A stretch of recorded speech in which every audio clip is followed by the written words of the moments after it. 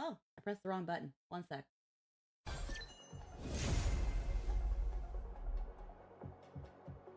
Gotta get that in there. That's important. Hello! Hello, everybody. It is Sunday. It is Honkai Star Rail Day today. We are here. I have my noodles. We're not that late, and that's okay. How are we all doing today? Hello, Lynn. Good morning. How are we? Today's noodle flavor is beef and fermented soybean. It is interesting. It is interesting. We'll wait for the Lynn to type. Also, my game is updating, so this is perfect. My game's taking a second to update as well, so this is perfect because we were gonna have to. Then had Scotch goose egg for breakfast. Oh, how does a goose egg taste? Does it taste any different than a regular egg?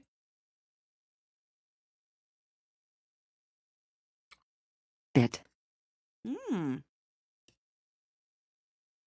Interesting. Heckin'. Not super different, but there are subtleties to it. Yeah, I had a feeling there'd be like some subtleties to Also, to a they're goose egg. huge. Oh yeah, probably. I freaking love eggs, so it's like I want to try a goose egg and like an ostrich egg one day. Heckin'. But yeah. So heckin' today we're gonna be starting 4.1, but before we do that, and while my game updates, there are a lot of trailers and videos that we haven't seen. Um, And for the record, duck eggs are better for baking than chicken eggs. oh. Is it because they're like thicker or something? Yeah. Oh. But yeah. Makes the result fluffier. Oh, interesting. Probably makes better meringue in general. Heckin'. But yeah, we've got Yep, yep. quite a couple videos here. I actually realized that last time we were on 4.0, we didn't catch Sparksy's trailers. So I kind of want to give those a moment first before we go into the 4.1 trailer and the Ashvale videos. Ashvale got a midnight carriage, which is kind of crazy. Not a character I was expecting to get. I already have some ideas of who this guy is. Like, I know we had talked a couple times about how, like, we're supposed to be getting, like, the leader of the Galaxy Rangers, and everyone swears it's gonna be a girl, but I think it's gonna be Ashvale.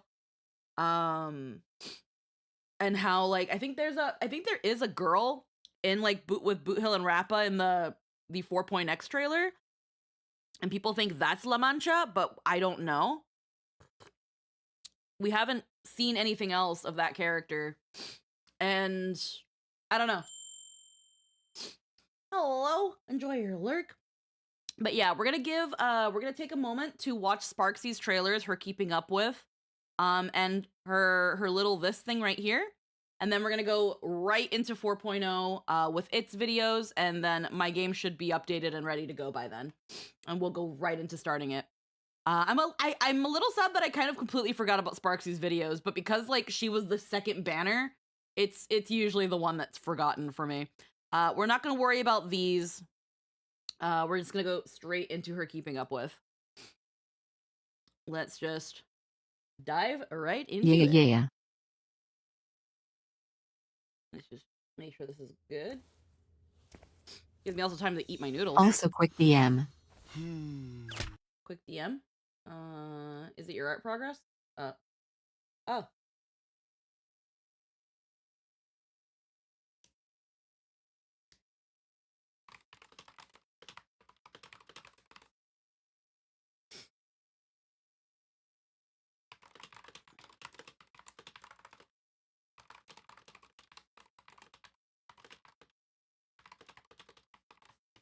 Alrighty. Alright, let's. Whew.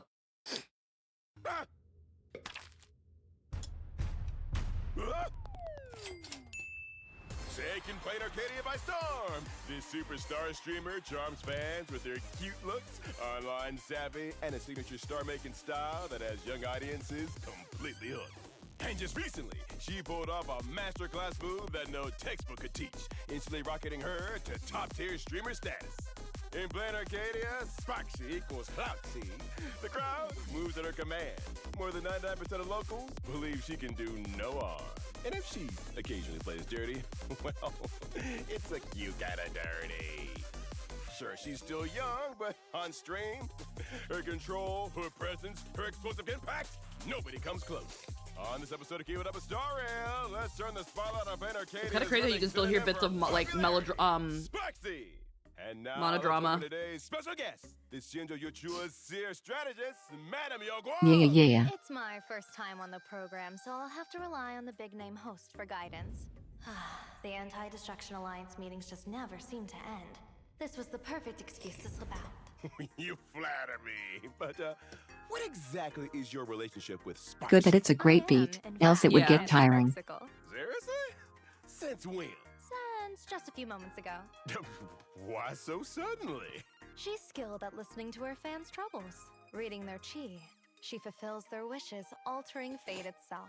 I happen to have a few concerns on my own wish list, but meddling with one's own karma is ill-advised. Letting someone else turn the wheel instead? Now that has its own charm. As a Shinjo General, the foremost lady luck and a masterclass diviner, you've already won at life. What else could you possibly want? Well... Give her there, Madam Yao. Shots like that on a live stream can get us banned real fast. Nothing. Let's take a look. She at wants to what makes harass this Jing brand new Yuan, I superstar guess. streamer so special. Sparksy's a fire character following the path of elation, a true super streamer. Wherever she appears, she is the spotlight, the ultimate punchline generator. Tack up enough punchlines and bam! Those aha instants hit hard. Super streamer secret number 1. Every public figure's first mandatory class, managing the haters. So, how does our streamer Sparksy deal with them? Simple. She fires off a basic attack, slams that dislike button hard, and shuts the haters right up. Perhaps what initially brings people to Sparksicle's live stream is that rare, unembellished authenticity. Exactly! So why is Sparksy among countless authentic personality-driven streamers the one to leave a lasting impression? Well, the answer may lie in her live stream broadcasts. It always Super makes... streamer secret number... Maybe it's because I'm old. Or because we're old. But it's always so weird to me. It always kind of like gives me a bit of a double take. Whenever video games and stories set in like modern times like we're in right now utilize streamers and social media influencers, but it makes sense that they do. So when they're like, yeah, Sparksy, the fucking top streamer, and it's just like,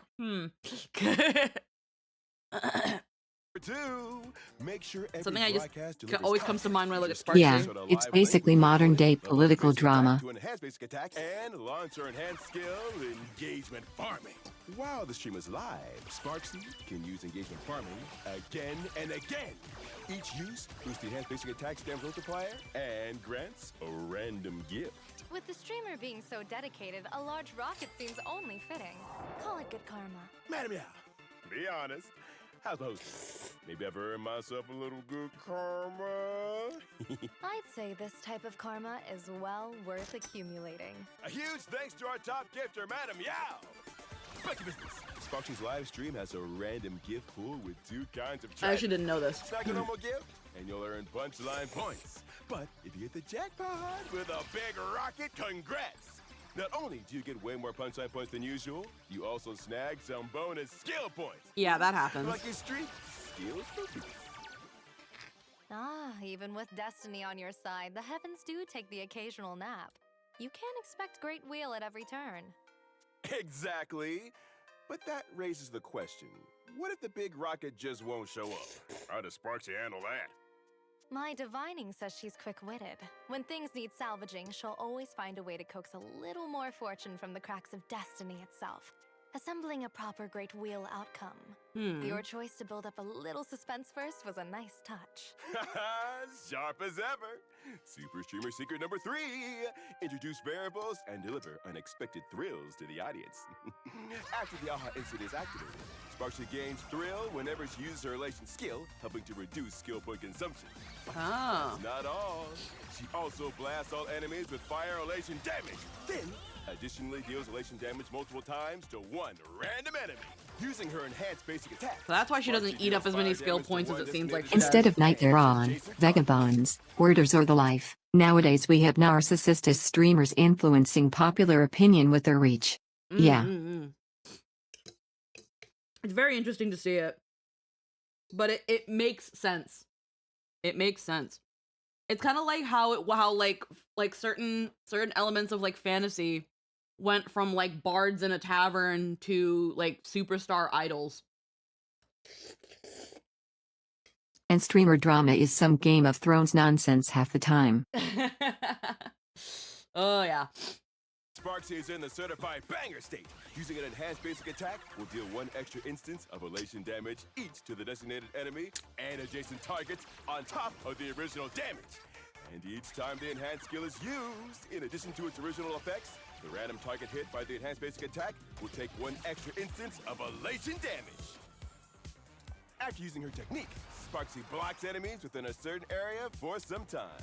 While blocked, enemies can't detect allied targets. If you attack enemies who are in this state after entering combat, Sparksy will deal fire damage to all enemies and recover some skill points. Oh. As I see it, what people call woe is merely an obstacle.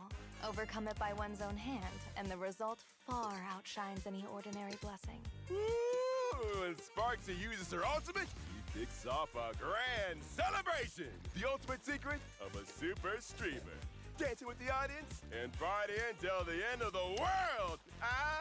She creates even more punchlines and spreads her passion to every opponent, dealing fire damage to all enemies. If Sparks is in the certified banger state at the time, her ultimate also deals an additional instance of elation damage to all enemies, on top of its original damage. If you give her the right relic, The she'll be true popping her ultimate all the secret time. of a So at super some point streamer it'll hit. lies in her punchline generating power that goes beyond the ordinary. Simply put, wherever Sparksy is, there's an endless supply of punchlines. After unlocking a certain traits, if there are elation characters in the team, Sparksy gains additional punchline and throw points, which uses her ultimate. The more elation characters there are, the more additional punchline and throw points she receives. Also, a pretty powerful commentary on just how prominent nihilism is as a philosophy. Truth doesn't matter. Morality doesn't matter. Clout and entertainment value take precedent over all other concerns in this environ. I'm telling you, bro. When I was high and dissecting the fucking pillars, that was the big thing. In the end, it always comes down to clout. It always comes back to clout. Why did people do that thing? Why did people do that thing? Why did people do that other thing? Why did people let this guy get away with all this bullshit? Clout. Clout. As long as there is clout, we will never really be better. More allies crit damage whenever she has punchline. The more And I hate punchline that. she has, I hate that. the greater the boost. Oh, being a streamer really does keep one surprisingly busy. Alright, to sum it up, Sparksy is a punchline generating machine on the path of elation. After starting a live stream connection, Sparksy can use her enhanced skill multiple times, generating massive punchline points with the aha instant, while steadily increasing her damage multiplier to power up later attacks. That's how we structured society. It's a global distraction economy. Such as using her elation skill, receiving random gifts, or using her ultimate. This allows her to use her enhanced skill more often, further increasing both punchline generation and damage buffs. Bread and circuses. Don't forget, Hey, using Squeaky, her how does it technique feel to before finally be entering free from the combat command is deck? also an important way It to feels gain nice. Skill points. At the same I can't wait for time, Fragmentary Passage to give me some other bullshit to play with that I don't care about. She has multiple ways to generate punchlines, which helps increase the team's aha instant damage and strengthen certified banger. Madam Yao, looking at it this way, you two really are perfectly in sync. Sparksy keeps consuming skill points to generate punchlines, showing up wave after wave, while you ride those waves and turn them into surging power. The higher the punchline, the stronger Sparksy's additional elation damage. Higher waves, fiercer ties. The two working together is a thing of beauty. Naturally, a one-person show can't match the brilliance of a shared stage. And if we were to add Sparkle after her self-evolution into the mix, Then, the fun really starts ramping up. all in all, with its potential to make the meter run backwards, paired with Sparky's excellent single and multi-target burst capacity, enemies will be forced to wrap things up early. Truly enviable. Whew. In our line of work, you really have to keep up with the times. Today, well, we're gonna learn today. Madam Yao, I'm aiming to become the universe's top streamer. With your insight, could you see if what's above my head spells weal or woe? Is this my moment? With that head we're on, fortune is quite literally over your head. But... That's right. The Cosmos' biggest streamer is now using our product too. Approved by the foremost Lady Luck herself. So you streamers dreaming of fame, hurry up and order now. And lastly, don't forget to like and subscribe. Toodaloo! But, as the new year dawns, fortune flows from the heart. Don't let this auspicious sign go to waste. Heh. Okay, just tell us nothing. All right. Let's do a no, I love Sparkle and Sparksy together. They're absolutely chaos. All right. So that's the keeping up with. I actually didn't know that Sparksy had some of those It's little... wonderful. I actually didn't know Sparksy had some of those like additional little things. I was always wondering like, wow, I really have just a lot of fucking skill points. It's because of her abilities, so that's interesting. Haha. Alrighty, I'll never forgive Star Rail.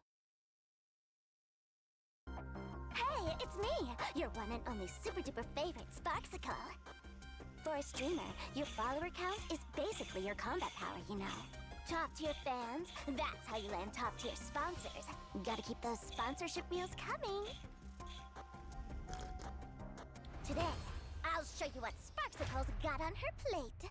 Today's meal at Sparksicles. 200,000 credits for a candid, no-nonsense review of Star Rail version 4.0. Star Rail is my bread and butter. 500,000.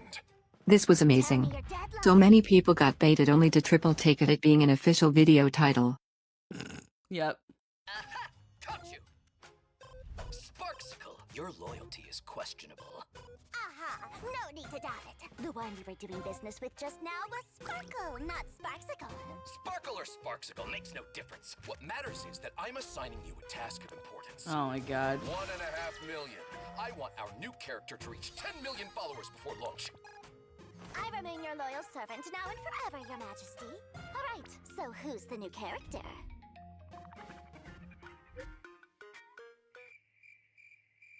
Your Majesty, are you nuts? Ugh, people have no idea how the internet works. Can you believe this? 1,500,000 just to have me hike myself into a mega streamer with 10 million fans. Sorry, I just can't. This is way too good. Is this guy completely clueless? But without 10 million followers, you won't see a single credit of that 1.5 million. That's why I need the collective genius of everyone Back to- here. Yeah, have a good one, Bardu. That's so outdated. Nobody cares about stuff like that now. Random street pranks. High watchability. I'm sensing a non-zero chance of dying. Rejected! Boring. Way too boring. None of you understand the internet at all. Let's hear your big brain take. To go viral nowadays, you need to be unhinged. You mean like this, maybe? Not enough. No. You need to kill a man on stream. Too normal.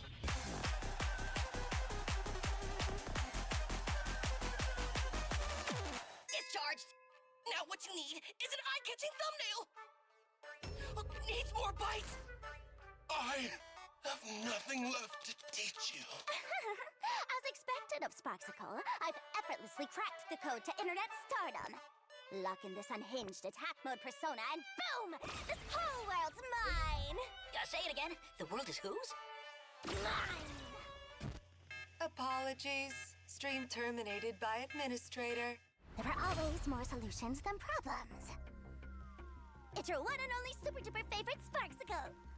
I've been pondering a big life question lately. Why do people always feel the need to sell themselves so hard?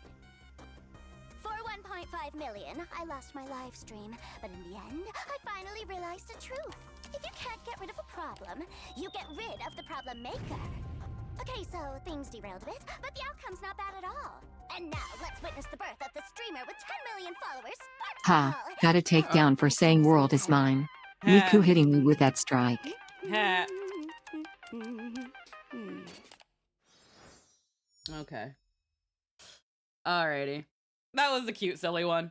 Alright. I actually need to use the bathroom really quick, so I'm gonna do quick BRB and then knock out some ads while we're there. Unfortunately, my stomach fucking sucks. So we will be right back.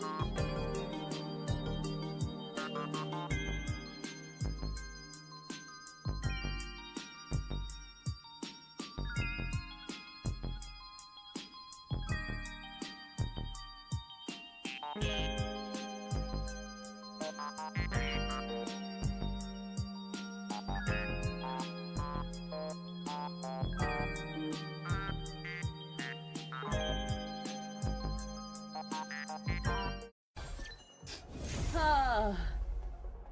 We are back. Thank you for waiting, guys. I needed to really go to the bathroom more than I thought I did, apparently. Welcome back. Holy moly, okay. So, that was just a cute little silly video. Now, let's actually get into Sparksy's trailer. I'm sad. Oh, it's already cute as fuck. I'm sad I missed this one. I missed on this when it came out.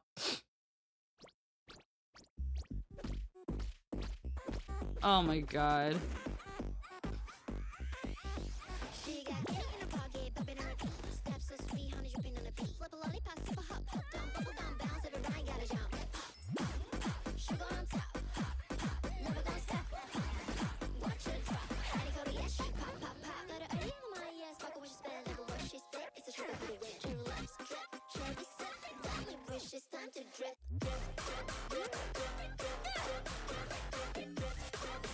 Wow. Brain rot brat. Hi, Runaway. I'm gonna actually make this a little bit higher quality.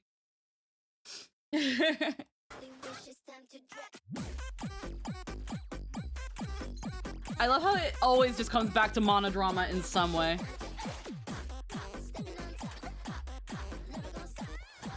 Same.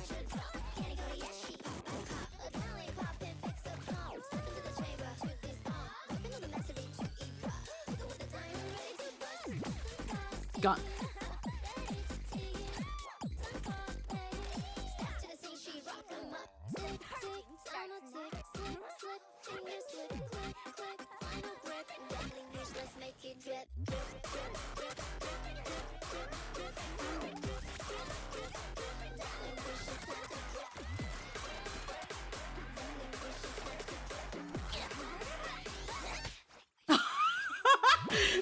Oh my god. Fucking bitch slapped her. Holy shit.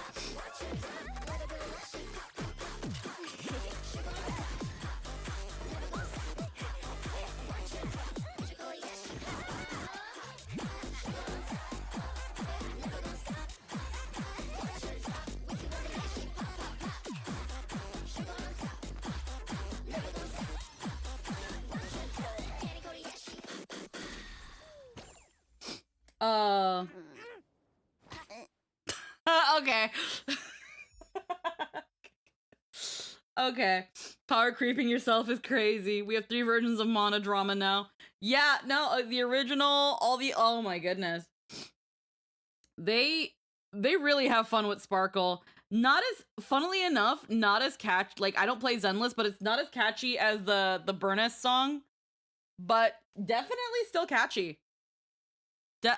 I had seen this gif before of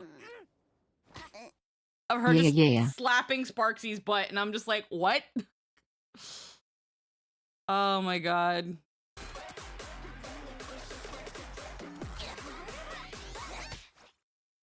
Just fucking bitch slaps her. Oh my goodness. Okay. They had fun with this one. That's funny. And the expression. Yep. With the music cut. Just like,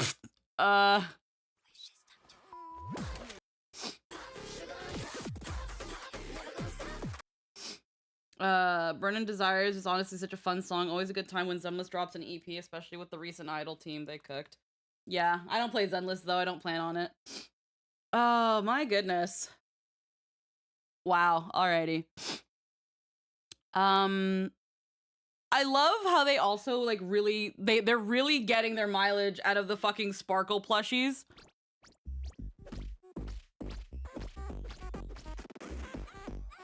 Like it's very clear Hoyo loves But Sparkle. they need to friggin' sell already. They do. They do sell a Sparkle plush.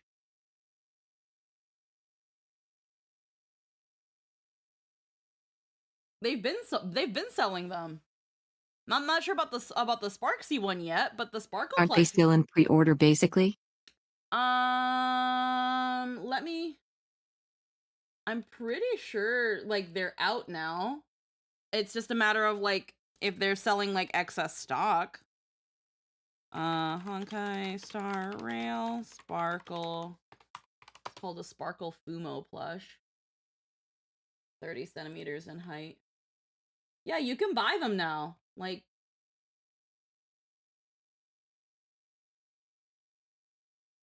you can buy these. They're just $109. I'm not spending that much on a goddamn stuffed animal. But yeah, no, they're out now. They were on pre-order basis, but now they're out. Oh, the fucking little Eco one's on sale. Oh, heck yeah. Mem plush, Treebee. Yeah, so they're out. These are out. And I do want one, but that's quite the price tag. That's in USD. It's 150 Canadian. Like, I'm sorry. I'm not doing that, huns. Hey, y'all, I arrived with vibes and lunch. Hi, thank you. Hello, hello. Slap it on throne. I'm not sure with the Honkai Star Rail shop site, unless it's on like Amazon Canada. I gotta like use it on my other browser so it doesn't accidentally fucking dox me.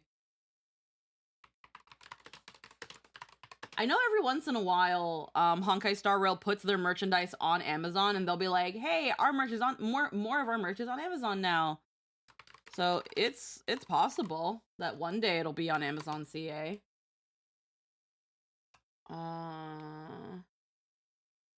Let's see, that's a shirt, that's a cosplay, that's an Nendroid.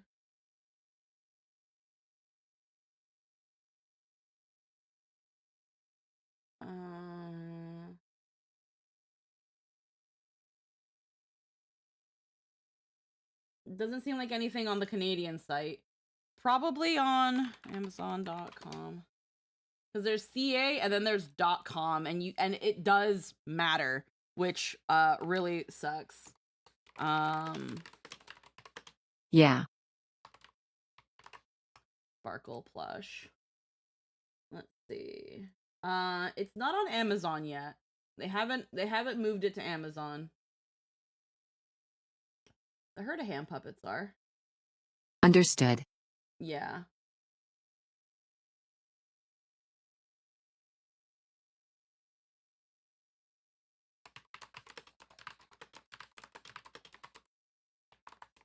It's also kind of hard because you gotta like, sometimes you find sometimes you still find fan merch on Amazon as well. So that's where it's also like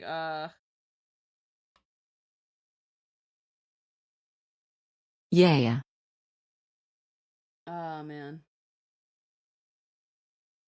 1 second.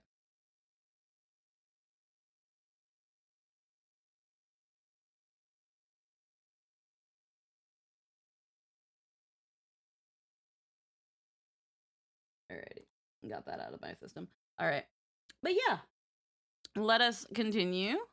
So that, I think, wraps up all of Sparksy's stuff. So now, that leaves us with the 4.1 trailer and Ash Fails. So,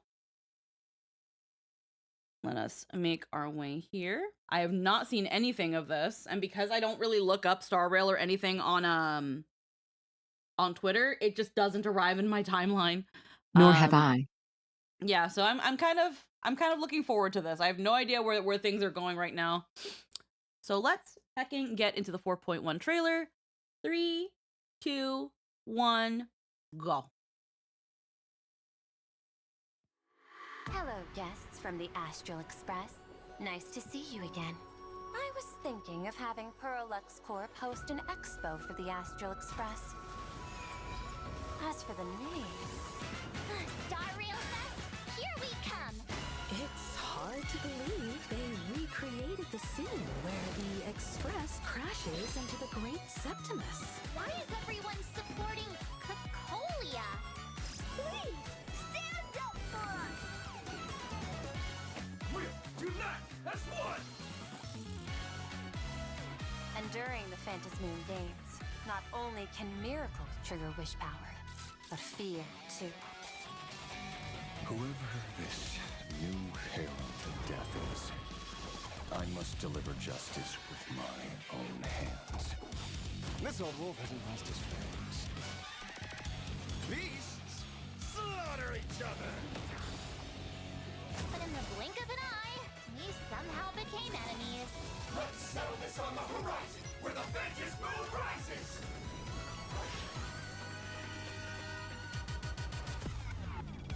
Huh. I forget about any fantasies of fairness and harmony. From this moment on, the Phantasy Moon Games could follow in the footsteps of what happened 15 years ago. It's gonna become the Shibuya incident. If we handle the negotiations well, perhaps Aha could stand behind the Astral Express. The winner of these Phantasy Moon Games Shall receive all of my authority. More than a fleeting minute. to become The true evidence. one of elation. As such, it's time to rejoice. Wisp Bay War Saga. Guess we got Sentai. Yeah, I guess. That was a really, like, a lot happening at once. Like, way too much to even focus on. So let me... New Divergent Universe, something, Nanami's pants, hold the real Shibuya incident. Yeah, the new Which is what Divergent we want from Universe. this planet, so at least there's that. At least there's that. Punk Lord Stage 0, City of Converging Stars. Okay. Yeah. And during the Phantasy Moon Games, not only can miracles trigger wish power, but fear, too. Mm-hmm. Whoever this new herald of death is, I must deliver justice with my own hands. This old wolf hasn't lost his fangs. Beasts slaughter each other. But in the blink of an eye, we somehow became Are they... Okay. enemies. Let's settle this on the horizon, where the vengeance moon rises! I got two wolves inside of me. Something, there's two wolves. About any fantasies of fairness and harmony. From this moment on, the Phantasy Moon Games could follow in the footsteps of what happened 15 years ago. If you don't know, we still don't know what happened 15 years ago. If we handle the negotiations well, perhaps Aha could stand. And if that behind was the Astral Aha at Express. the end, Phantasy Moon Games Shall receive all of my authority. More than a fleeting minute. to become The true evidence. one of elation. As such, it's time to rejoice. and it seems like this is supposed to be like essentially the final Phantasmoon game. Because whoever wins just becomes Aha in general. Stop. It's a lot. It's a lot. Alrighty. And that was Unraveled for Daybreak. Let's see what's up with Ashvale, though, because he's a hunt unit, and right now, hunt units are a hard sell. So I need to know, like, I already really like him. I Yeah. like that he's been introduced as kind of like a goofy, almost Scooby-Doo-esque detective, but obviously there's going to be something crazy going on in this patch with him. And I already knew I liked him when I saw he was a wolf man. So so let's see what's up with him. Albert slumps back in his chair, his desk piled high. He's a noir with detective work. wolf. He remains there, waiting in tense anticipation for Carmela's And I still think he's I still think he's the leader of the Galaxy Rangers. days. Carmela has been gone for 3 whole days. No calls taken, no texts answered. Albert is worried about the mountainous workload before him. Who will do it? Cornered by circumstance, Albert is struck by a sudden flash of inspiration. He remembers someone important who can resolve this crisis. Well, hello. As Blaine Arcadia's renowned security specialist, Asheville often gets called in when things go sideways. skills? Sure, some folks say detective skills don't quite match the hype, but official records show he gets hired a whole lot. Big cases, like the mystery of the Ghost Bullet Worm Express and the super non-serial locked room murders at Kooky House. His for the solving.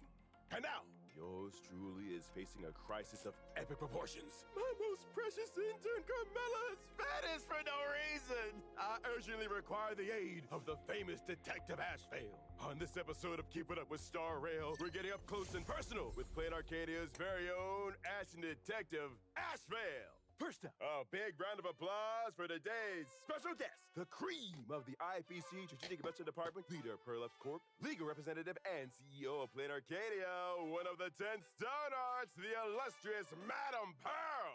Upon hearing that the Express crew would grace Plain Arcadia, I began to anticipate it deeply. At Pearl is last, very an pretty. opportunity to appear Yeah, as a I guest really for like 9 hours, Pearl. Keeping Up with Star Rail. Given your extensive dealings with Mr. Ashvale, it was only right to grant you the seat of honor for this episode. More importantly, since I'm already in Plain Arcadia, appearing now saves on travel expenses. I do indeed have dealings with Ashvale, but you didn't invite me here today merely to be a guest, did you? How is Carmela? My adorable intern hasn't showed up for work in 3 whole days. This has never happened before. Could she have been kidnapped? Could she be in mortal danger? Oh, heavens. Madam Pearl, please hurry and contact the great Detective Ashvale for me. How tragic. To be reduced to a mere introductory prop for the detective. Just kidding. Don't worry, I know him well.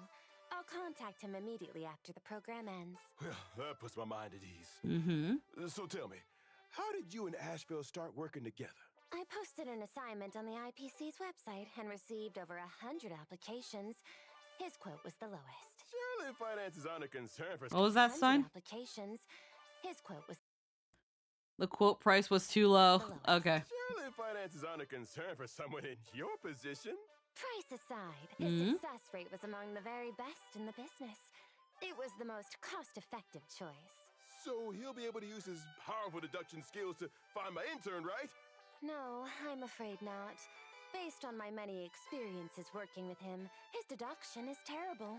Or, to put it more accurately, he does have his own method of deduction, but every step is flawed. Nevertheless, the conclusion he reaches is invariably correct. I call it Ashvale's bizarre deduction technique. That's incredible. I need to see how that works. Ashvale is a lightning character following the path of the hunt, distinguished by his multi-stage follow-up attacks. As he Okay. puts it, the essence of being a detective is a down-to-earth investigation of the truth and a relentless pursuit of evil. As expected of a great detective. So he's That got kind of follow-ups. spirit is what all true sleuths must possess. When using his basic attack, Ashvale deals lightning damage to one enemy target. Hitting someone with a cane. Could this be that legendary Baritsu? When using his skill, he marks one designated enemy as bait, dealing lightning damage. If the target is already marked as bait, he instead deals additional lightning damage and recovers skill points. When there is no bait on the field, Ashvale designates the enemy target with the lowest HP as bait. While a bait target is present on the field, all enemies' defense is reduced. Who's really back a punch? You sure he doesn't have a nickname like the Ashen Ranger? It's not that he relishes combat. If anything, it's more like an instinctive drive to pursue evil. This episode really fits the detective's persona. Next up has to be the thrilling deduction segment. After the bait is attacked by other allies, Ashvale regenerates some energy and then consumes charge to launch a follow-up attack against that bait. He then Okay. the effect, which has an upper limit. Okay. Wait, was I hallucinating just now? It looked like something was straight up jumping on the enemy! Fear not. It's merely a shadow residing within his hand. A shadow? A shadow that can bite people? That's ridiculous! After using his ultimate, Ashvale designates one enemy as bait. Deals Is that a lightning mechanical damage hand? And gains charge. Then immediately launches a follow-up attack against the bait. This follow-up attack No, okay. does not consume charge, but consumes Oh. lightning stacks. They become enhanced and can deal additional multi-hit lightning damage. If the original bait receives a killing blow during this follow-up attack, Ashvale will attack a newly marked bait. Afterwards, the official crime scene report concluded. No suspects were found. According to Asheville, this is called the exhaustive elimination method. A flawed process, yet a flawless conclusion? Can such a person truly be called a detective? After unlocking Enjoy a your specific lyric. trace, Asheville can gain gluttony whenever he uses skill or ultimate. And when his follow-up attack deals fatal damage, he also gains a certain amount of gluttony. After unlocking another trace, while Asheville is on the field, all allies gain a crit damage boost, and the crit damage dealt by follow-up attacks is further increased. After using this technique, Asheville can daze enemies within a set area. Dazed enemies will not actively attack allied targets. After entering combat by attacking a dazed enemy, Asheville deals lightning damage to all enemies and gains a certain amount of charge. Truly electrifying. Sometimes you have to knock an enemy out to ask for a few clues about a case. Knock him out and then ask? Good question. As far as I know, people don't lie in their sleep. Alright, to sum it up, Asheville is a damage-focused character following the path of the hunt. In battle, Asheville can fix an enemy target as bait, dealing additional damage and recovering skill points for the team. While the bait is present on the field, he reduces all enemies' defense. When teammates attack the bait, Asheville launches a follow-up attack against them and gains gluttony. If the bait is defeated due to an enhanced follow-up attack, Asheville gains additional gluttony, finds a new bait target, and continues dealing damage. After unlocking a specific trace, Asheville can continuously stack gluttony through his follow-up attack, skill, and ultimate, allowing him to launch repeated follow-up attacks and effectively clear the field. The follow-up attack is the biggest thing. Otherwise, the only thing, why is he a hunt? Why is he a hunt unit?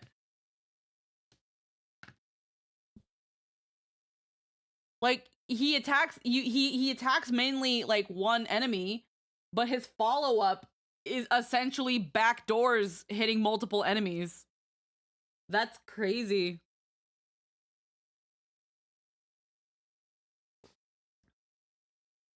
I don't know. What do you think so far, Lynn? To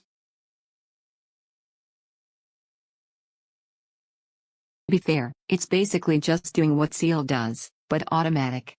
Mm-hmm. Huh. Honestly, the effect of, like, as long as, so, is, if there's bait on the field, he lowers the enemy's defense. And if there is no bait, a bait will automatically be assigned to you. So essentially with him, Still very hunt coded, but they're trying to figure out how to make hunt work. Yeah.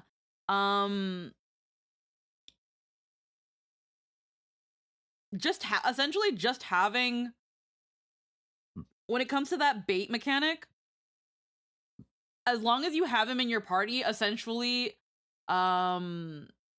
the enemy just has a permanent defense down debuff. That in itself is pretty crazy.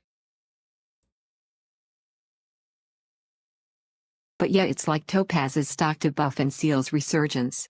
Yeah, I pulled for Asheville, but mine looks different. Has blonde hair and is a preservation unit. Oh, wow. Which lets Hunt actually do wave clear. Yeah. Detective, don't wrap up just yet. Come here. I've got a case for you. While we were filming, I contacted Asheville. I trust he is already on his way here. There is hope for Kamala at last! Nearing the mountain of overdue work. Due to prolonged inaction, Carmela's annual leave application was automatically approved? Annual leave? Oh, so she just took vacation. I thought she gone missing. I like him, but I'm going for Hyacinth myself. That's fair. Hyacinth is a good unit. I highly recommend people get Hyacinth. Case assignment deemed invalid. Nevertheless, the agreed upon fee remains. But now my jet part is E5. Albert Oof. shall assume personal responsibility for the payment. Yep. We won the 50-50 for Sparksy. So Hey, only one more. So follow up, King. Huh. Alrighty. Let's look at his trailer, and then we've got his midnight carriage, and then we're not gonna worry about this. We're not gonna worry about it. We'll learn about that as it goes. I just want to see his trailer and his midnight carriage. All right. Let's see what's up with him. Welcome to the Pass on the Happiness game. This program is sponsored by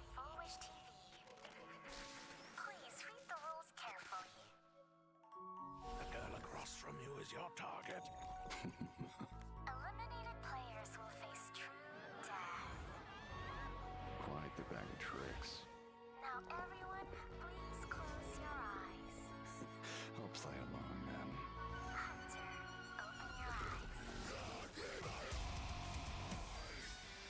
What a lively night. All these villagers with their eyes. Huh.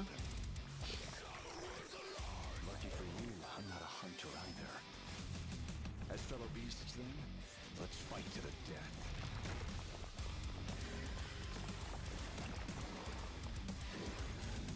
Oh.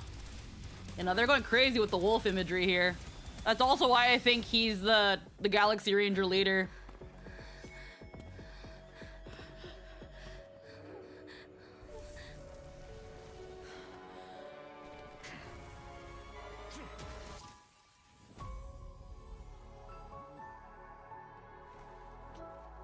Careful. Ha. Assignment complete. And now, it's time to devour the prey. What the fuck? Brutal. Yeah. After all, you cheated first. So don't blame me. Alrighty.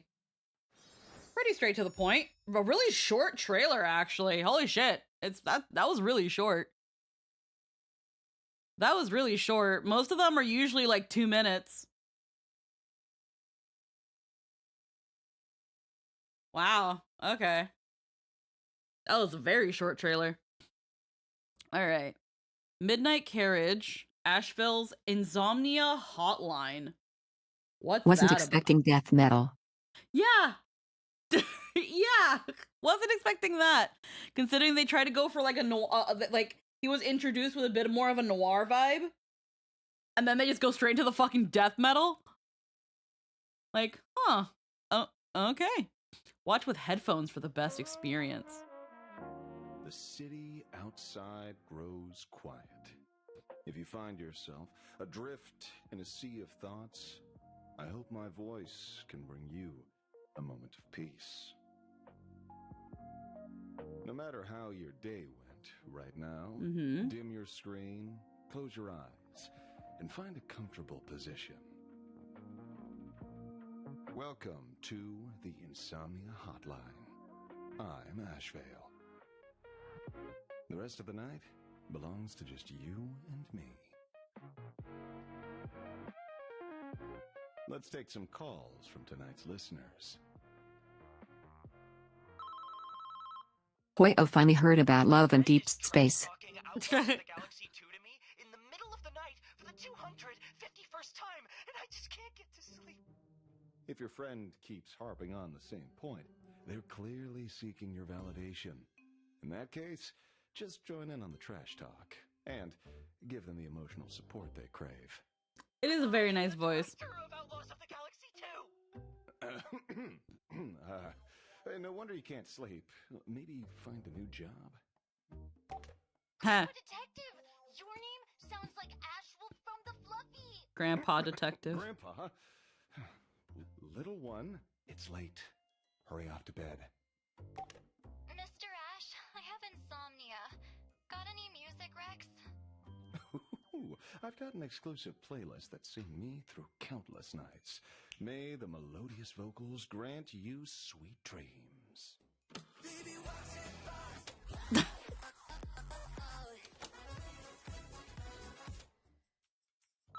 Yeah. Detective, I've been up for 4 days straight trying to write this new series, but I still can't squeeze out a single word. Do you think you can write anything tonight? No, that's why I'm Then calling. go to sleep. Find a comfy spot. Go to lie down, sleep. Get some shut-eye. Personally, I recommend a fridge. Helps you hibernate. One wolf, two wolves, three. Oh my god. Wake up! You're still on the clock here.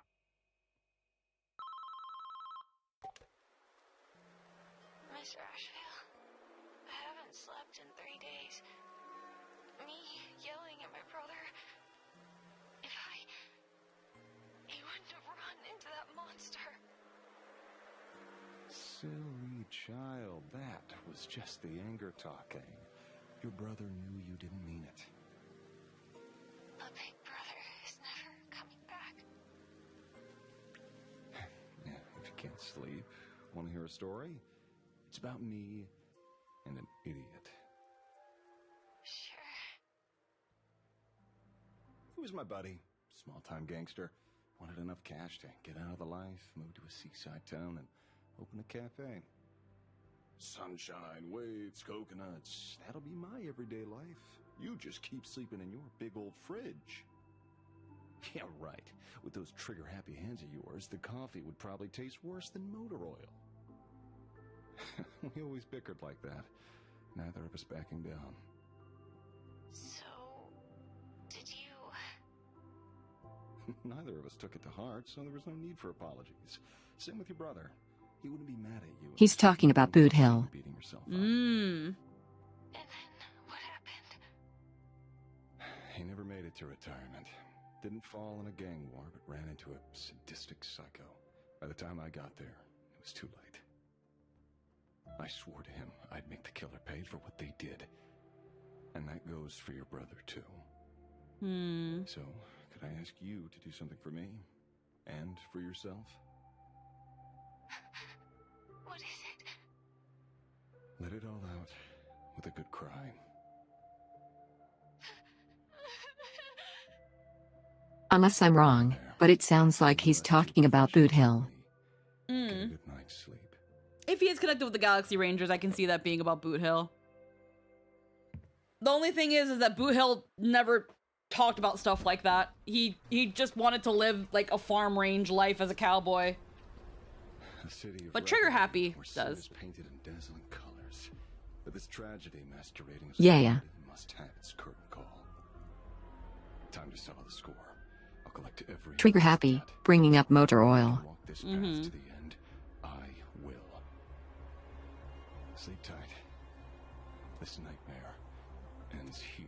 And when you think about it, what the IPC did to him is one of the things Boot Hill wants revenge for. Like, he never said that that person died. He didn't say that person died, just that something terrible happened to him.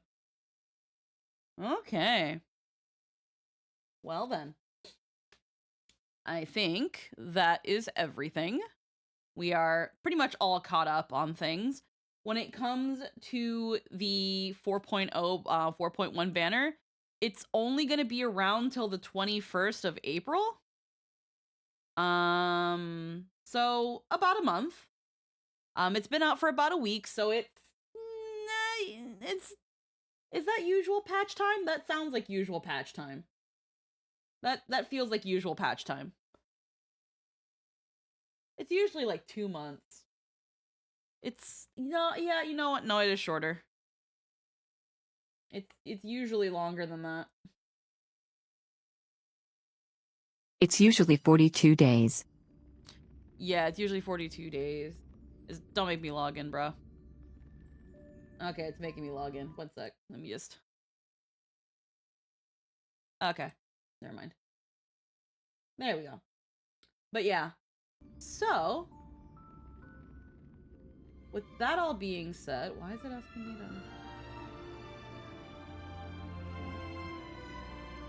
Let me... switch... to Star Rail on this side of things here, even though it won't be much of an issue.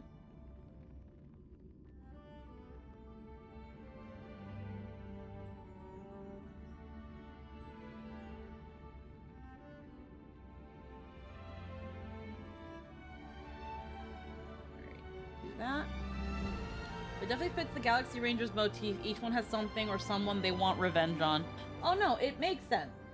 It makes sense. And again, the reason I also feel like Ashvel is going to be connected to the Galaxy Rangers, even though everyone thinks... even though he doesn't really give off La Mancha or anything like that, because that's all we know about the Galaxy Ranger leader, is that they apparently go by La Mancha. All we know when they talk about the leader is that they talk about a wolf with a missing leg. And I was looking at Ashvel's hands because one of his hands looked mechanical, but I think it's just the the motifs and like how it's designed that looks mechanical without actually being mechanical. Cause I'm trying to see where it seems like he's got all his limbs. And they all lean otherwise. hard into a specific archetype, so Noir Detective fits into that. Yeah.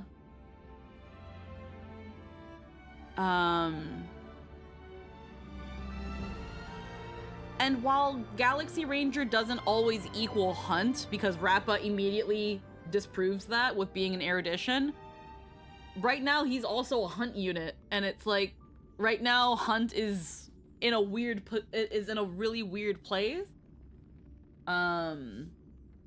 where it's hard to find a place to have a Hunt unit and be good. And with Ashvale, they've solved the whole Hunt issue and the slow But it makes pacing of sense they them. want to revive it. Hunt has been struggling for a while. It really has, and it's because it's a single target class, which you solve the single target class thing by making them be able to hit multiple targets at different times. Like, instead of doing an AoE, it's I hit this guy, and now I hit that guy, and now I hit that guy, and now I hit that guy.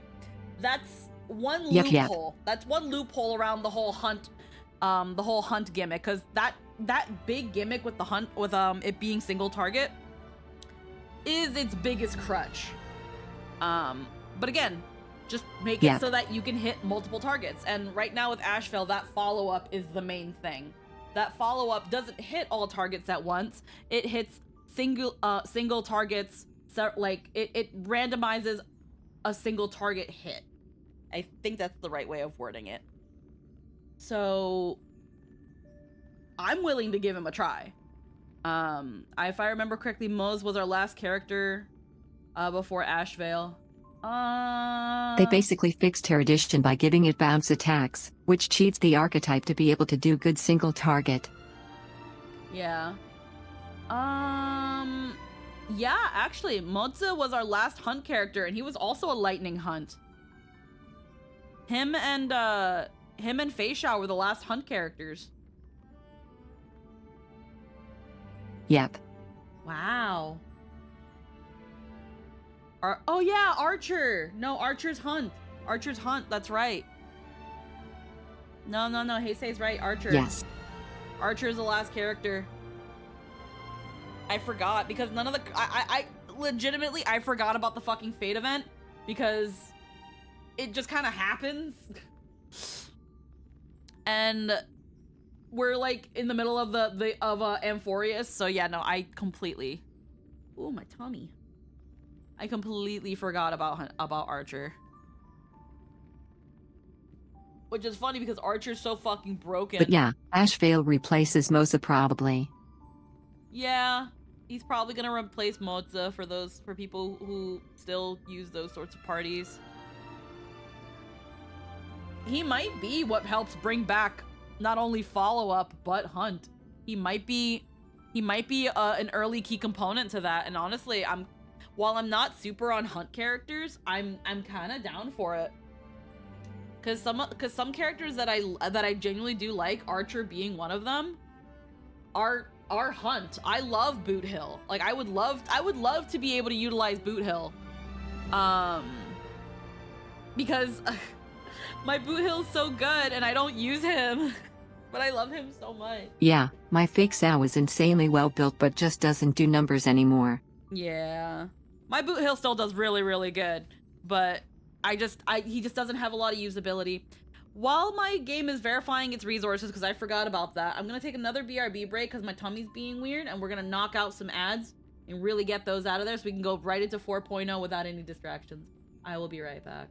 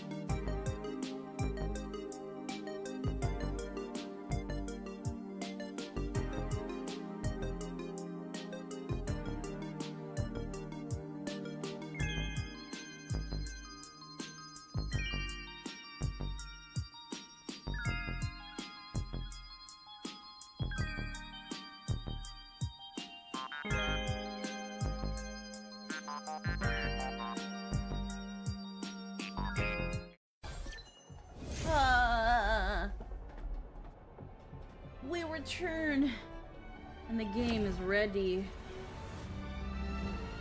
Oh my god, my tummy is not having it today.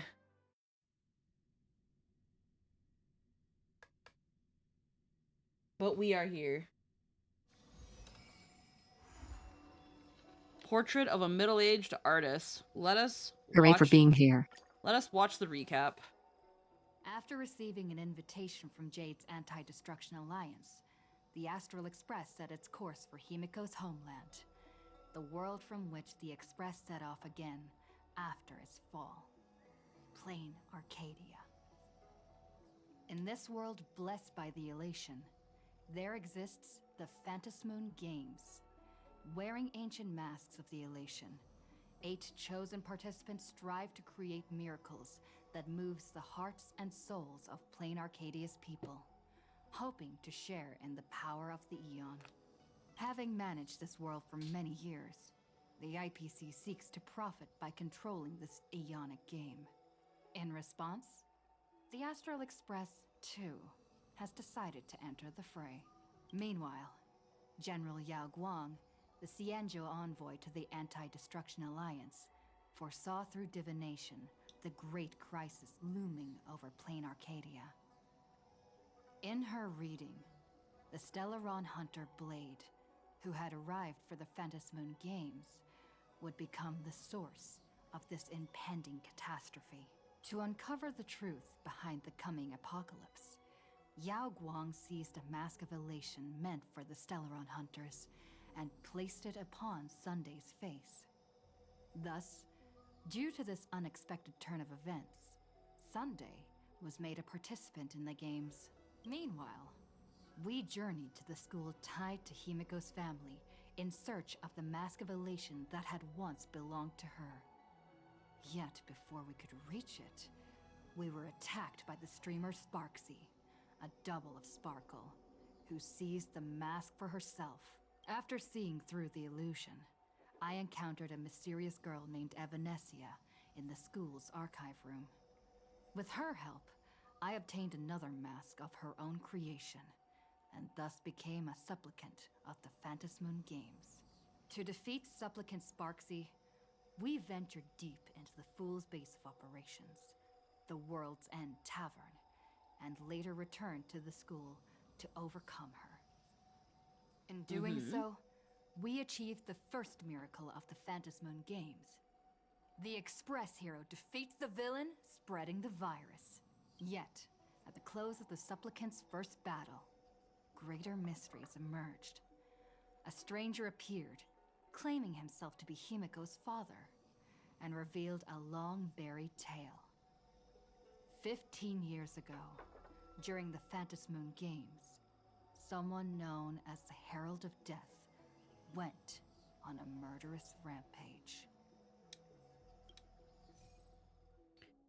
Alrighty, we will head now to the meeting location.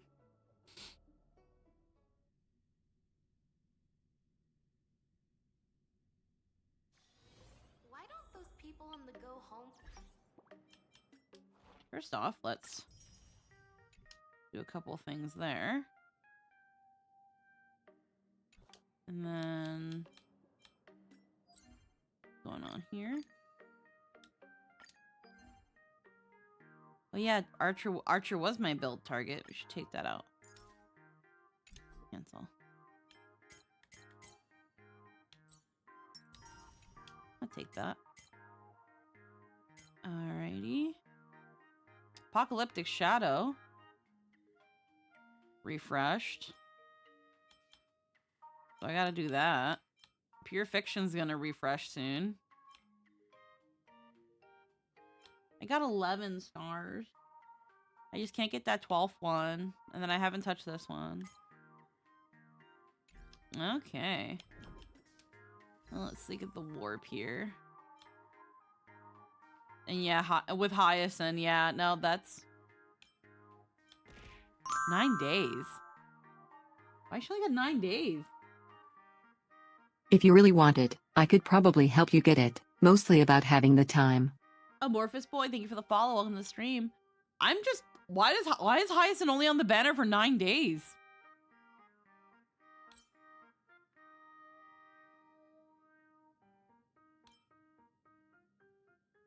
What the hell?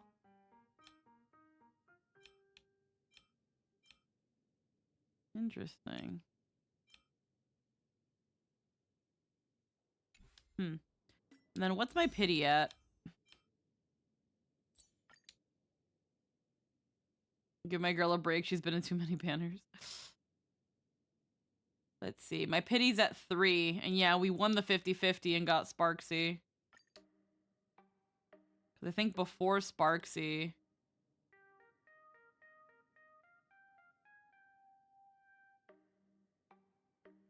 Before Sparksy, I think it was Finan.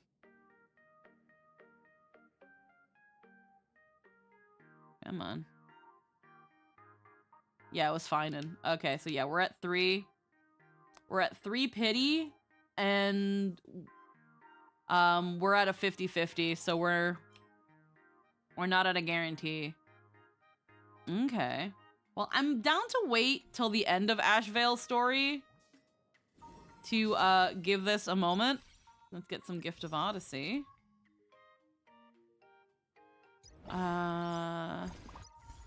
And there's some new currency war stuff. There's a new Divergent Universe. So lots of things to get stuff for.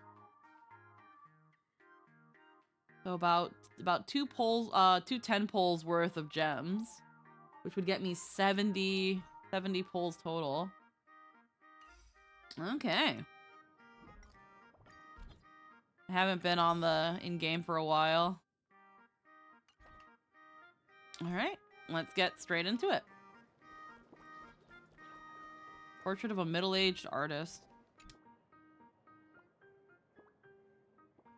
Shortly after the Sparksicon fiasco came to an end. Miss March, please, look straight into my eyes. Just like that. Perfect. Now, I'll need you to repeat these next few lines after me, and do so in the same tone of voice. Okay. The sky is blue, not a dazzling display of sparks.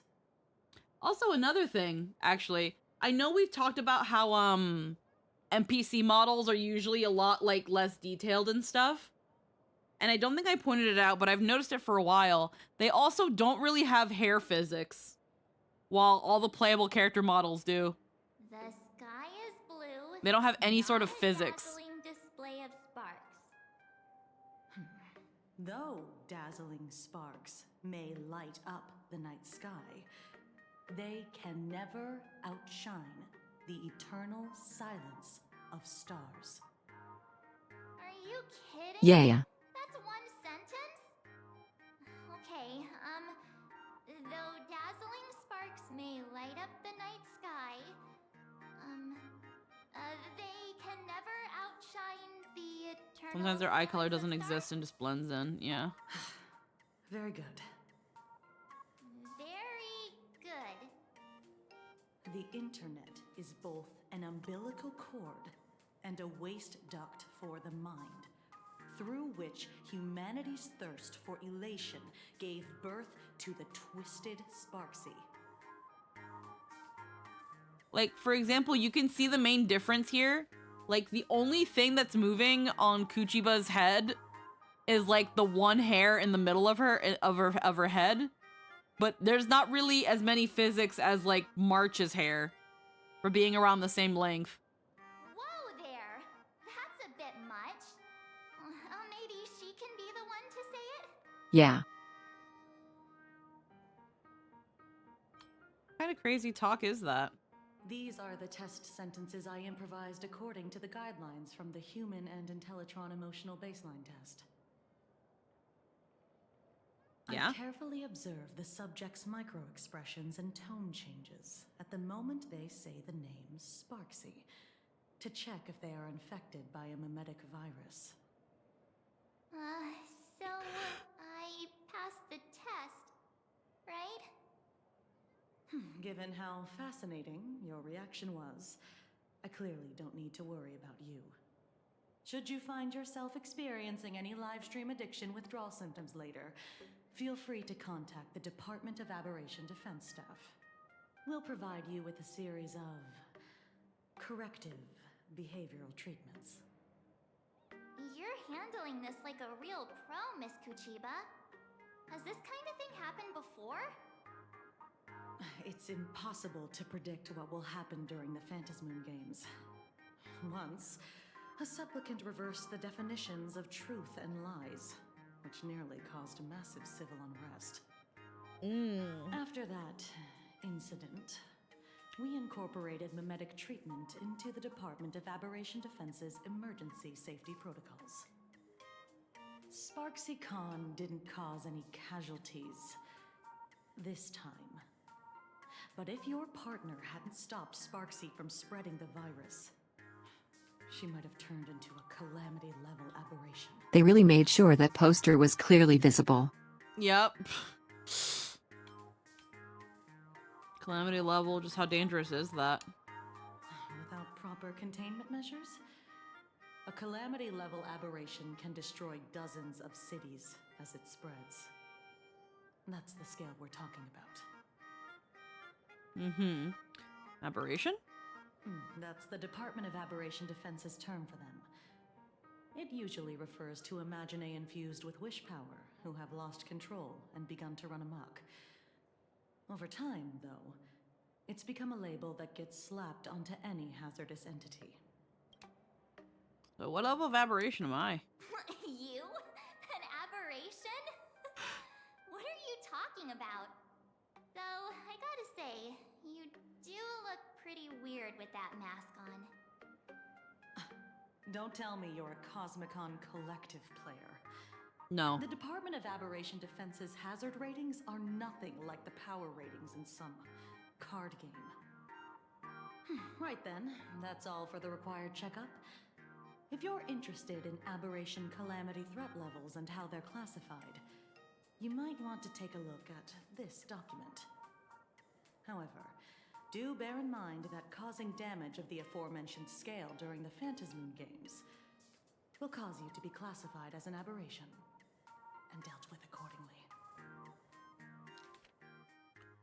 Planet Arcadia has a 5-tier rating system for uncontrollable aberrations on the scale of damage they caused. Ghost level. Weak presence, essentially harmless, or causes only minor discomfort. Small annoyances, troubling a handful of people. Typically, idea-generative, imaginae born from collective conscious, such as villains from comics, panic-inducing objects spawned from rumors, animated smart appliances, ghosts with distorted cognition, can be subdued by civilian ghost-busting squads. Even if left alone, they won't escalate into complex mass disasters. Fiend level. Poses a clear and present danger, capable of harming dozens of people or causing structural damage, throwing multiple city blocks or an entire small town into chaos. Typically powerful imaginae that have accumulated massive wish power and spiraled out of control, such as unspeakable entities lurking in urban legends or for ages. Are vengeful manifestations born from collective trauma, say mass casualties caused by the Herald of Death. Okay. Calamity. Severe level threat capable of causing casualties in the hundreds or more. If left unchecked, they could lead to the destruction of major cities and Arcadia's core regions. Herald of Death falls into this category in the Phantasmoon games. The upper limit of destruction caused by a supplicant going out of control also falls roughly within this range. Cataclysm. Catastrophic threat capable of crippling an entire continent, causing massive casualties and environmental upheaval. Reality warping abilities manifest. Apocalypse level. A level of threat capable of causing civilizational collapse or even the extinction of humanity on planet Arcadia's surface. Their very existence is a great catastrophe. Before I leave, Oh, there's one more thing. we're definitely not going to deal with one of those. Remember Lyndon Scott? The man who served as your tour guide. He was murdered. Yeah, we know. What? Scott's dead? No way. You guys sure about that? Yeah, the Scott we knew was, a really tenacious opponent. We're sure. Both the ID and genetic information of the deceased match that of Mr. Scott's. You said he was once your... Secret third option. Promise? Huh. You don't suspect us, do you? I wouldn't exactly call Scott a friend, but we'd never do anything like that to him. Easy there, young lady. I haven't even started asking questions yet. Of course, there's no way the renowned heroes of the Express would harm some lowly IPC employee simply because they had a problem with him. And more importantly, both of you have solid alibis. The initial results of our investigation suggest his murder might be connected to the Phantasmoon games. I'm informing you both of this to warn you to be extremely careful. The Phantasmoon games are far from a simple game intended for passing the time or relaxation. Anyway, I wish you success. Farewell. Okay, bye. God. Could he actually... I just can't believe it. But it was Miss Kuchiba who told us, so... it must be true. So... I mean... the Phantasmoon games. Pretty frightening, huh? What's your take? I don't care at all. I want to find out the truth. I'm not feeling so good. Yeah. Even though Scott pops up now and then to give us a bit of trouble, I still feel bad about him dying so suddenly during the Phantasmoon games like this. And without even knowing why. If the killer is here for the Phantasmoon games, they might become our enemies soon. The Phantasmoon games.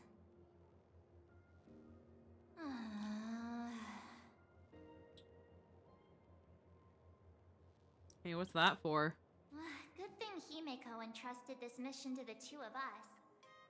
Who would have imagined that the Great March herself would be stopped at the doorstep in the very first round? Forget it. I'm not like you. I was never hero material to begin with. Normally my hands can't even keep up with my brain when I play video games. You're definitely the right person for the Phantasmoon games. It's just such such a shame. We finally get a chance to vacation in Himeko's hometown.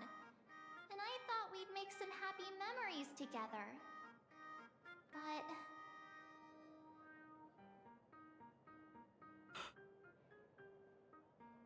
March, you can just leave. You can just leave and go bitch somewhere else. We don't have to deal with I'll this. triumph in the Phantasmoon Games in your stead. You can just leave. Alright. But, look. Don't push yourself too hard, okay, you? Remember that we've got your back. Oh, right. Where are Himeko and Mr. Yang? They must be getting examined and interrogated too, right? Why don't you send Mr. Yang a message?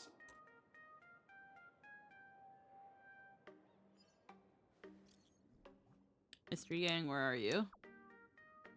I'm busy getting a new voice.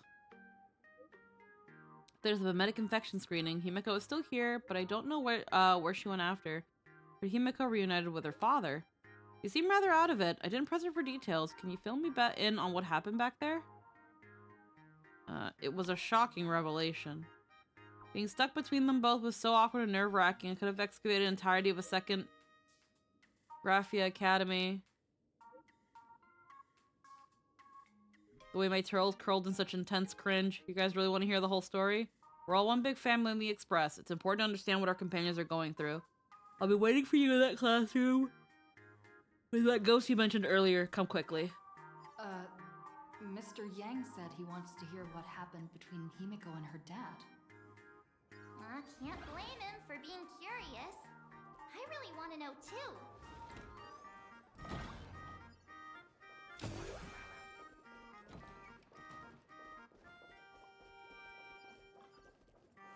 Hey, looking to buy something?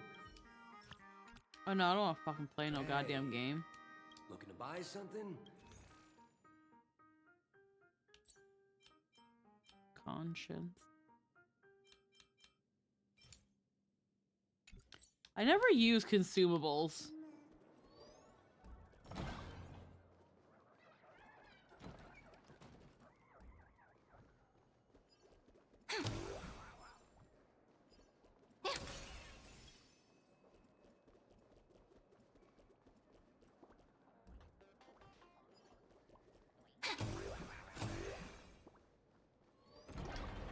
They're very powerful, but yeah, mostly CUs and challenge runs.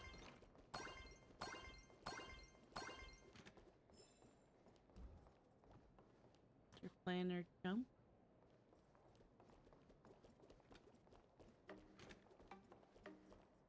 Oh, okay. That's right there.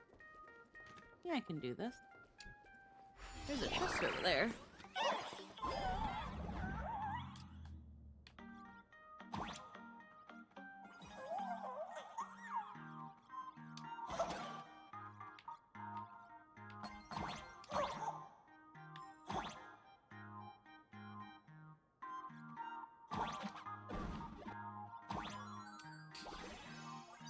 Recruiting ability.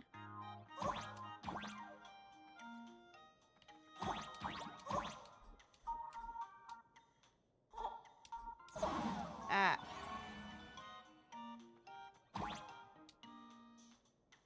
Oh, wait.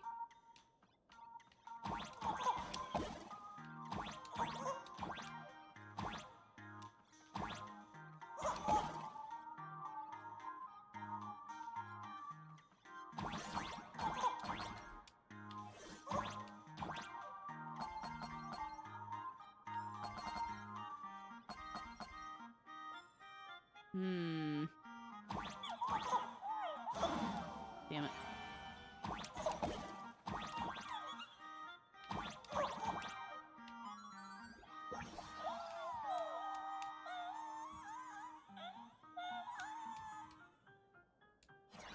Alrighty.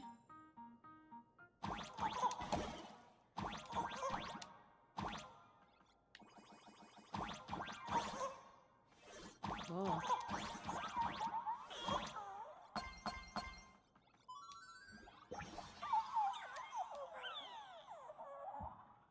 Alrighty. Two of them in here.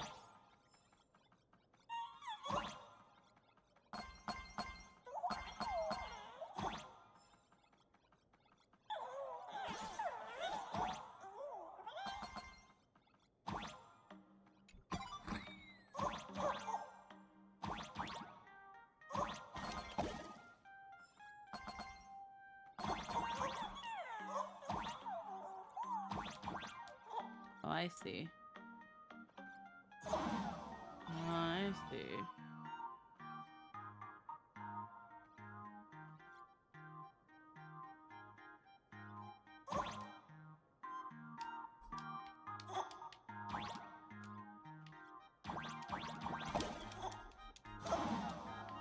Put that there. Damn it. Okay. 2. Alright, I think I know what to do. Damn it. Don't hook to the wall. Alright. So then... There we go.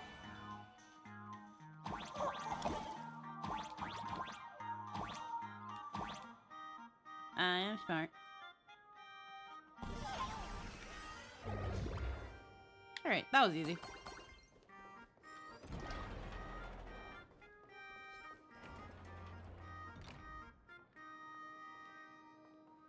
Oh.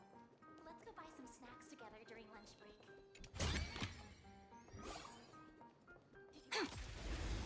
Oh. Okay, I wasn't. Have some sunshine. Dispel the gloom. Restore the skies. Go, go, go! Riding the west wind. Away we go! Alright, let's just freaking get the battle out of the way. Stars, shine for the heroes. With this divine power, I reforge all things. To the soul. Anyhow, Every memory turns into ripples. I just wanted to hit that. Investigate. Fish power. Take a closer look. Give money to random stranger challenge.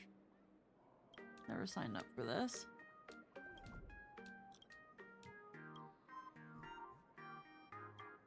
Confirm. Sign here.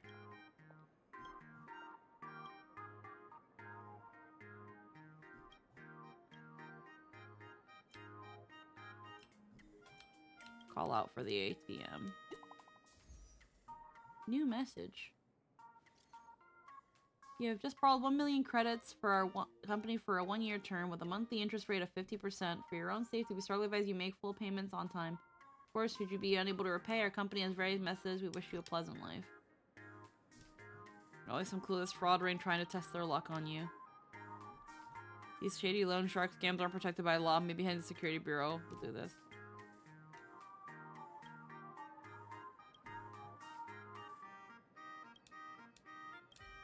Okay. Million credit prize contract. Page after page of dense legalese that'll put anyone to sleep just looking at it, whatever. The money's already in hand, so nothing too crazy should pop out down the line, right? Right? Okay. Weird. Pop up.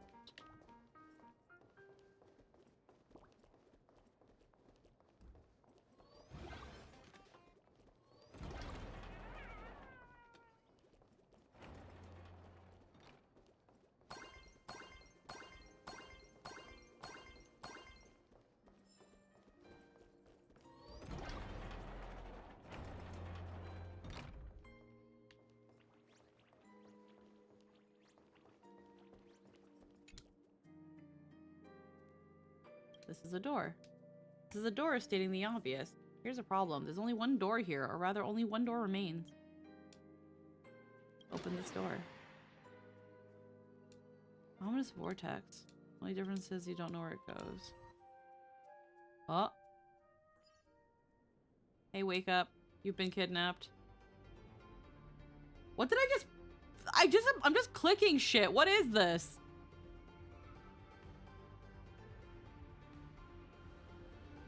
Clearly it's not important because it's not voiced. Let me take a closer look. Ah, you found the anywhere door. The doors. Talk to the town of one of the fools. Why did you walk through that door? I accidentally walked in. I'm the door maker, and this is the collection room of the tavern. A door you just passed through is also one of the pieces. A door crafted by my own hands. So why'd you kidnap me? You weren't kidnapped. You're just sitting comfortably on the toilet. Don't worry, the folks at the tavern told me you're no threat. In fact, they said you're a good friend of the tavern. As for me, I wanted to check in on the status of the door left behind.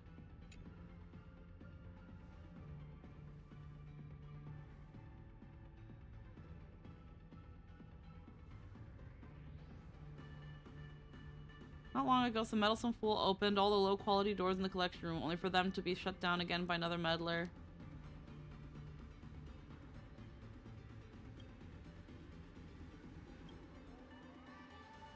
Retrieve these doors. I don't work for free.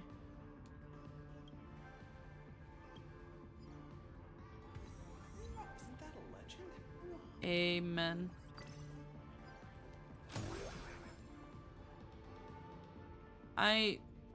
I'm going back now. I was doing something. Knock.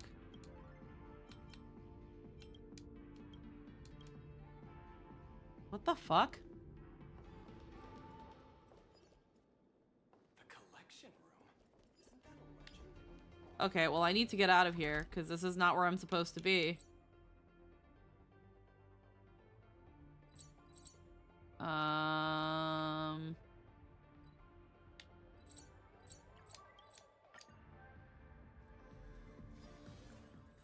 heard from the math teacher that the gym teacher is sick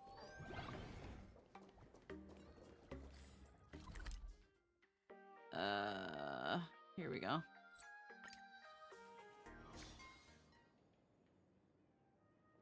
So then...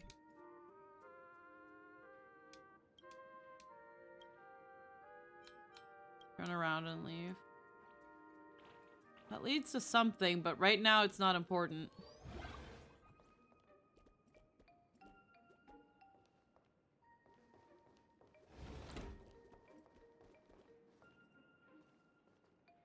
You're here. Himiko hasn't mentioned her father at all in the time. He since speaks! So, what is going on between them? As you were the only one with her at the time, you're the only one I can ask. Hooray. I need you to open your mouth. Walt, I need you to open your mouth. Yeah, it really threw me for a sec when you said Himiko's father. But when you think about it, it's only natural that Himiko has a father, right? Not everyone's like me. Thought out of an ice block. So here's what happened. A while ago. 15 years ago.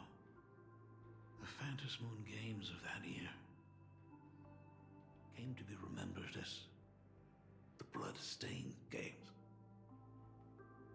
So many parents lost their children. So many people lost those dearest to them. One of the victims was my very own daughter. Upon my return, I stood before the grave where she was laid to rest. Her name was Himiko. So, this lady who bears her name, who exactly are you? 15 years ago, when I made up my mind to join this Phantom Moon Games, my father wasn't with me. Even as I fought for my life against the Herald of Death, my father was still off somewhere, wandering the cosmos. Strictly speaking, ever since I can remember, his presence in my life has been as thin as the air in space. So, I would ask you, who bears his name, who exactly are you? Well, well, well. Look at you. What are you getting so worked up over? Just a joke. A joke. It's been 15 years after all. You've grown into such a fine young lady. How could you expect your old man to recognize you right off the bat? So, what's with that gravestone I saw with your name on it then?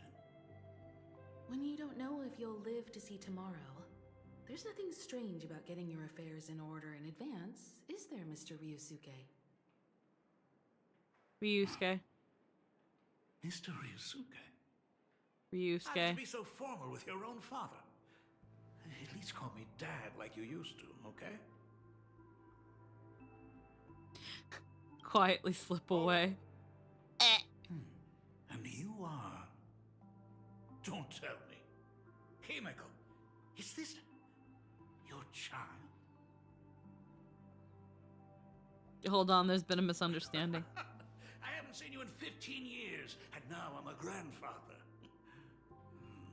Wait, who's the father? Oh my That's god. enough.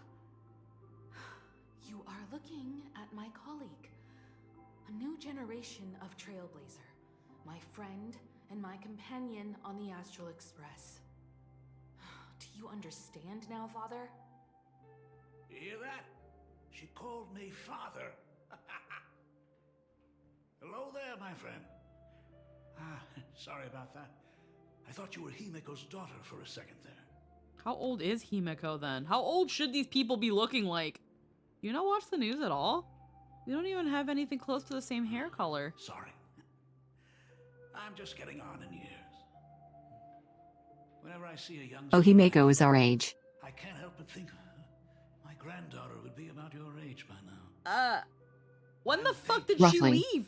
Most of my work involves traveling to different segmenta to complete commissions for my clients. When did she fucking leave? She left 15 years ago. She like 5? I know I've let too many chances to spend time with you slip away. Ain't no way. 15 years ago, she was a high schooler. The first time we met was at Mother's funeral, when I was already 6 years old. Let's put that aside. And I mean our age as in you and I. Were you also too Oh, busy with okay. work when I was suffering from a weathering curse? You might not believe me, but I've been running around for your sake all this time. All these years, I've been trapped in this room that represents the past that I imaginated. And I've never left it.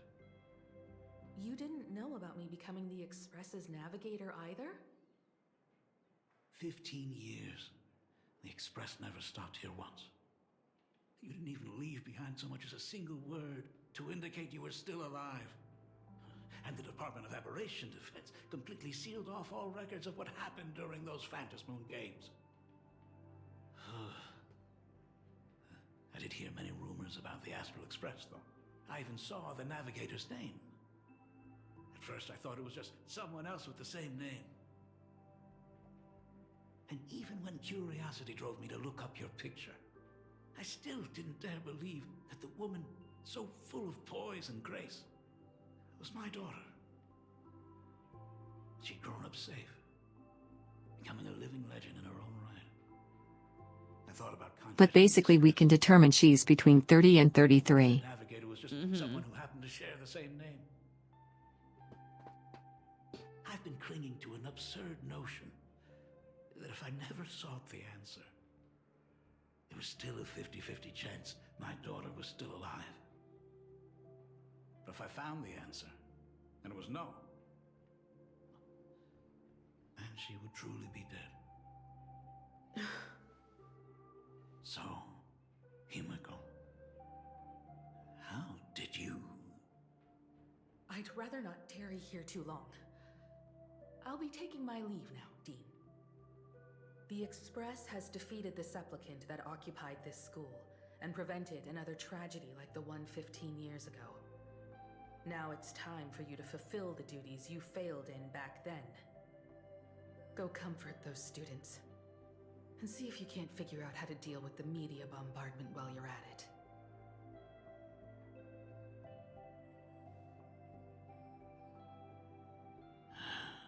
Failed in my duties. So, still mad at me. Can we talk?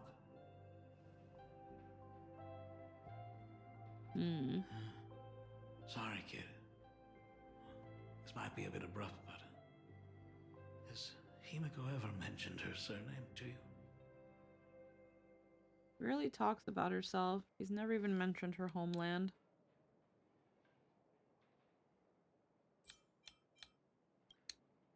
I'm a failure of a father. I broke her heart. Yay, daddy issues. What exactly happened 15 years ago? I can't believe it. She actually survived the weathering curse.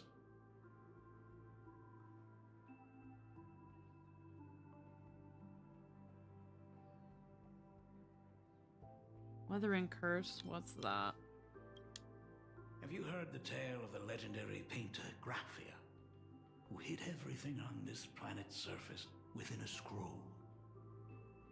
It is said that to achieve such a monumental feat, she made a forbidden exchange, sacrificing both her own life and that of her descendants, resulting in the weathering curse. Few descendants carrying the Graphia bloodline have lived past 30. Most of them wither like flowers while they're still young, skin cracking and peeling like dried paint. Himiko was no exception. She was tormented by the curse for years. What did you do for her as she suffered? What I did doesn't matter anymore. The Elixir Seekers' folk remedies, the Intelligentsia's guild treatments. I tried them all, but nothing could reverse the curse. All the time spent searching for cures only resulted in me not being by her side when she needed me the most. In the end, I am nothing but a useless father. You appear to be very healthy. Just Yeah. a useless son-in-law who married into the family. Strictly speaking, I can't really be considered a Graphia descendant. Yeah, I figured as much. He married in. He's safe and sound now. Isn't that what matters? You're right. I just didn't realize it quickly enough.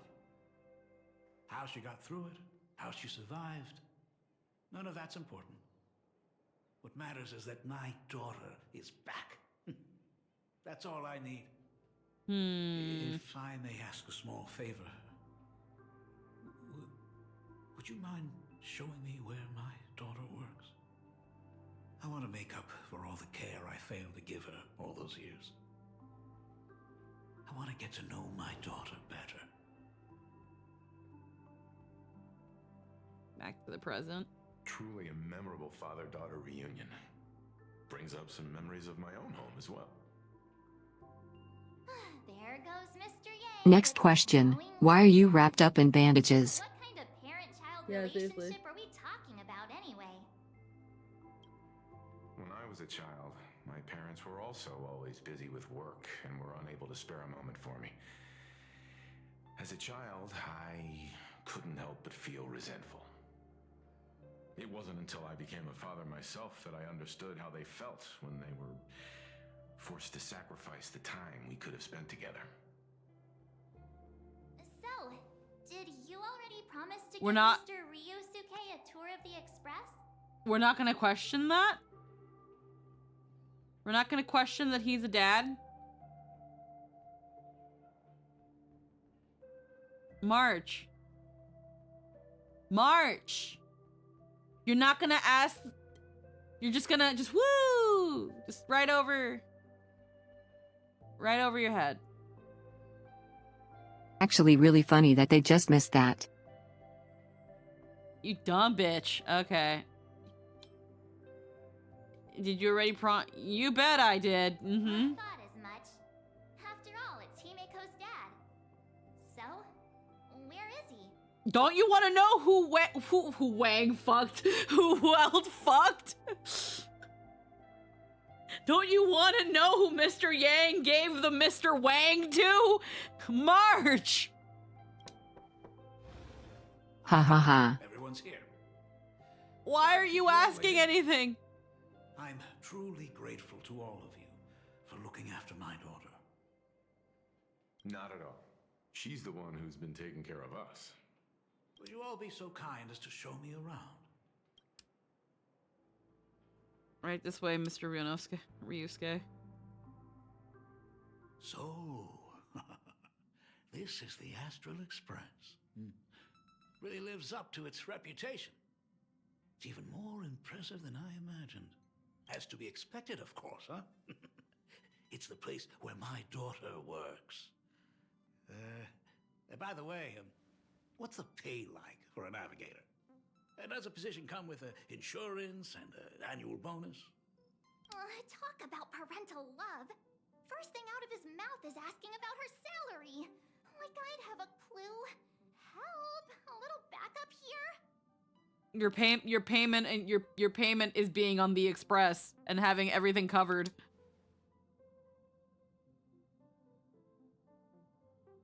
Nameless don't have much in the way of income. Hey, that's not totally true. We get some spending money every time we stop somewhere. Some.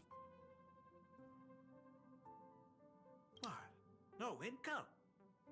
Don't tell me that everyone working for the Astral Express is actually doing volunteer work. So it's an Impact 3 thing with and I can tell you if you want to know, I don't think they'll cover. They probably won't. I had a feeling it was Impact related, but apparently he's a father. I mean, I guess you could say that. But actually, it's Yeah. I'm butchering the explanation. Anyway, it's nothing like what you're thinking. Mr. Ryusuke, please rest assured. None of the Express crew ever lack for money. We not only receive support from members of the Genius Society, but also from prosperous commercial worlds, such as the Planet of Festivities. We have investors. Ah, good. Hearing you say that is a huge relief, Mr. Yang. Speaking of which, what kind Also, of yeah, I don't care how influential you are. We're co-owners of Planet Hollywood. Don't underestimate Himeko either. Her daily duties include charting navigation routes, calibrating warp jumps, and technical maintenance. Not to mention she's always guiding the Nameless on missions. Yeah, she sure did a lot of that during Amphorius. My daughter is really something else. Sure did. She hasn't done shit, bro. Every time we return safely from a trailblazing expedition, it's all thanks to Himeko's guidance and protection. And the diarrhea. If you have more money than us, I can call Aventurine right now and he'll wire it to me without asking. And he'll get me a new Prada bag as a bonus. Yep. He'll be like, you walked out once with your Louboutin? Well, you can't do that. And gets me a whole new pair. I never wear the same pair of Louboutins twice. These red bottoms be staying red. Also, she doesn't do anything. She walks around with a different voice every patch with her diarrhea-inducing coffee. What does Himeko do? She gives us diarrhea. Hee. Yeah, she sure does navigate us to the fucking washroom. God, I hate you, Mark. Okay. I don't know why I just cannot stand March right now. I have not been able to stand March these fucking patches. To be fair, though, he a daddy, so he defo getting the eyes from everyone. They defo won't cover it. Basically adopted a kid, so sadly he hasn't had the sex as far as we know. Oh yeah, no, gacha games won't let anybody have sex. It's only ever adoption. Oh, let me go tell Pom Pom what you just said. Hey, come on. You're just trying to stir up trouble. If Himeko's the backbone of the Express, then our conductor is the absolute cutest and hardest working of all. Right, Pom Pom? Oh? We got a new passenger? This gentleman does look kind of familiar. Except Alice and Genshin. Canonically married, canonically had sex, canonically has a biological daughter. Good for them. Good for them. No wonder he felt so familiar. How are you, Mr. Ryusuke? Thank you! Someone said it right! So you must be my daughter's superior, huh? Well, thank you for taking such good care of her all this time. Superior? That's way too formal. It's Himiko who's been taking care of the Express and everyone on it. Because of Ms. Himiko, we could add coffee enemas to our health insurance benefits. We didn't ask for that, though. He's... What is he doing on the Express? To be fair, March does seem the type to pronounce Japanese names dumb. I asked your colleagues Yeah. to show me around, and I know I didn't ask your permission first. Just please don't be mad, Himiko. Mad? Why would I be mad? Mr. Ryusuke, welcome aboard the Astral Express. Is there anything else you'd like to see? I can show you around. Can you say his name right?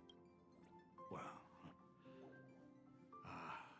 I know you'd rather keep your distance from your good-for-nothing father. You're on a journey, and it's rude of me to barge in like this. But it's been way too long since we last saw each other. Yes, CIA has no excuse and honestly no idea how the director let that go. Make up for all the time we've lost. At least while you're staying here. Please allow me to show you some of the fatherly care and devotion I owe you. Will you? Excuse me, why don't the two of you go to the party car? Shush, get the drinks ready. Shush.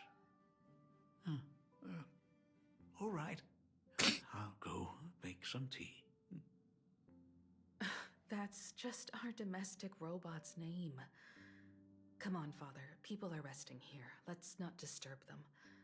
Oh, and come with us. But isn't this is a father-daughter I reunion? want to talk about the Phantom Moon Games, not just personal matters. They left. Whoa. In the name That's the first time I've seen Himeko be that cold to anyone. of... Okay.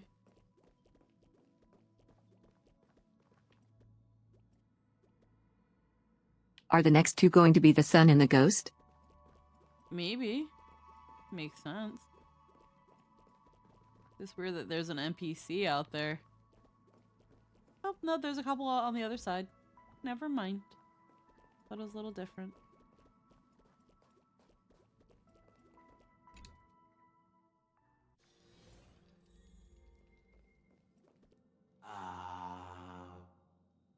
When it comes to breaking the icy silence between a father and daughter, nothing's better than a cup of hot water. The person who drinks it will yelp, "Hot!" and be immediately met with a concerned, "How could you be so careless?" from the other party. And just like that, the conversation starts flowing.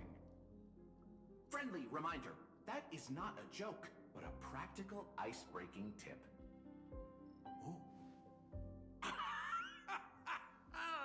Your robot is hilarious.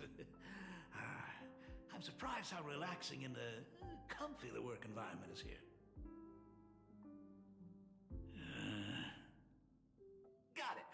I'll make myself scarce. If my dad showed up acting like this, I'd feel quite similar.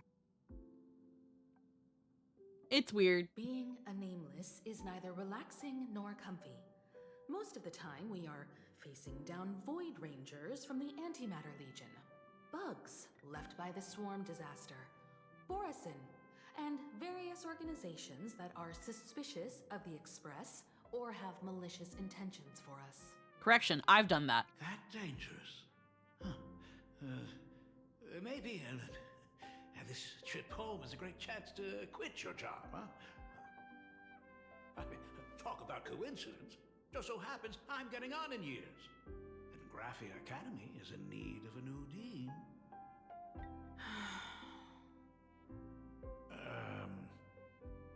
You know that's not what I meant. Once I've set my mind on something, I never look back. Ever since I was 6, When you told me those stories about traveling through the cosmos, I knew that someday I would walk among the stars. Actually, I was just kidding. I'm not completely clueless about what the Express and what you do. Oh, right. Once I knew the Express was coming, I even bought that comic series that's based on your adventure. Please don't tell me it's fluffy across the blue. I never thought you'd be into comics. That's right. The protagonist is a baseball bat-wielding raccoon. The character's based on that kid, right? As an artist, you do have a good eye. Come over here. Thanks for giving us some time alone. Don't mention it. Hey, Miko. That's the first time I've seen you smile since I've seen you this time. So, what brought you back home this time? What's the story behind our lucky meeting?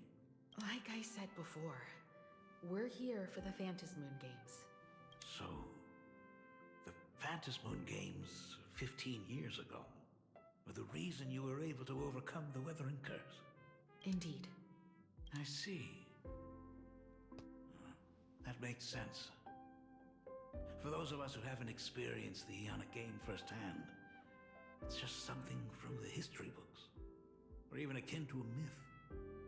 But I never imagined that the Ionic game would turn into a blood sacrifice overnight.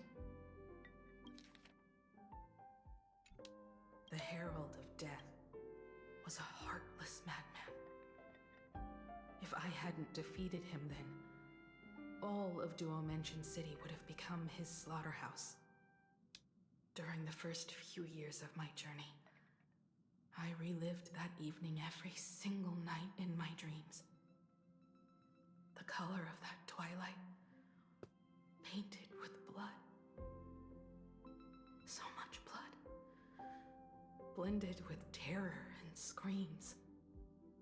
The victims were twisted like clay into grotesque shapes, like paint tubes that had been snapped, one after the other.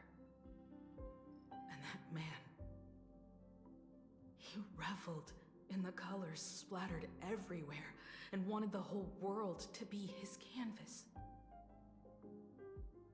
Stop, Himiko. Stop dwelling on the memories. He's doing a great job conveying it, though. Like, just like the slight, like, whispers as she's, like, recalling it. Wonderfully delivered. During the first few years of my journey, like, I relived that evening every single night in my dreams. The color of that twilight, painted with blood. So much blood, blended with terror and screams. Yeah. Stop dwelling on those memories. Even if I could avenge his victims, in the end, it won't bring them back to life.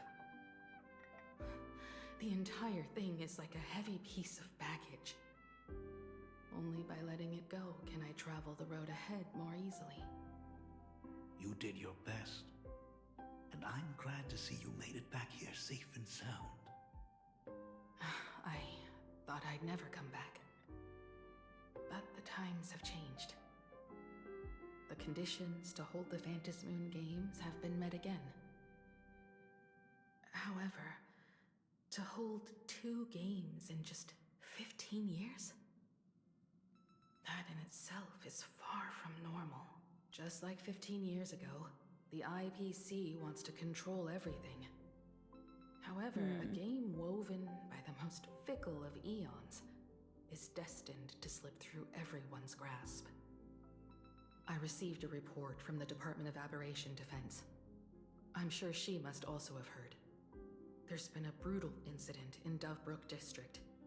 Someone massacred everyone at the headquarters of the Sinwish Syndicate, leaving a signature that only the Herald of Death would use. The Bloody Bloom. Serious murder case in which syndicate members found dead in pool of blood. Total of 33 members of the Sandwich Syndicate, including Boss Polwave and second in command Kaustide, were found murdered at the Syndicate's headquarters. Appears to be the result of a gang turf war. Good news. Incident: some residents are applauding the news, claiming gang activity has been seriously disrupting daily life. The vast majority of residents are deeply concerned since anyone could be the next victim until the case is closed. The case is still under investigation. Residents of Planet Arcadia are advised not to believe or spread rumors and to await further official announcements. I almost want a pot of tea. The Herald of Death is still alive. Well, we don't know that part yet. Is it really the same Herald of Death as before? People at the Department of Aberration Defense told me that the Herald of Death was executed after his verdict was passed. Even were he to be resurrected, the rules dictate that the same person cannot become a supplicant twice. Are you saying we've got a copycat? That's right. The Herald of Death has a copycat. But what I find even more worrying is that this Phantasmoon Games has caught the attention of something even more terrifying than the Herald of Death. I believe that whether or not this Herald of Death copycat has a connection to the Phantasmoon Games, defeating him presents an excellent opportunity for you to demonstrate the resolve of the Nameless to the whole of Plain Arcadia. Just as you did all those years ago? Exactly. As for you, Dad, have any clients commissioned you lately? It'd be best if you left this world for a while. May I take that as my daughter showing concern for her dad? You can take it as a safety advisory from the Astral Express.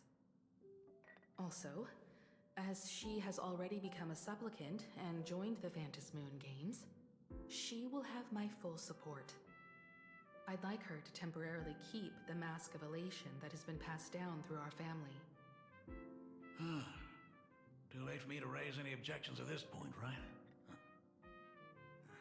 Sounds good. The mask stays with the kid. Thank you. Would you like another drink? Got it. Next, it's time to show me the way out, isn't it? I've definitely overstayed my welcome. Yeah. For most of my life, I couldn't be there for my daughter. And now that I finally have the chance, she wants me to leave. In that case, I ought to be on my way. Himiko. The Graphia family has a number of records about the Phantasmoon Games, passed down through the generations. Come over to the school library later. I'll give them to you. I'll be there, Dad. I apologize. My father's little tour seems to have made things awkward for everyone on the Express. Let's head to the parlor car and check in on Welt and March. Now that my father's gone, we can all relax a bit. I have an idea regarding the goal of the Phantasmoon Games. Has Mr. Ryosuke left? God! Yes. I told him to head home for now. After all, what is going on with the Phantasmoon Games has nothing to do with him. What happened? I'm really sorry. I don't understand why they keep saying his name wrong. It fucking bothers me. It's Ryusuke. It's not that saying Ryusuke sound to me. Saying Ryusuke sounds harder than saying Ryusuke. Like,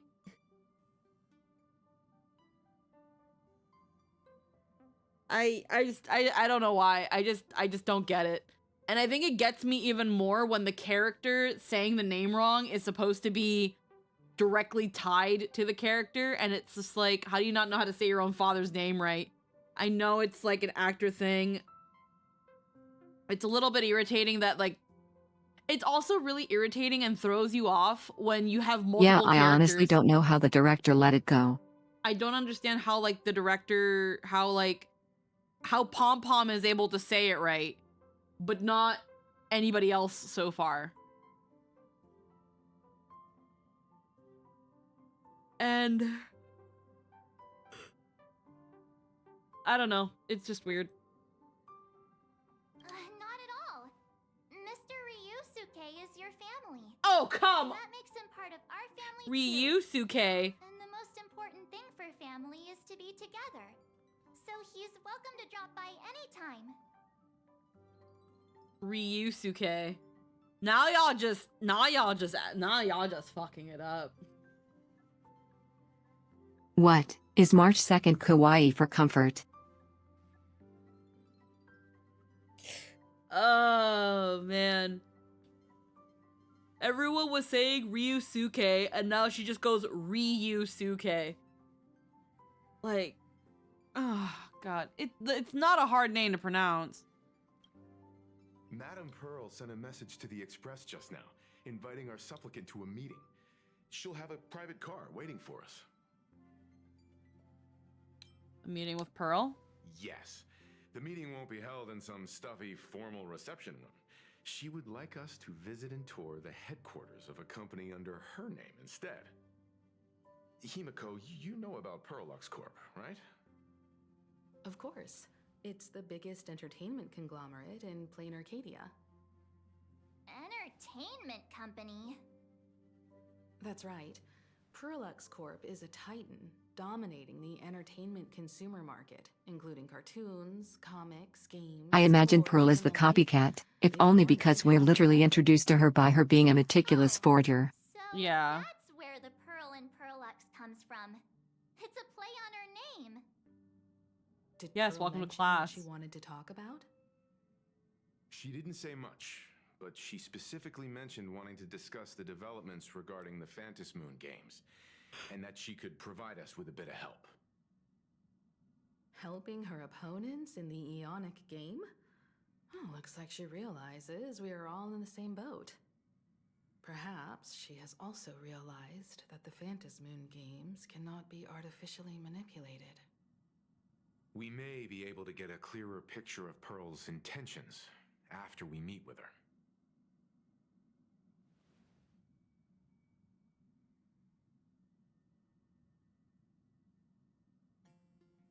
You're really going to have me meet with Pearl? You know I'm not the best with words, right? Think about it. You've already crossed paths with key figures from numerous factions, and even built rapport with some. You're already a capable nameless who can more than hold your own. Though she holds a high administrative position on this planet, do not forget, she is also one of the 10 Stonehearts. You've already dealt with Aventurine on numerous occasions, so you should have ample experience handling members of the 10 Stonehearts. Hey, don't worry. If things do get messy, yours truly is here to save the day. Looks like March wants to visit too. I'm just trying to look out for her here. Even if things do go sideways, Pearl wouldn't dare get mad at two adorable young ladies like us, right? No, she's more inclined to. She's a I'll woman. leave this meeting to you two. Aren't you coming with us, Himeko? I'd like to talk with my father. Didn't he say he would hand over the records about the Phantom Moon games from our family history to me? And honestly, isn't this a good chance for you youngsters to handle things independently? I understand. In that case, she, March, and I will be heading out now. Oh, score! A private car! So, where are we getting picked up? You should be familiar with it. It's just under the giant gate next to the Act Plaza. Isn't that where we first met Sparksy? Since we're getting chauffeured there, why not just come straight to us?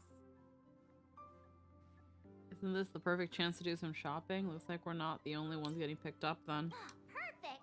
I've been wanting to stop by the comic store to grab a copy of Fluffy Across the Blue. I didn't pick the shopping quote. You know what, whatever. Illusion of choice.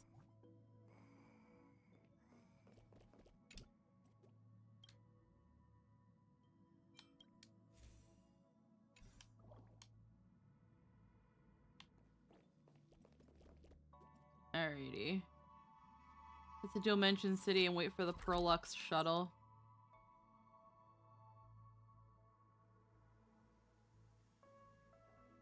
Oh, right here.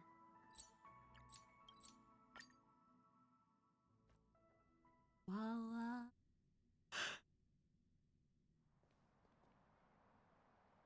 Ah, look! There's a convenience store! Mind if I grab a copy of Fluffy Across the Blue while we're waiting?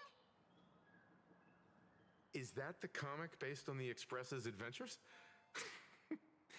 The author sure knows how to tap into what's trending. The best part is that the author drew all of us as adorable little animals. Totally fits our personas, don't you think? You're the super adorable March Bunny. Right back at ya, baseball raccoon. In fact, it was recently announced that the Fluffy is getting an animated adaptation, and the copyright for it is currently held by Prolux Corp. It's a super memorable comic. No way can I miss getting a copy while I'm here. I promise I won't be long. A couple of minutes, tops. It's fine. It's just Looks a book. like Let's go get we it. got here on the early side. Since coming to this world, I still haven't had a chance to get a street-level view of the city. How about this? We'll meet up under the ad at the Plaza Gate in a few minutes. All right. Sounds like a plan. Might as well take a look around then.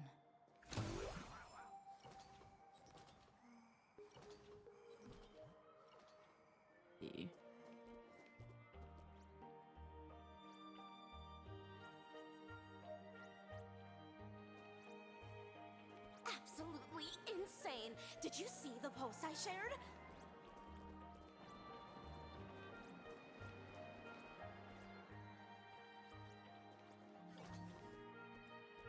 Wander around until the shuttle arrives. Hello there. Would you like to learn more about the Research Society of Happy Smiles?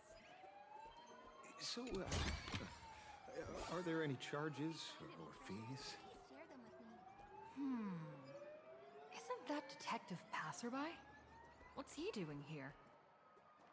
Well, I'll look at him in a moment, and I'll admire him from afar. Read the new chapter of Fluffy Across the Blue? Have you read the new? Sorry, I'm not into comics for kids. They just released the official concept art for that giant pom-pom robot. That mech design is totally unrealistic. What's so great about it? Do you have the slightest clue how to talk to other people? Do you? Hey, relax. Now, if we were talking about a fusion between Daybreak Squadron and the Raccoon, that would totally get my attention. Wow, you are unbelievably childish. Blurry QR code is the goat! I've tried buying a copy of the Fluffy from a couple of stores, but they were always sold out. I really hope this store has it in stock. What happened to the newest issue? No spoilers! If you've already read it, don't tell me a thing! Oh, it's flat in there.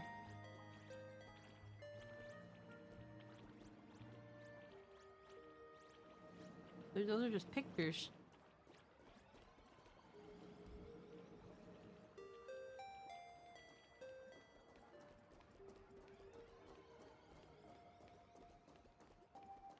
What's this? Is this a door? Alone, a door.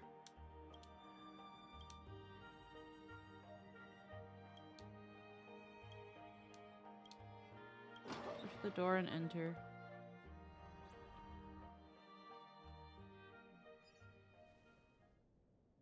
Well. Yes, finally it worked. Let out a cool but puzzled Easy there, friend. I'm no saint, but I'm not a villain either. I'm Clocky. Now you're my partner, my dear friend, my most loyal companion, Brother Hanu. Is it still Planet Arcadia?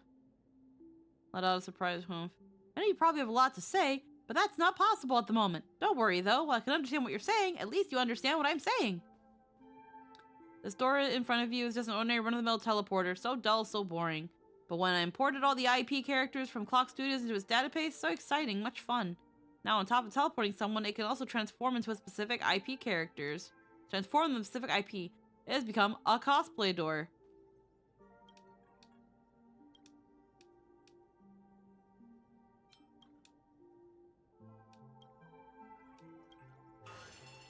Okay.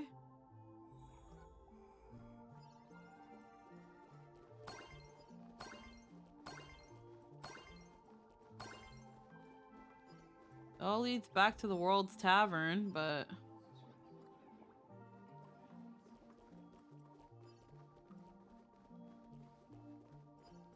I would like to leave.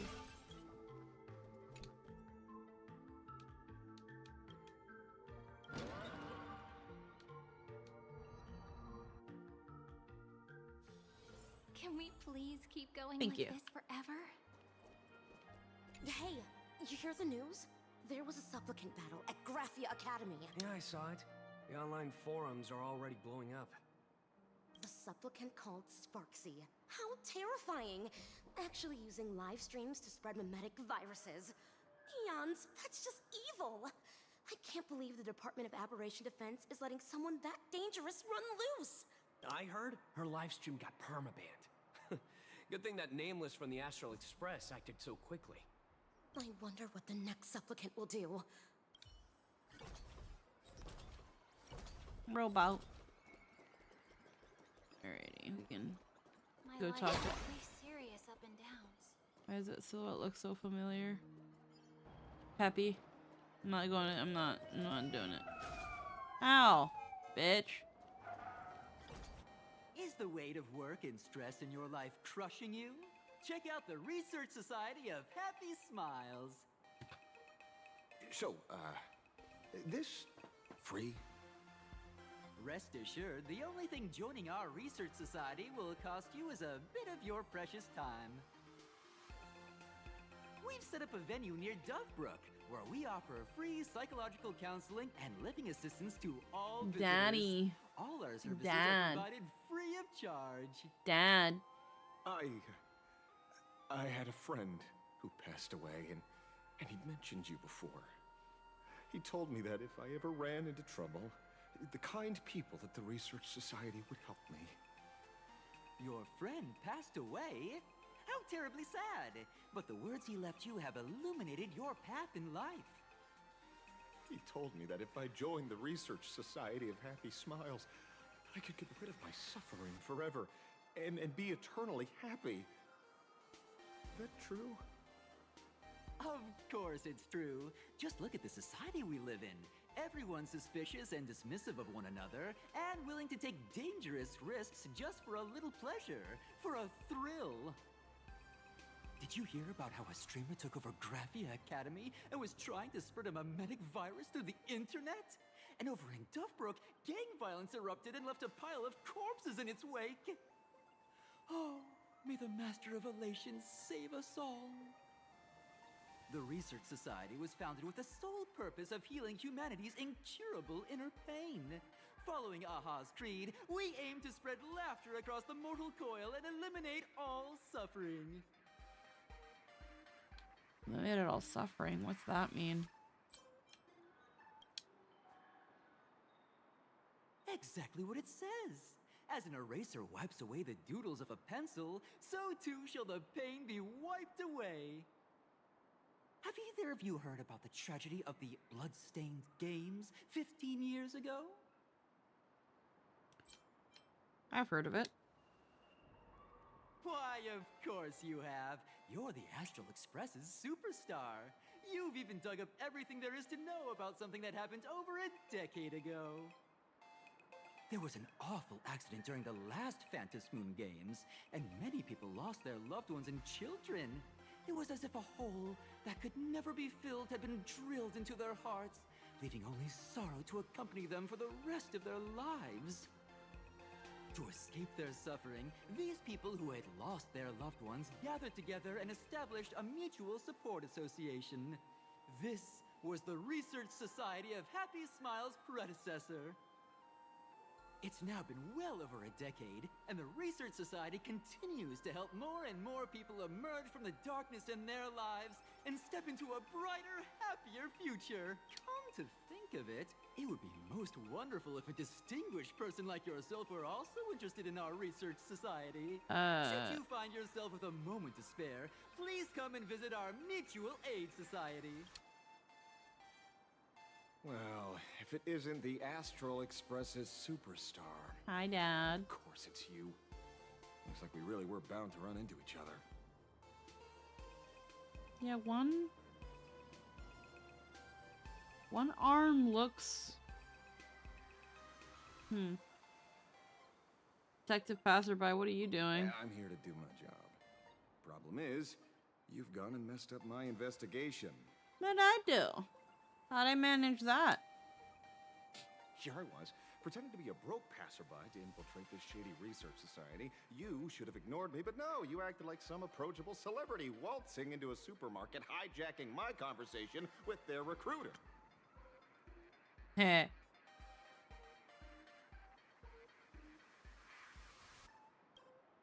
Now, with a star like you here, I can't even test the waters anymore. You must have heard about the Sinwish Syndicate killings in Dovebrook, right? The lead I'm following might be connected to this Research Society of Happy Smiles. But I'll stop there. Not like you're going to pay for my intel, and none of this is any of your business anyway. Someone I knew died in that incident. Based on your social circle, you wouldn't be talking about the poor IPC sap who was unlucky enough to be there, huh? Planning to avenge him? I'm planning on defeating the Herald of Death. That counts as revenge. Oh. So your next miracle will be executing the Herald of Death. Can't say I'm surprised. Be careful. The murderer is the Herald of Death. He's dangerous.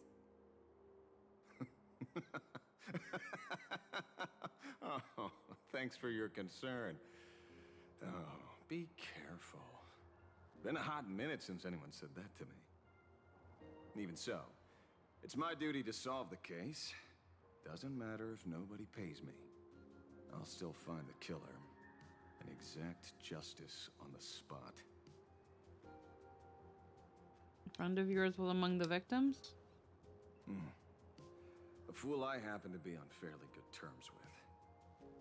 Revenge killings or turf wars. Wouldn't be unusual for gang members to die like that, but dying at the hands of some psycho who kills for kicks? That I can't accept. No matter where you are in the cosmos, which era, regardless of how civilization evolves, some rules will just never change. Like an eye for an eye, a tooth for a tooth. Hey, guess which lucky girl just managed to snag the last copy in the whole store? Oh, who's this? Allow me to introduce myself. I'm Ashvale, the famous detective. You could say your friend and I are acquainted through past clashes. He's my new dad. I don't want Walt as my dad anymore. I want this one. We didn't actually fight, though. We did have a bit of a clash of opinions back at the tavern, did we not? That's what you meant by clash? Fair enough. First time I've ever heard anyone introduce themselves as a famous detective. Mr. Ashvale, why are you staring at me? Is there something weird on my face? Young lady, you're holding a copy of Fluffy Across the Blue, right? Would you mind giving it to me? Well, give it to you! This was the last copy in the store, you know. Oh, I see. Of course. I'm not asking you to give it away for free. I'll pay for it. The retail price is 300 credits. I can pay you 10 times sticker price. 3,000 credits. What do you say? Hey, mister, this isn't about the money. Because it was the last one on the shelves. True.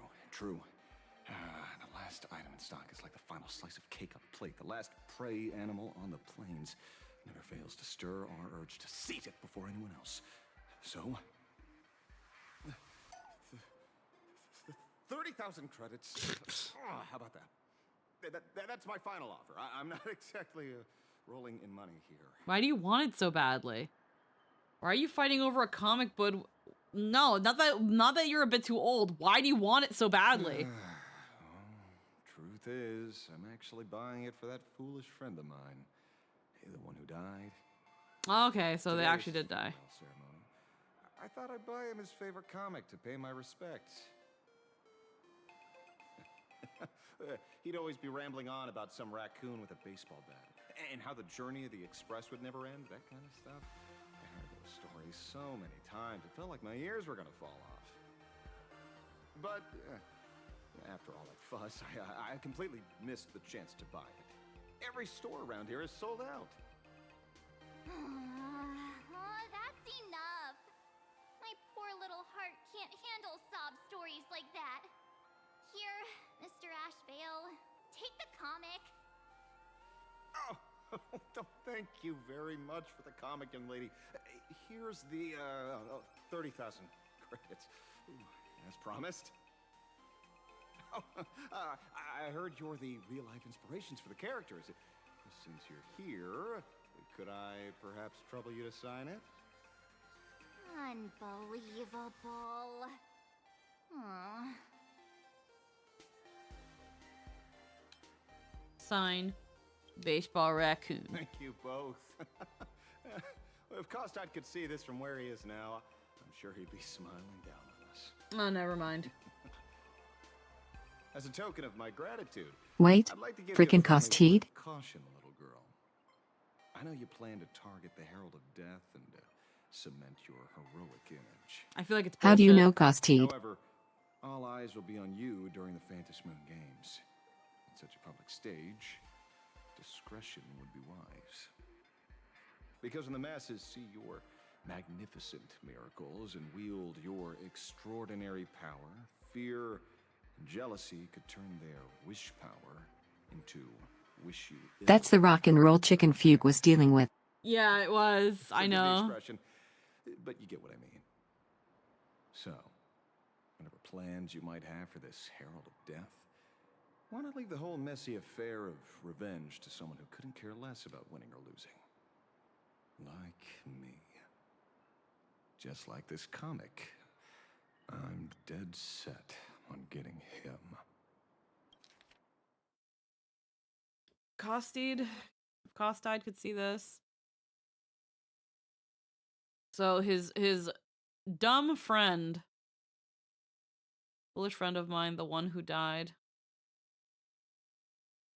Okay. And I know that in the Midnight Carriage he talks about a friend. And I don't think it's Kostad. We think it might be Boot Hill, but some of the things that were said about him also didn't fit Boot Hill. How does he know Kostad? I know that his office was also on, like, Dovebrook, that general area. But... Yeah.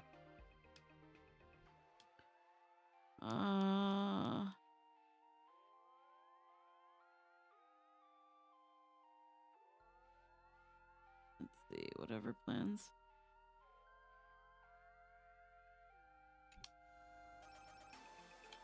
You're a supplicant.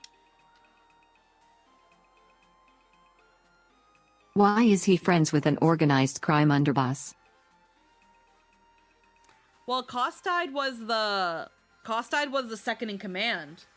Polaire, or whatever his name was the head, or the current head at the time. He's just some weird detective who was passing by.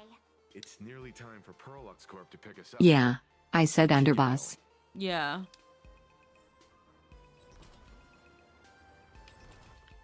Meet up with the host. I'm gonna be real. So far, this has been another very slow start.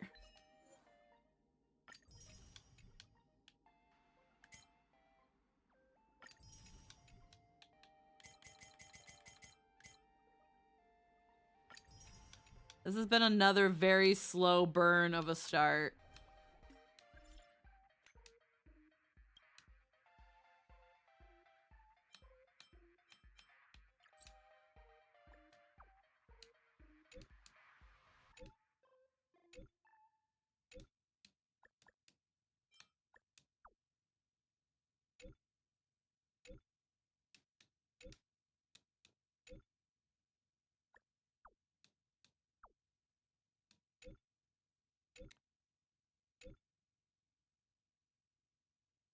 Chicken wing boy.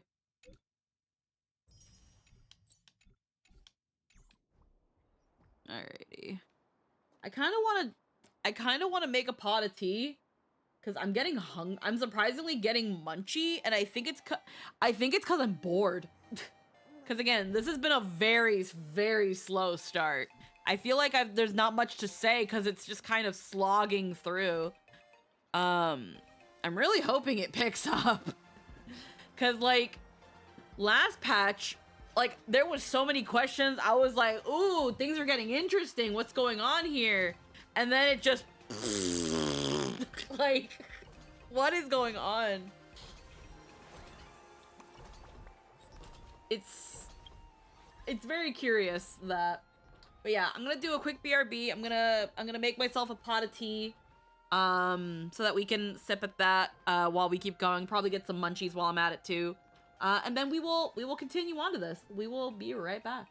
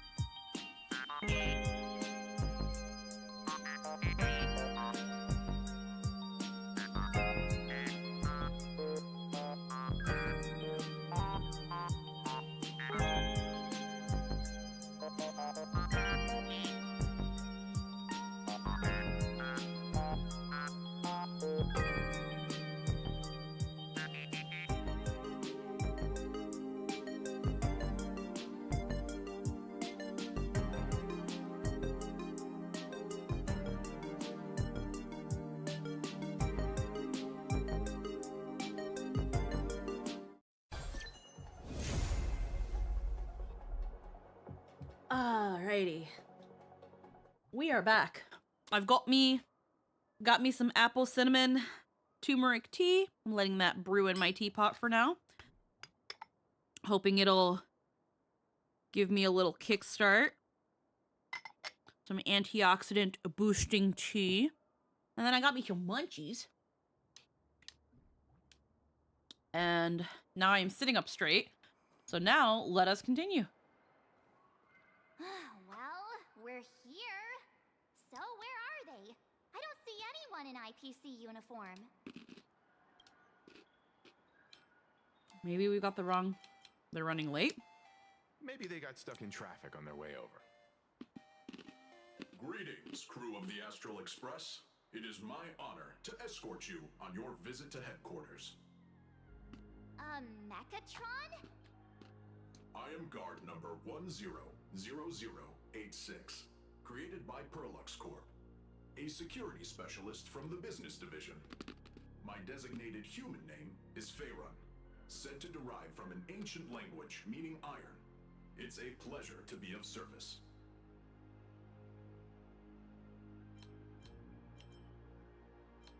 I am Mechatron. At present, 16% of Perlux Corp's active workforce are Mechatrons. In specific business and security contexts, they outperform human staff in protective capability and offer a stronger sense of spectacle and visual appeal. Prolux Corp is ran by fucking clankers. The smiles on your faces and looks of surprise are the highest praise I could ask for. Run by AI. So, what are we waiting for? Let's go!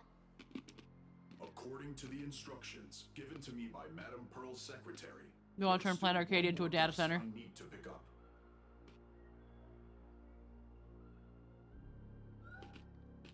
Well, oh, now, how did I not see this coming? Looks like we're going the same way after all. It's you again! I get to sit between the two daddies and not by March. Mechatron, what's the plan? Do we hop into your cockpit, or are you gonna give us all a piggyback while you fly over? Your ride is ready. Please, take your seats, everyone.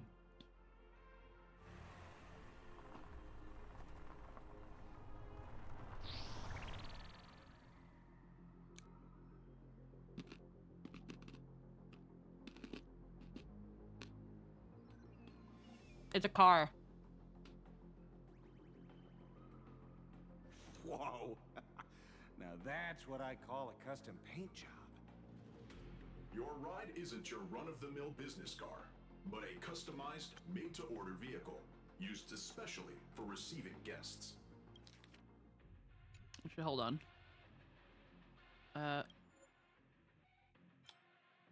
Yeah, my voice is all the way up. Does it just not feel like enough?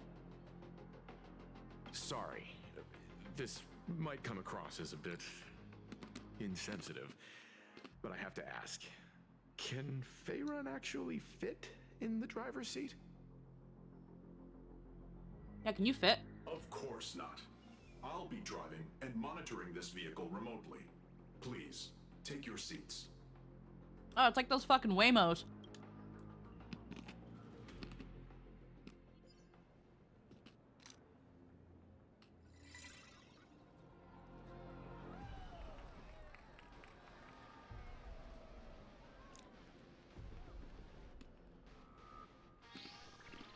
Now He's in paradise. that is astonishing. Wow, that's one massive robot! Ladies and gentlemen, welcome to the headquarters of the Perlux Corp. Back when Himeko said this was an entertainment company, I knew their headquarters wouldn't be some ordinary old office building. But this is way too much. That giant robot statue? This place is totally like some supersized mega hangar! Ha ha! You're absolutely right. In accordance with the vision of our founder, our lobby was intentionally constructed as you see it now. To realize dreams that far exceed what consumers imagine has always been Perlux Corp's core design philosophy, and we have never strayed from it. If any of you are familiar with our company's works, you may recognize this as Mechatron Warrior Series, the Daybreak Squadron's base of operations. There's the nerd. Looks like Mr. Yang here is quite a fan of our company's animated works. Now, Madame Pearl. He's the biggest nerd here, bro. From the Astral Express to take a tour before your official meeting begins. She has arranged for a member of our staff to accompany you, so please wait here a moment. I understand, Mr. Faerun. Thank you for escorting us all this way. Well then, I'll take my leave. This way, Detective. I can't get over the Gran Turismo car introduction shot. Mm-hmm. Oh, really? Pearl wants us to look around here before the meeting? That seems kinda weird. Could it be related to her proposed collaboration? Perhaps this is her way of introducing her other identity. It's all good as long as we get a chance to look around. That works for me. Why don't we explore while we wait for our new guide? Mr. Yang! Over here, quick, come on! Looks like March's inner explorer has been awakened again. Let's not wander too far this time, shall we? That looks like the girl in Lagan. That one over there looks like Bumblebee. There's a sticker here. I want to touch it. Sure does.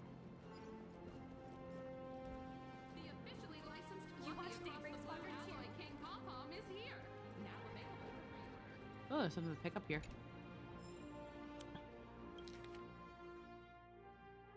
Perlux Entertainment Mechatron Intern Review.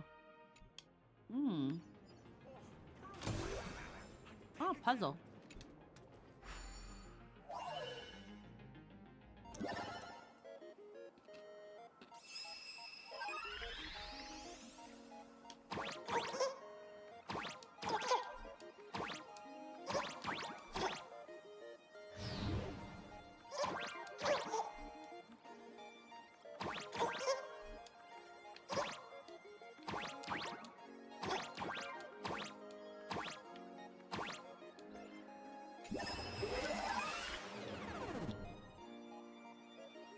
Oh, that was it?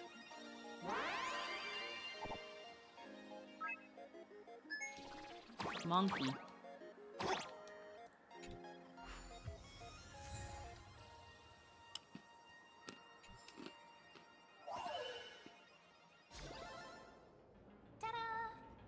find any treasures, please share them with me.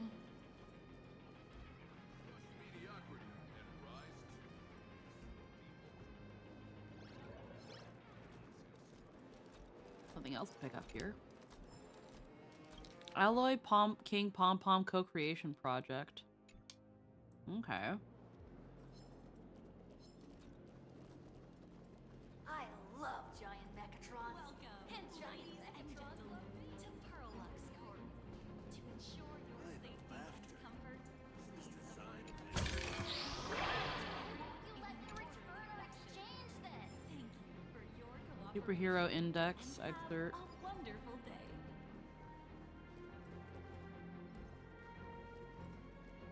Oh, there's a sticker. Not the one I was looking for, but...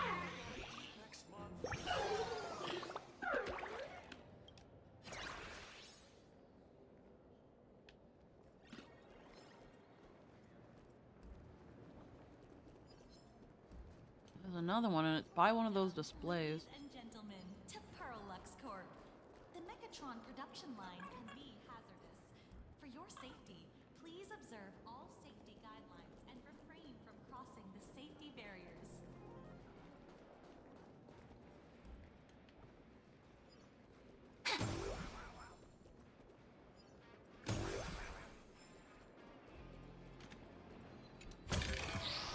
Where might those lovely stellar jades be hiding?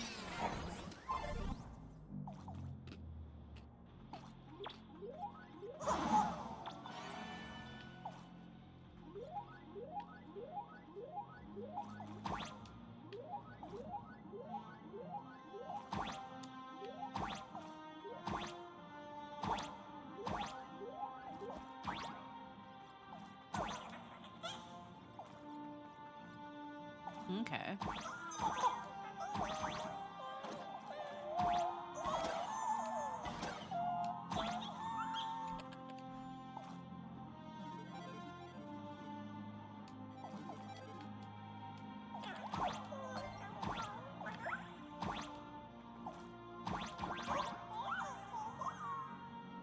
Ah, I see.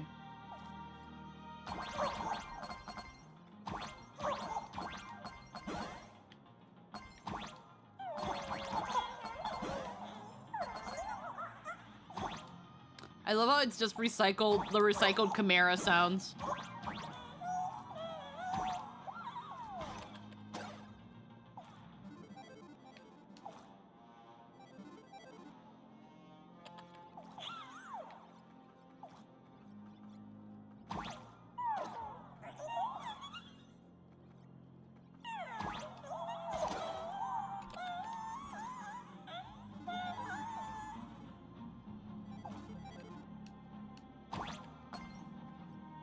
Right.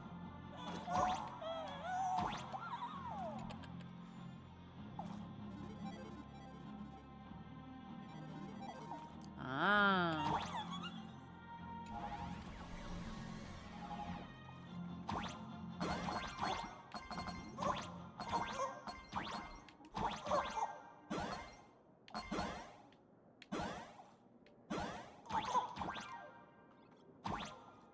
Initiate window control.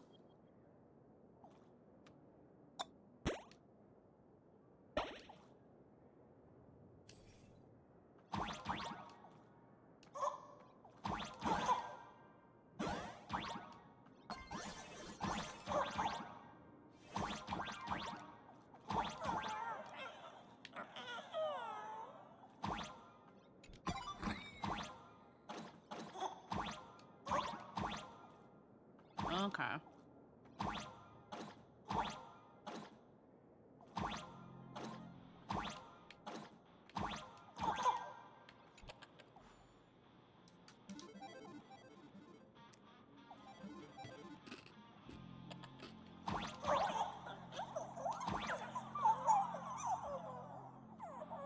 Ah.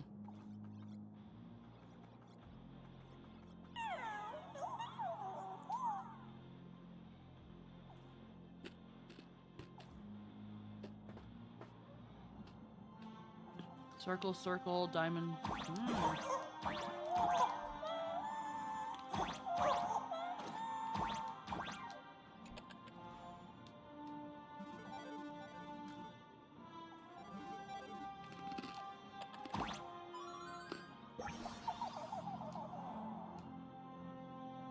Okay.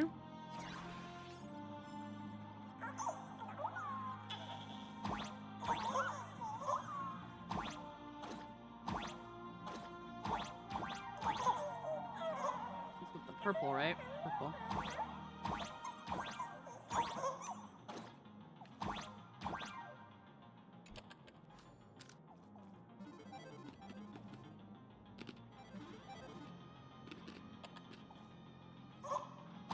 Okay.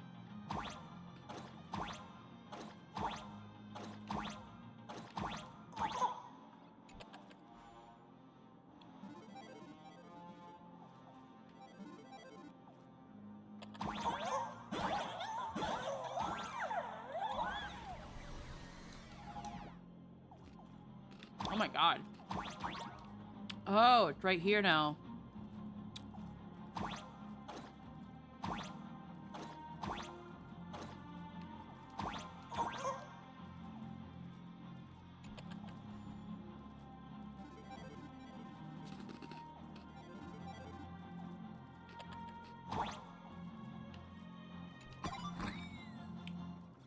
Mm-hmm.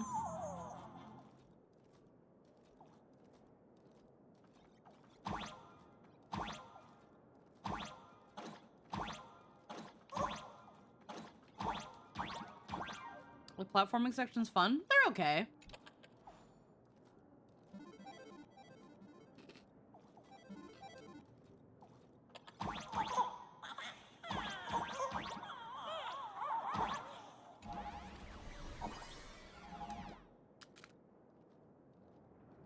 This one's really long.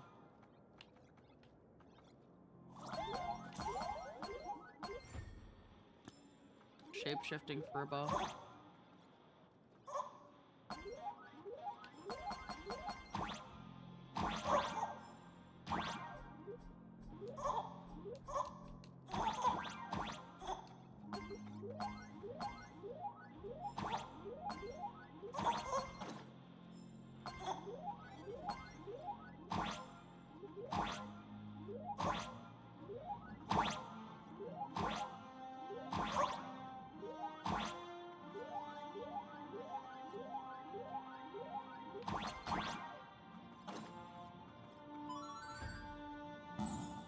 There we go.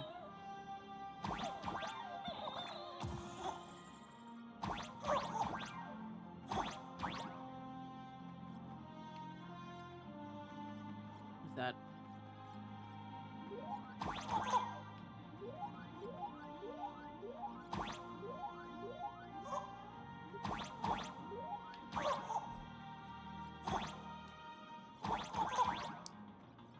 Okay.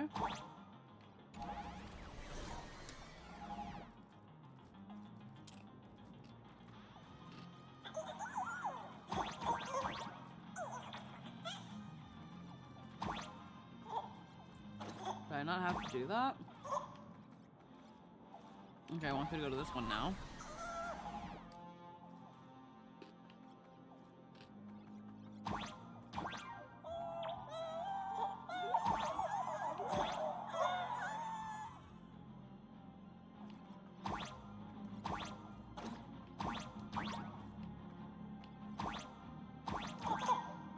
I don't know, maybe this one now? How do I leave? No.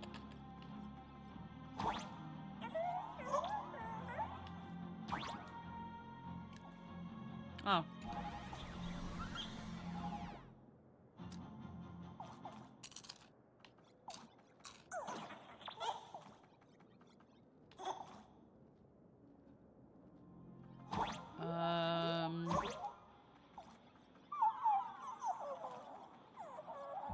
Oh, they just want me to leave now?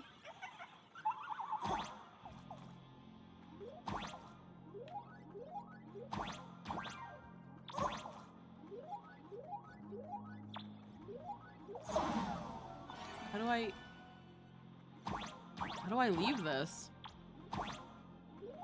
There's no way to really leave this.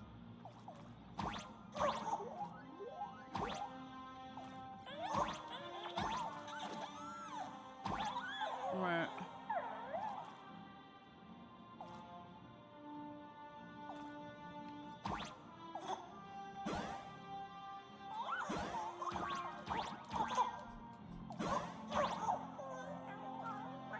not...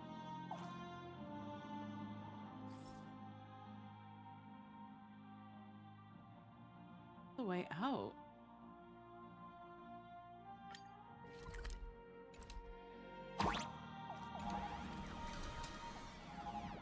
Mm-hmm.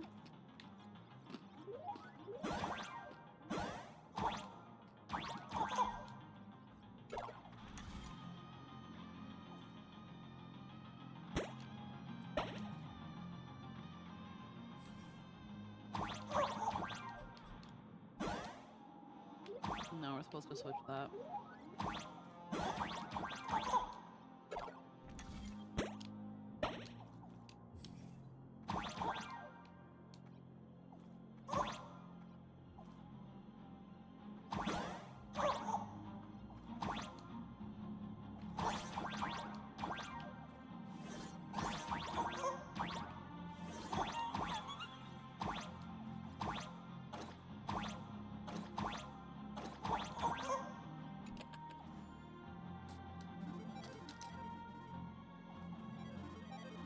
Mm-hmm.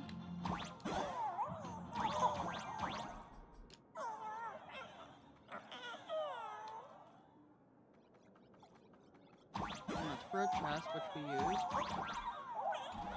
Nothing else here.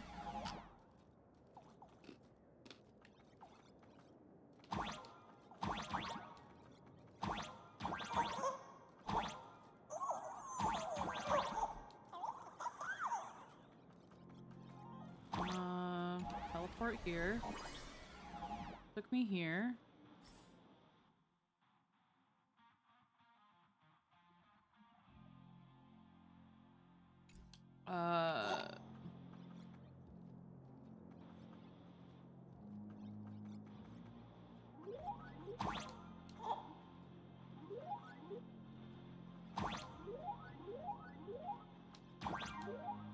Do I just leave? Like, I can't go back to the start.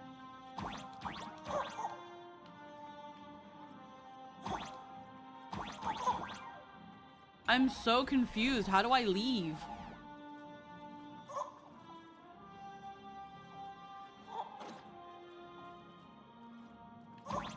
Is it switching these around?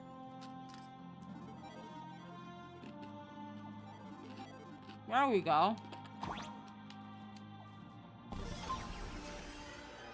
That was weird.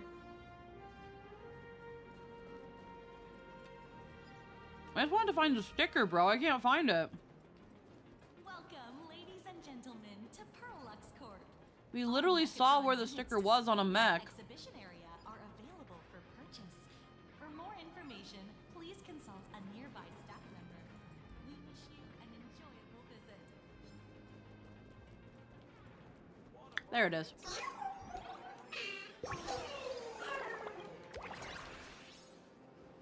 There, now I'll continue. Check out that huge, awesome robot. Mr. Yang, isn't this your favorite giant robot?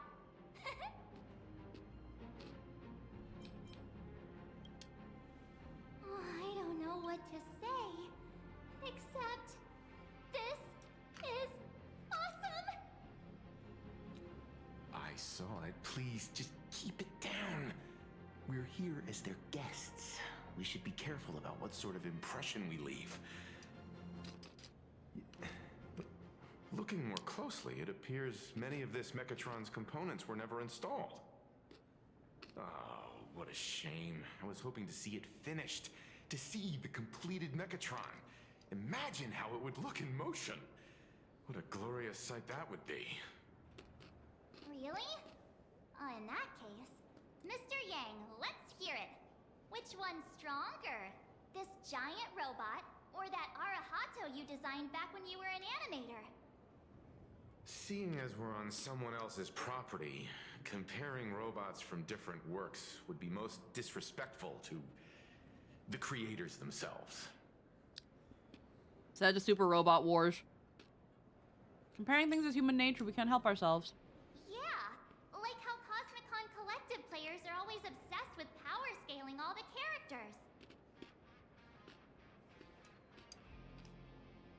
Arahato is an animation all about robots, while Daybreak Squadron is a live-action hero drama. The two really cannot be compared. Oh, what a stereotypically textbook mature answer. He doesn't want to get fired from a fucking cannon, bro. A hot-headed young man are well behind me, so please, cut this mature old man some slack, would you? We don't usually come to a place this cool. So why don't the three of us take a photo under this massive Mechatron? Now we're talking. I don't know how I feel about this Walt voice. I don't mind it, but there's this weird air of goofiness, which right now I don't mind for Welt because we're kind of, ironically enough, fittingly enough, we're in his mecha right now. But I'm not sure how I feel about this voice. Don't forget to turn the beauty filter on. Wow, standing below a huge Mechatron like this is just incredible. Looks like Mr. Yang's still young at heart after all.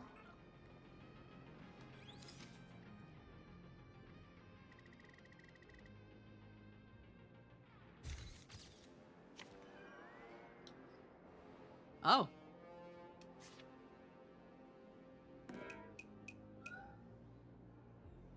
Where did this extra person in the photo come from? Ghost? But it's daytime, and there's way too many people here anyway. It's weird. I do think he's performing more, but it's different and feels weird, as you'd expect. Mm-hmm.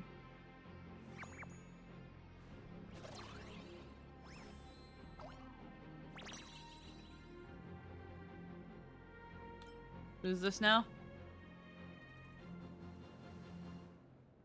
Who are you? Oh, this tea smells lovely. Oh.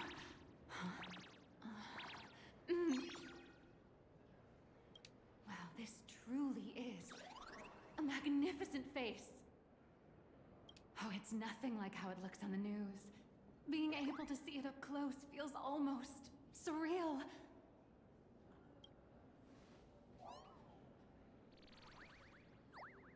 Am I too close? No, sorry, my bad. I'm not great with personal space.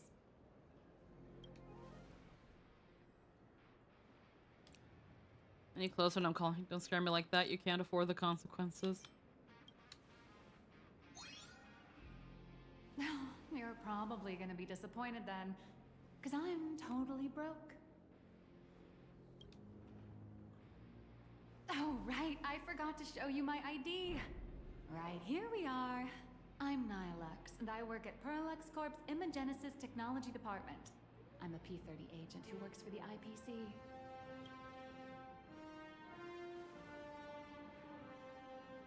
She's very comic coded. She's like covered in screen tones. So, what brings you here? Madam Pearl sent me to the Yep. lab to pick you up. All of you are famous super cosmic level heroes whose faces have been all over the news more times than I can count. So of course I recognized you right away and just couldn't help rushing over here to snap a selfie with you.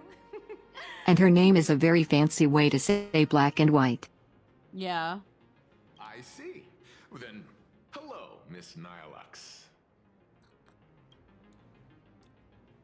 Hello everyone. Starting now, I'll be your tour guide, taking you on a comprehensive and in-depth tour to every single must-visit place in this building.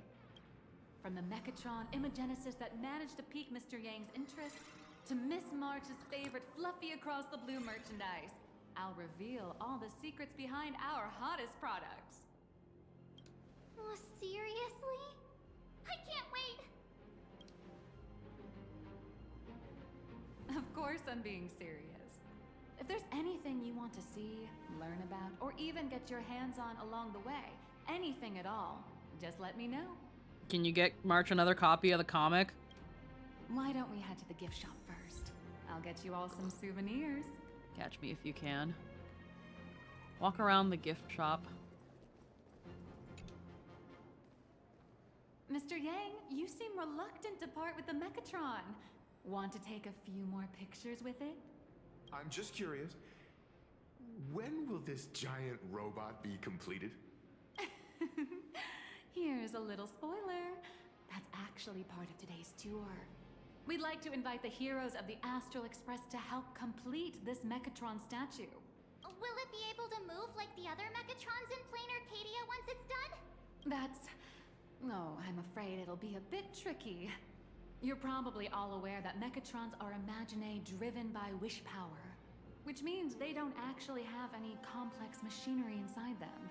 You know how humans tend to unconsciously imagine inanimate objects as living things that can think and move?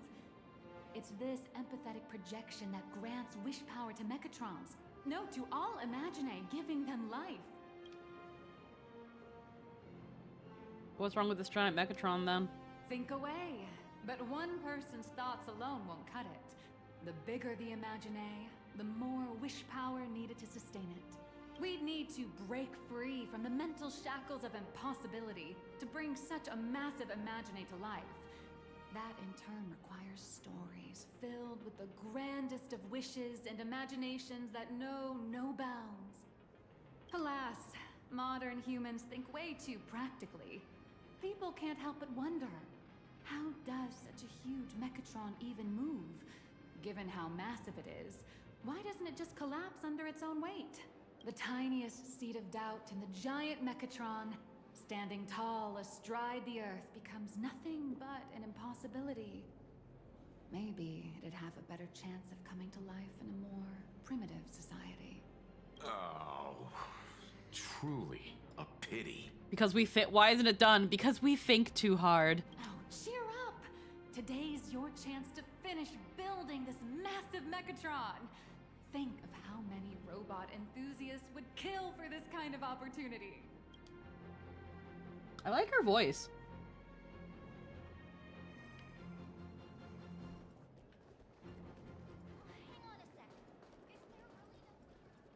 Yeah, I like it a lot too. Yeah.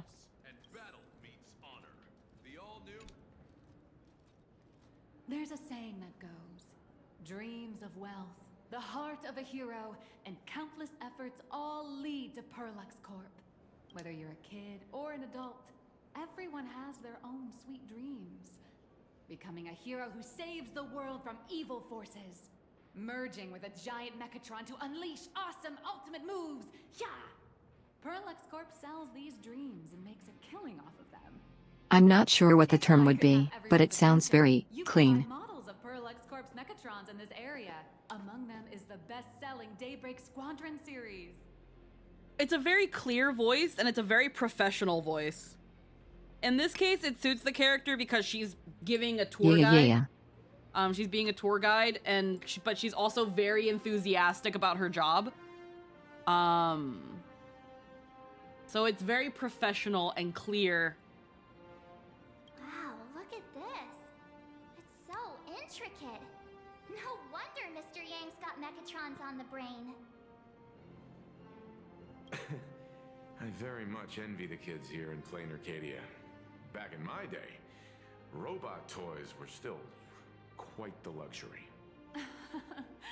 Seeing all your eyes light up like that reminded me that I too was once young. Back then, there was a stretch when I was so broke that I'd spend ages debating whether to buy a carton of milk from the convenience store.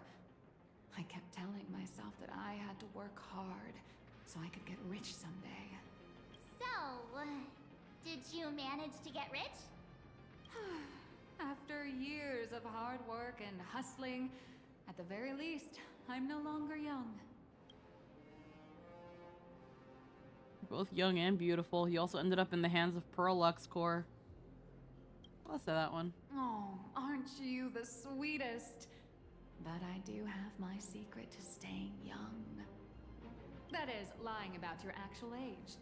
Keep that in mind, just in case. Now, back to the grind. I wouldn't She's call it fun. striking it rich, but I'm pretty close to making a sweet little profit.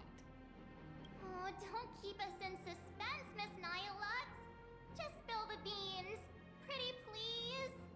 You might not believe this, but I have some friends who've been trying to create a decentralized digital currency to fight against the IPC's credit system. Bitcoin. Are these people from Punk Lord? That's right. These people are from the Nomadic Miners faction. They've discovered a way to hijack Noose's computing power for mining, and are digging up a limited supply of learned coins. And I have gone all in with everything I got on this project. Oh no. I feel like this is a very risky It's a way Punk of Lord doing pump things. and dump. Life's full of ups and downs, right? The higher the risk, the bigger the reward. Your bracelet's acting weird and you invest in crypto. You watched Daybreak Squadron too? Yeah, on the map. Hey, wait. This isn't right. Isn't this Pom-Pom? Oh, wow. Oh, that's some really fine craftsmanship. And as with all things crypto, you're either early or broke. Which hasn't been officially released to the market yet. But just you wait. You'll see even cooler toys coming up later. Are you sure there's no copyright issue with this thing? Actually, this is Pom-Pom from Fluffy Across the Blue, which is totally unrelated to the Pom-Pom from Astral Express. That still means they're related. Copyright stuff is really complicated, huh? King Pom-Pom and Pom-Pom are different characters. You really shouldn't be making cross-franchise comparisons. Speaking of souvenirs for the Express, I bet nothing could be more perfect than this toy.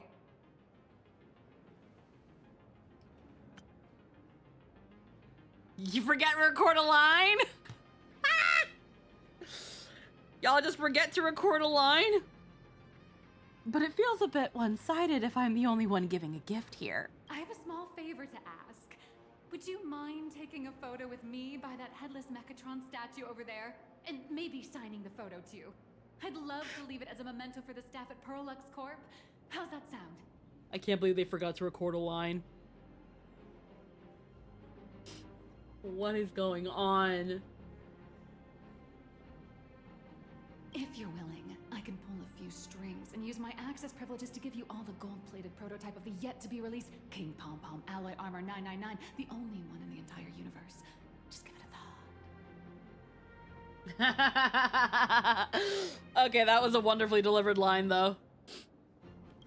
Just give it a thought. If you're willing, I can pull a few strings and use my access privileges to give you all the gold-plated prototype of the yet-to-be-released King Pom-Pom Alloy Armor 999, the only one in the entire universe. Just give it a thought. That was a wonderfully delivered line. It's so crazy they just completely forgot a line.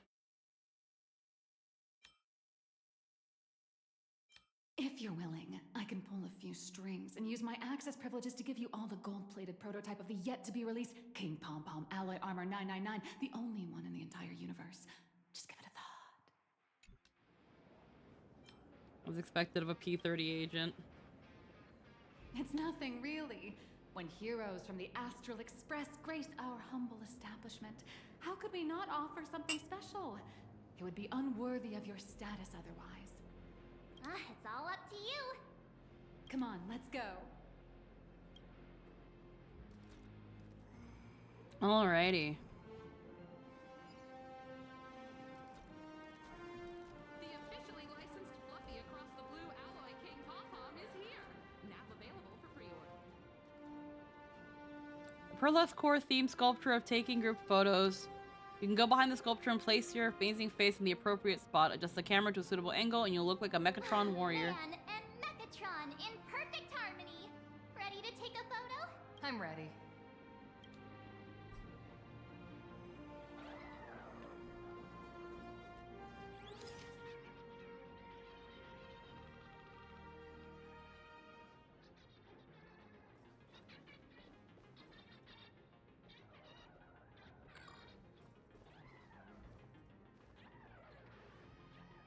Okay, yeah, I was behind. That delivery was wonderful. Yep.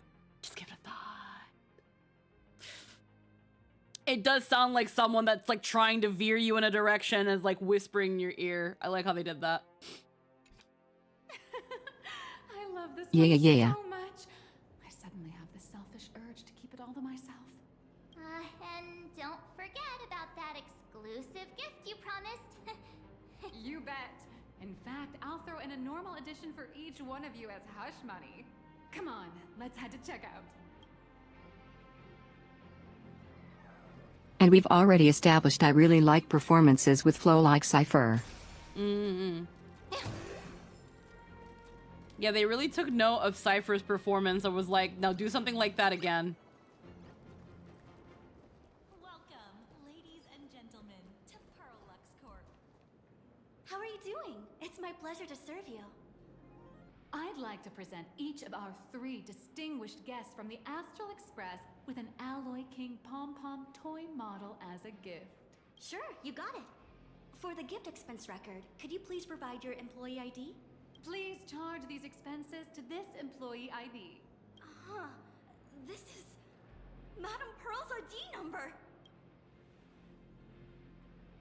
Pearl's ID number? After all, you are esteemed guests invited by Madame Pearl herself. It would only be fitting for the gifts to be presented in her name. I see. Please wait a moment. Your Alloy King pom-pom is all packed up. Would you like to take it with you, or shall we use our delivery service?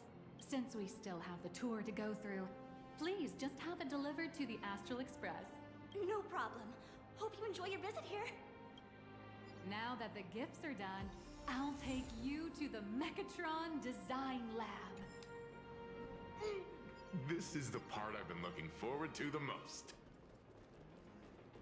Alrighty. Welcome, ladies and gentlemen, to Pearlux Corp.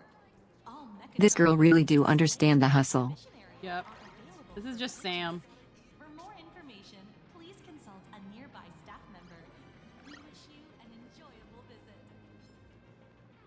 Ah, you're the... No way, you're Miss Raccoon. No, that's not right. You're oh, from the Astral Express. Wow. And is Miss March Bunny herself here too?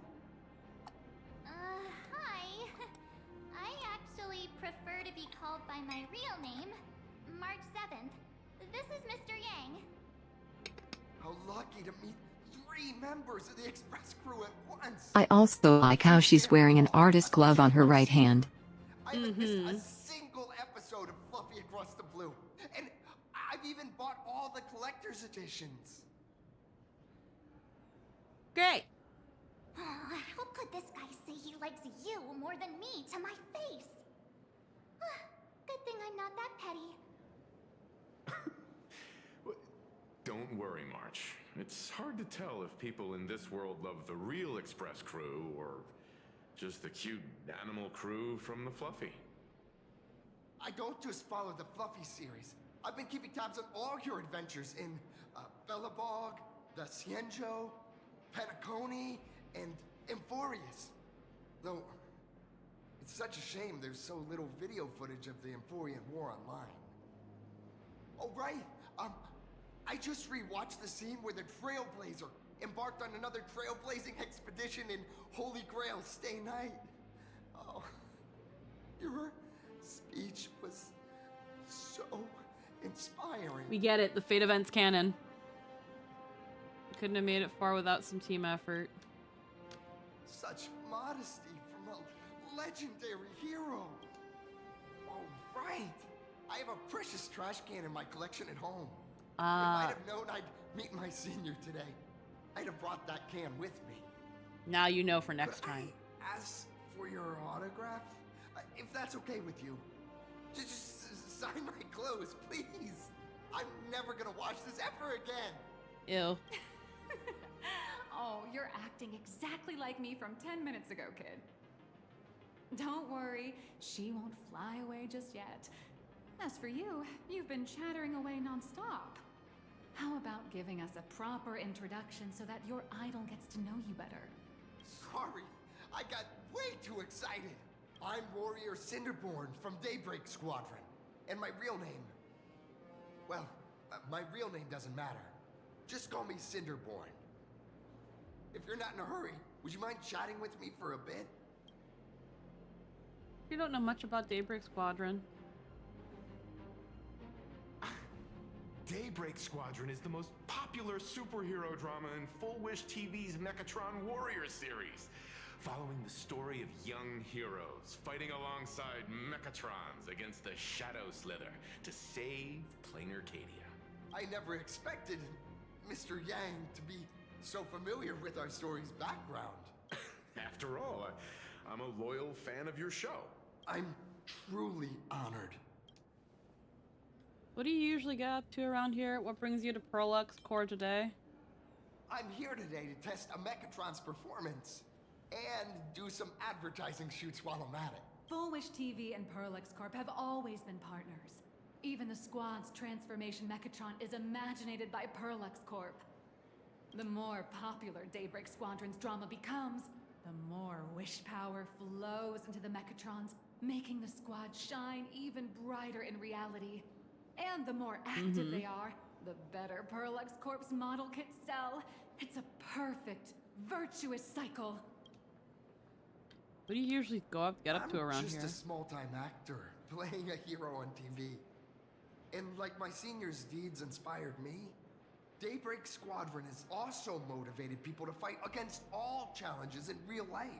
Recently, Full Wish TV got approval from the Department of Aberration Defense. So now, the magical Mechatron Daybreak Warriors from the show can operate in reality. My friends and I are just honored to fight alongside the real Bullet Worm. Sorry. I didn't quite understand that. So, are you still an actor or not? How should I put this? My teammates and I are both actors and real masked heroes. Yeah. Whenever disaster strikes the city or evil threatens citizens, we show up alongside Mechatron warriors to protect everyone.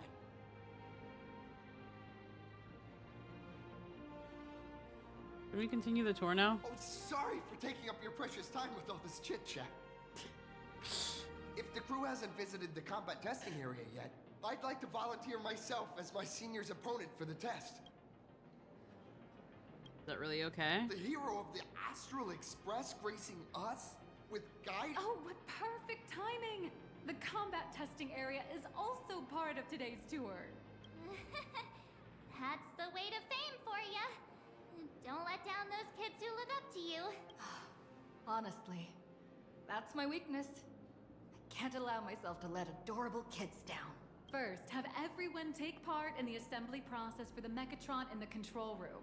Then, using this Mechatron as a template, we'll build a smaller unit for her so she can try out the combat test program. So, follow me, everyone.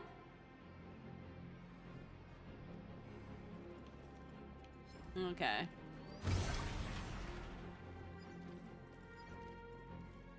What the fuck? A puzzle. Wait a minute. That's me.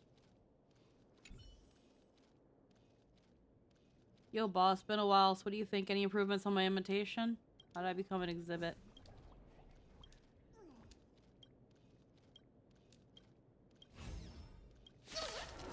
God damn it.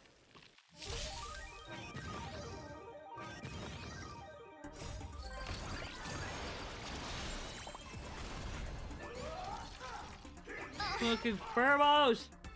Flowers bloom for tomorrow. To the soul.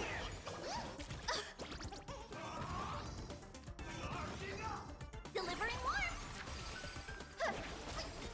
Super big Stars, shine for the heroes. With this divine power, I reforge all things. Alrighty.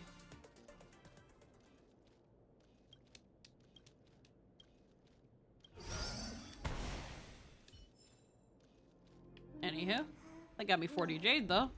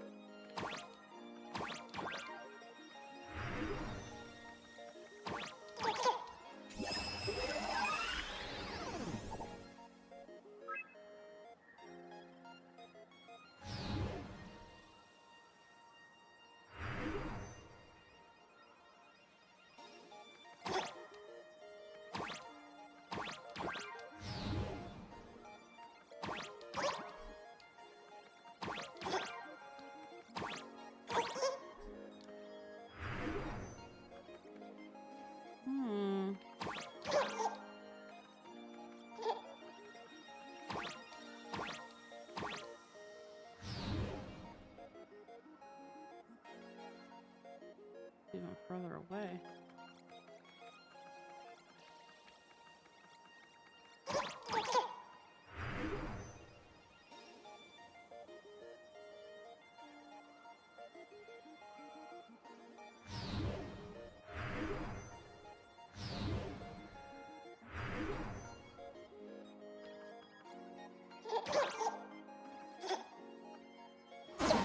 Oh, whoops.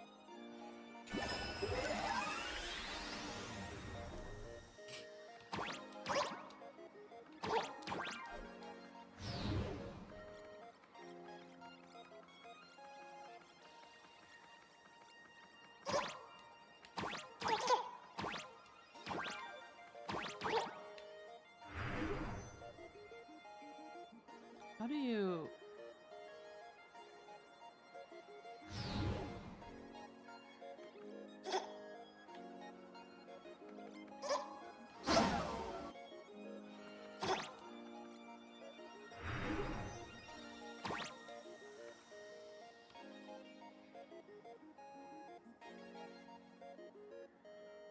It's so far.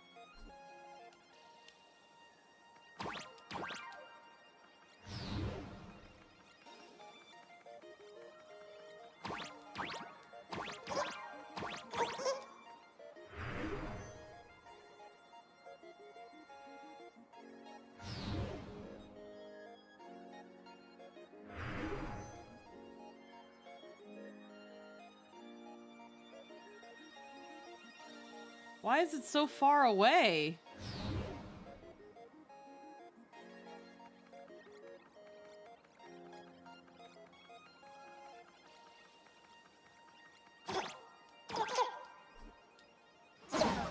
How? Yeah, the rotation on these are tricky.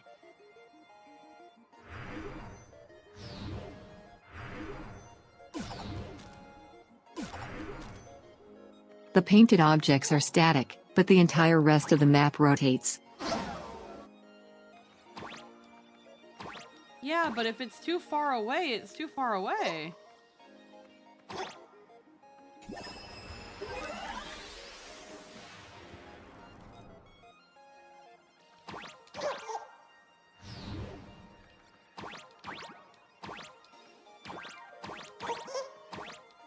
Okay, so it's here now.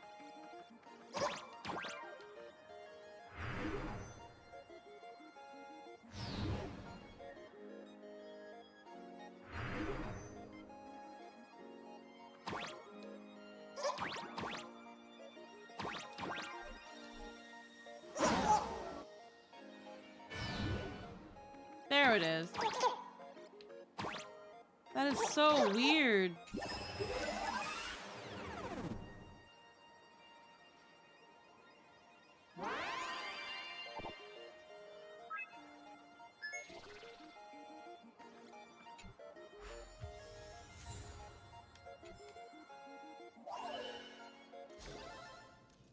Where might those lovely stellar jades be hiding? B-type Mechatron. That looks horrible. How can I help you?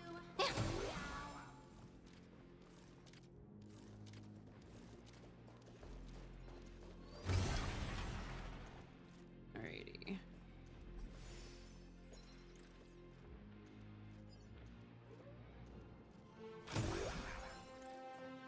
This is Perlux Corp's Mechatron Imagenesis Design Lab. 15 years ago, the first Mechatrons of Plain Arcadia were born here, and they immediately gained widespread social influence upon their debut. Today, Mechatrons have become the most common and iconic symbol throughout the streets. You could say that Mechatrons are the first and currently only Imagine that can be mass-produced on assembly lines. Can Arcadia really need that many Mechatrons? Imagine such as Mechatrons, which can be produced and discontinued at will, are the perfect residents for Plain Arcadia, and perhaps the perfect IPC employees too. In some people's eyes, being able to create an infinite army of Mechatrons would be even better. And before Pearl Say, wants to replace do you everything guess? with AI. Do you know what the first step is to creating an Imagine in plain Arcadia? Making a wish to Aha, submitting an application to the Aberrate, drawing a physical form. As expected of the Nameless, you're quite knowledgeable about the customs and culture of the world you've set foot in. Drawing the physical form means humans using brushes to give shape to fictional beings, which was originally the domain of professional artists. But here, collective creation and standardized Mechatron blueprints have replaced traditional artwork, improving standardized workflow efficiency and reducing wish power resource waste. In short, this is the industrial revolution everyone's been chasing. Oh, to think that even Imagenesis, a skill as magical as this, could be industrialized. I'm suddenly starting to admire the IPC. That's nothing. Our company aims to create 2 billion Mechatrons for social production and public services before Arcadian calendar 2030. And that includes special combat Mechatrons like the Daybreak Squadron. That's a staggering number. But can the wish power of the people here really sustain so many Imagine? That's why Perlux Corp keeps churning out animations and hero shows one after another. In other places, these are just entertainment. But here, they're legit breeding grounds for spiritual energy. All of this shall serve Madame Pearl's grand goals and ideals. All right, back to square one. First step, let's go print the Mechatron structure blueprint.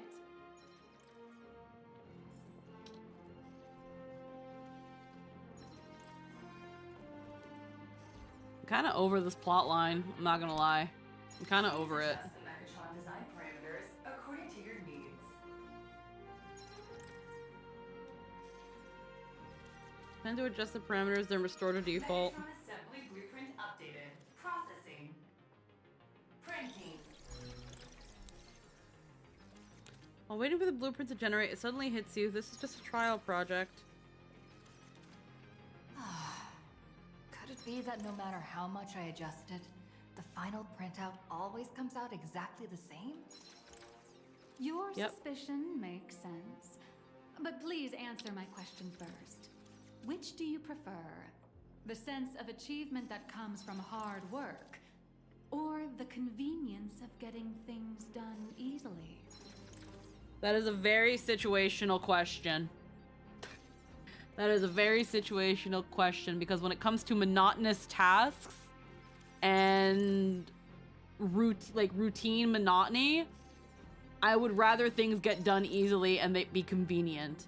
When it comes to things I actually give a fuck about, that's where I actually appreciate the sense of achievement when it comes to getting it done. That is a very situational question. I want both. You got that right. The fully automated Imagenesis blueprint design system. Yeah, perfectly it's a matches very your leading needs. question. You can meticulously adjust every parameter, or just hit one button to skip it all, and the automated system will always produce results that meet the standards. Amazing, right? Just like how the inventors on planet Scrulum used to ask themselves, if all their inventions were already pre-recorded in the Supreme Punch Tape, what's the point of inventing in the first place? Printing complete. Please retrieve your blueprint. What you just said is the answer. It's not about the results of creation, but the elation we experience in the process.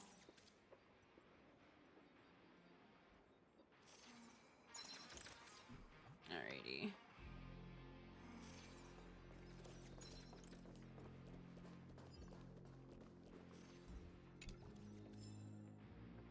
Eco Man production script.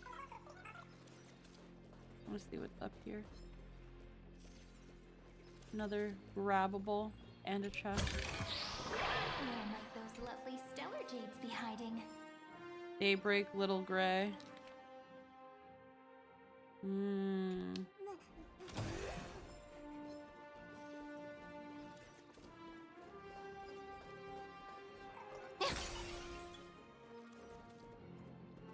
I want to switch my team.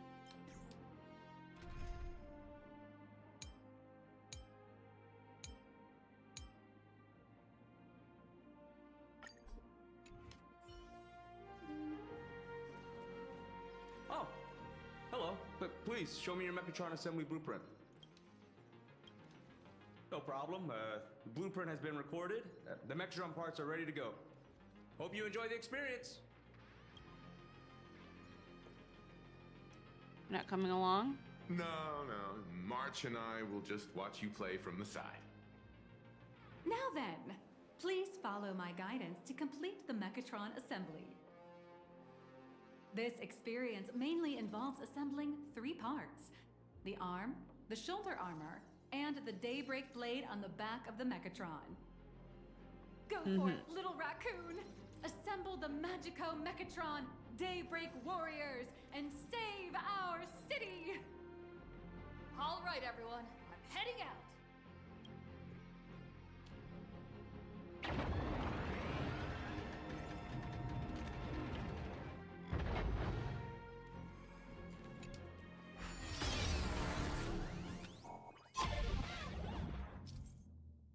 Mech assembly. Task with installing the arms, shoulder guards, Daybreak. Alrighty. Word has it that to make the trip unforgettable, the corporation has included a thrilling new feature.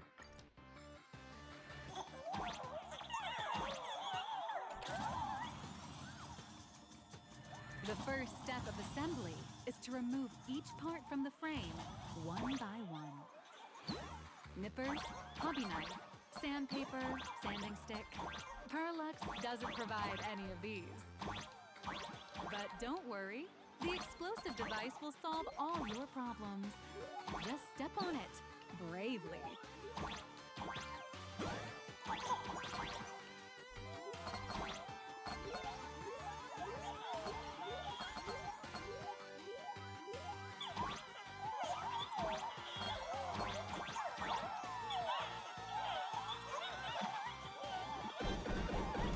It may look brutal, but it leaves no burrs. And that's the magic that we at Perlux Corp are so proud of.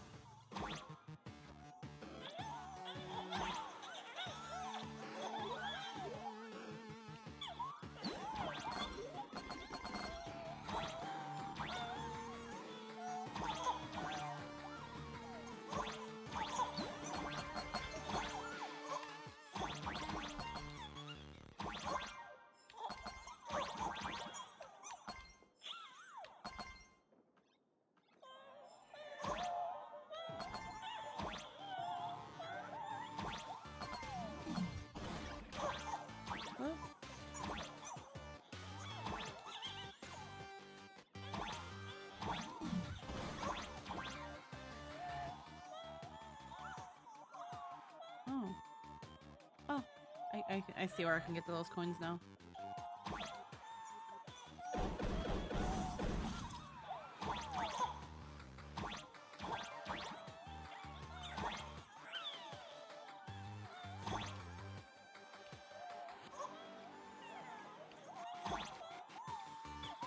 Do I?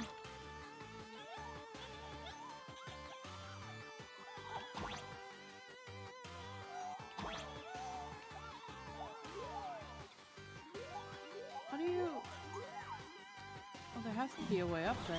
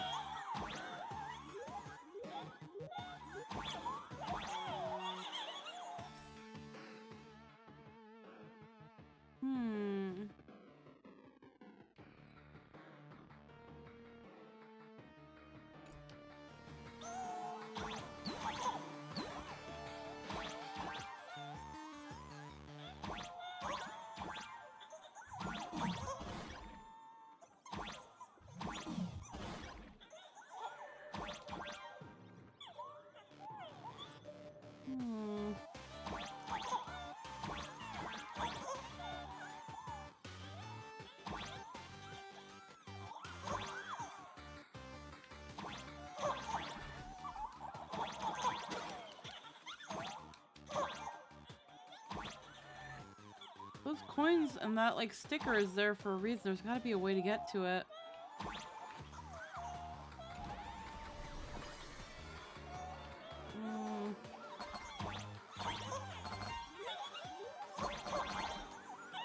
Could try shooting? No, I tried shooting, it didn't work.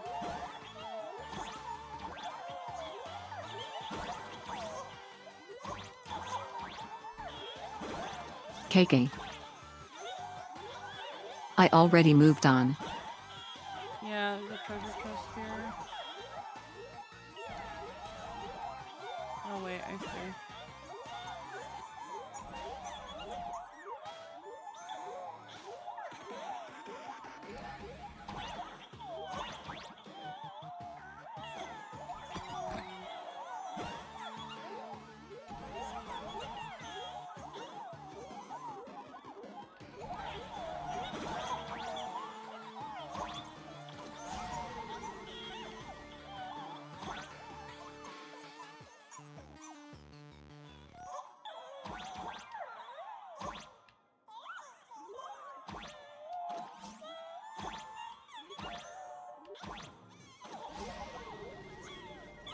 Next, please activate the mechanical maintenance arm and align it with the shoulder joint base to connect the arm.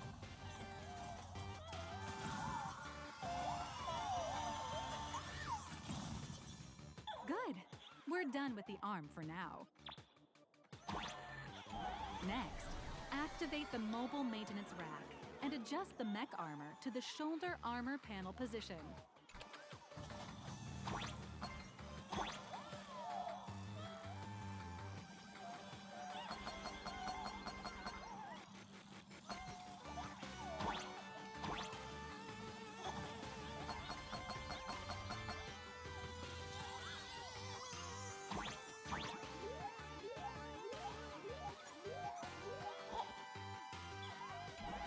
Just like before, the first step is to remove the parts from the frame.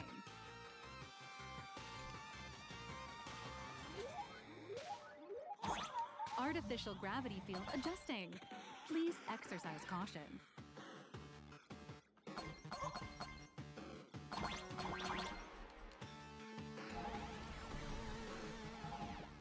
Activate the thruster and push the shoulder armor towards the unit interface.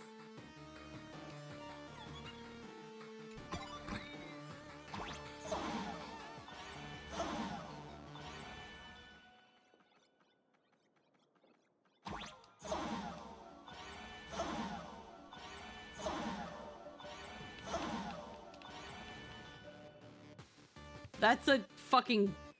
You can get stuck there.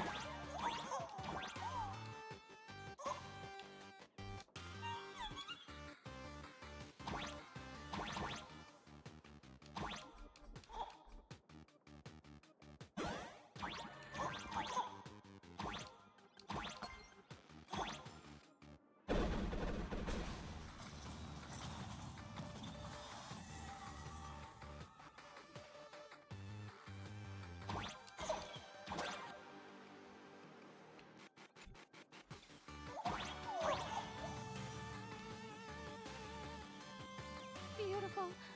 Absolutely beautiful. This giant Mechatron is truly the soul of Lux Corp.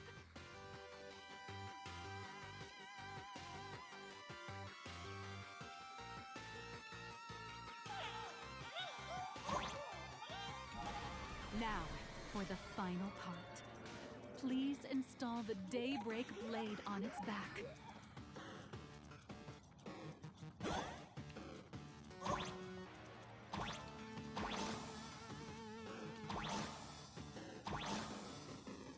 Aim at the mounting point on the back and fire! Awaken! Daybreak blade!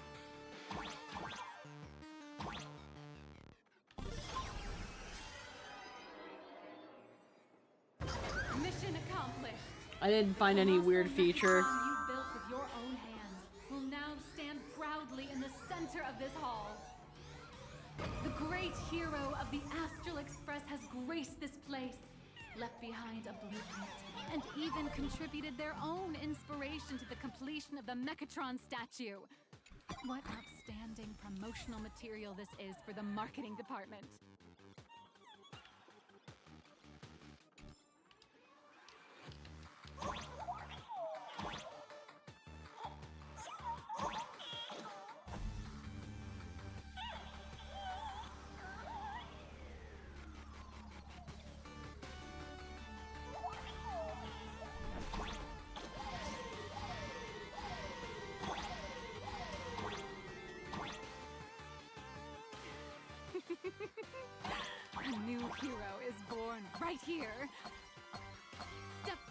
this little raccoon and become the guardian of Plain Arcadia.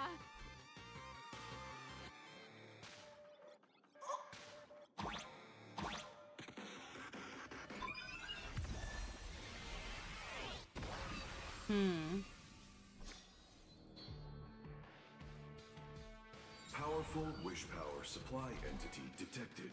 Initiating link.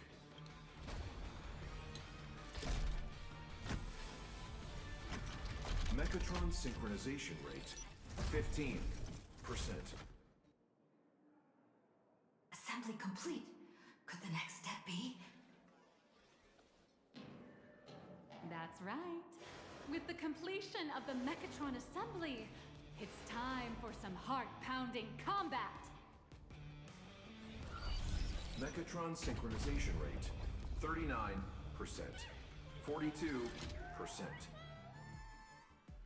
Your little fanboy, Cinderborn, is eagerly awaiting some pointers from you. While we can't power up this big guy, I've printed a small unit. Now it's time to show you how a Mechatron fights.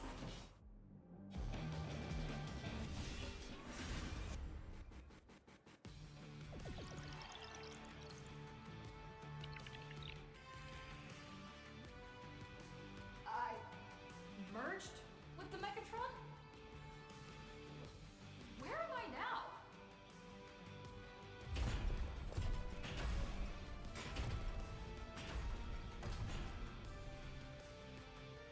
Why, of course. It's the combat testing sandbox. Look, those dazzling colors are like an express train traversing through the stars. Enhanced full body armor, a steadfast shield for the people. What a powerful strike! That's our hero, Little Raccoon! This carries the hope of all citizens! Yeah!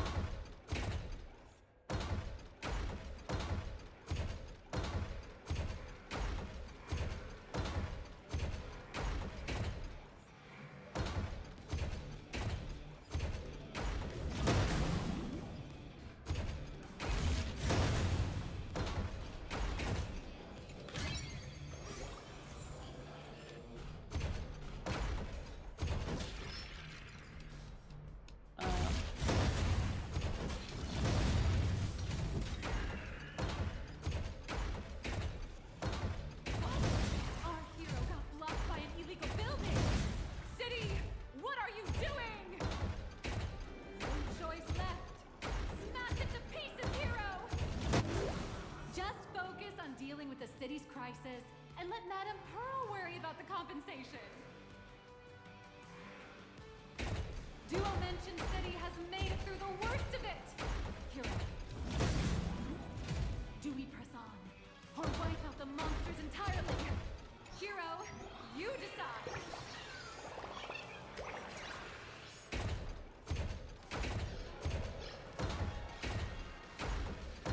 I can only hope they let us do the thing again just so I can get like the stickers, but I The don't know. monsters that were hiding here seem to have been reduced to nothing.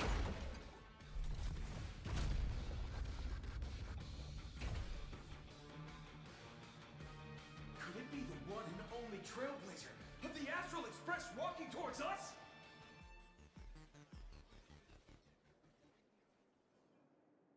Yeah, sure, play along.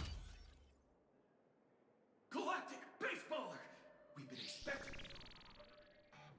Although the giant shadow crisis in Duo-Mention City has been dispelled, the real battle for you and the Daybreak Squadron is only just beginning! As the old and new generations of superheroes, you will face off here to determine the victor! Forged by raging fire, burn away the darkness, the star that sets the world ablaze! Blaze Weaver! Slice through the skies, slings of lightning! From the blue heavens descend, Azurling! Shatter the eternal night, light blazing bright, the radiant bow of hope, dawn lands! Cut through despair, unyielding blade of steel, edge that never fades. Cinderborn, you can do it!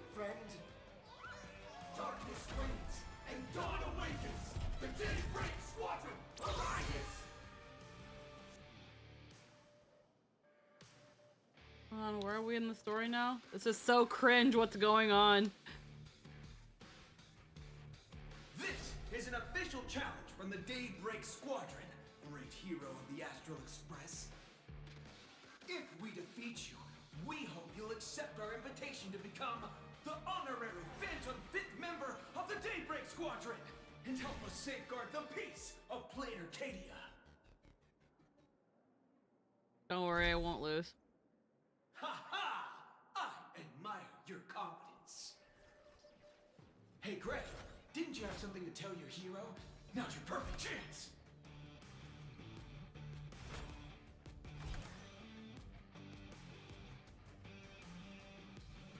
My friend, you know what? Every time I transform into a Mechatron, I imagine I'm you. I think about what you would do when facing danger. It is your adventure stories that give me strength. So I'll give it my all from now on. Please don't hold back. It's pointless.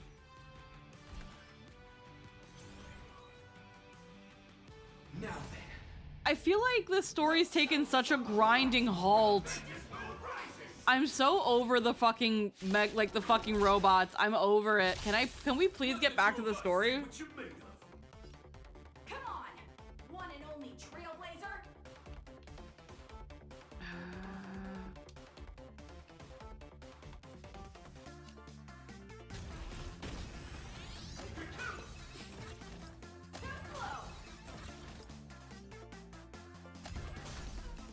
Where are you hiding?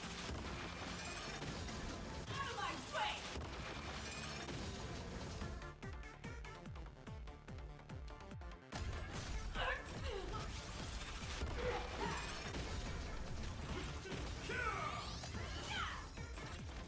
It's your turn.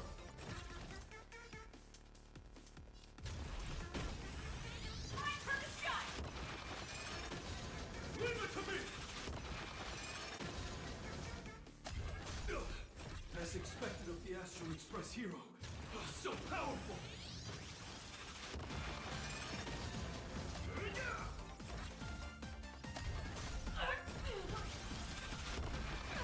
Boss, Gray, I'll leave the rest to you. The honor is mine to cross blades with you. As heroes, we'll never back down. Come on. Leave it to me.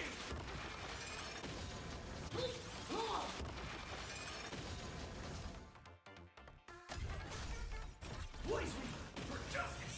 For justice! Underestimate me? This strike contains all my respect. Bring it on! What? Even the invincible little raccoon is reaching her limit? Listen, those are the people's wishes. Power converging as one. That is limitless possibility! Everyone's wishes. I've received them all. Trailblaze Infinity! Doesn't hurt. Oh god, it's too loud now.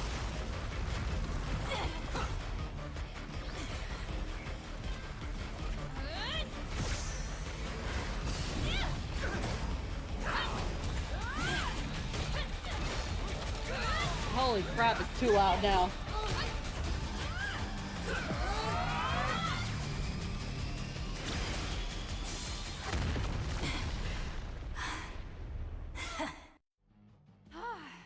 You really got into character. That was some great acting.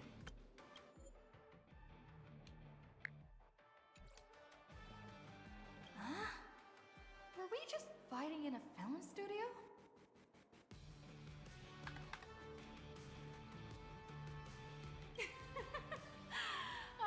Don't tell me you actually thought you were fighting them in a real city. That ain't gonna happen. Madame Pearl's insurance fund would collapse. It doesn't matter if it was a real fight or a fake one. What matters is your experience. Did you have fun? I'm gonna lie, but I really didn't care for that. The user gave us a 5-star review. Thank you for your kind feedback. Your satisfaction and approval are our greatest motivators. Looks like the Daybreak Squadron is waiting for you. You gave them quite a combat lesson, it appears. Why don't you go share a few words with those youngsters? I'll be the head. No, I'm gonna play with the monkey.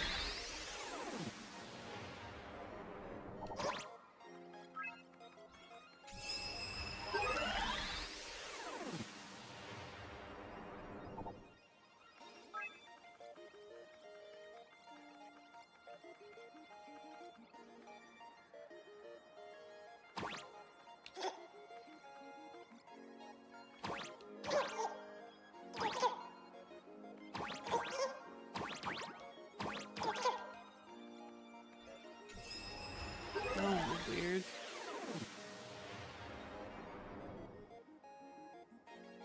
Oh, I feel nauseous.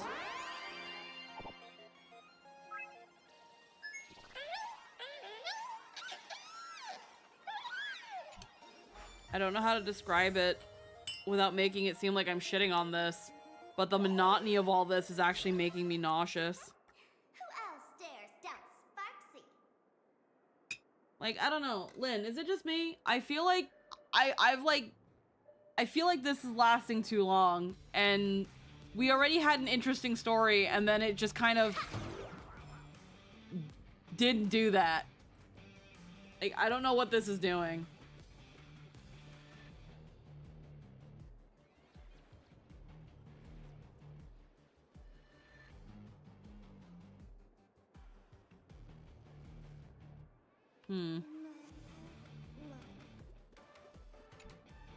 As expected of my senior, that was awesome! Yeah, I don't know. It has a lot of good ideas, but it's incredibly slow. Yeah, that kid knows every story about the Astral Express like the back of his hand. And he's always looked up to you. Huh, what an amazing battle! Well, more after all, being remembered by their Oh, you bet. Besides my senior. It's a shame, though.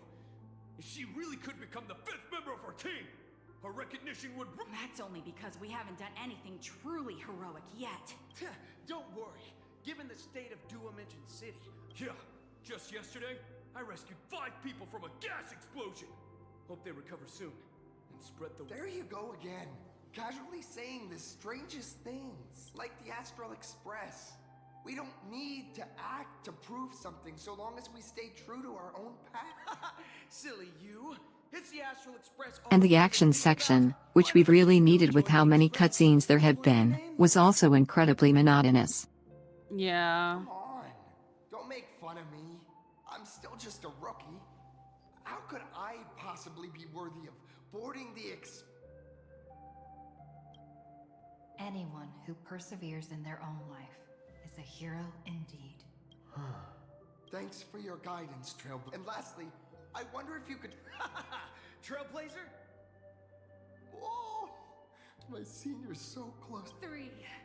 Darkness wanes and dawn awakens. The Daybreak Squadron arises. Time's about up. We should meet with Madame Pearl now. Oh, Can we please? Want to say goodbye to your... No, I want to leave. I don't want to say goodbye to fucking anybody. I want to go. Blue, yellow. You guys were a minute. What are you talking about? Well, it's not entirely impossible, I'd say. Ever since I... Oh my Being a god! hero means facing all kinds of dangers. Looks like your idol's here to see you. Senior?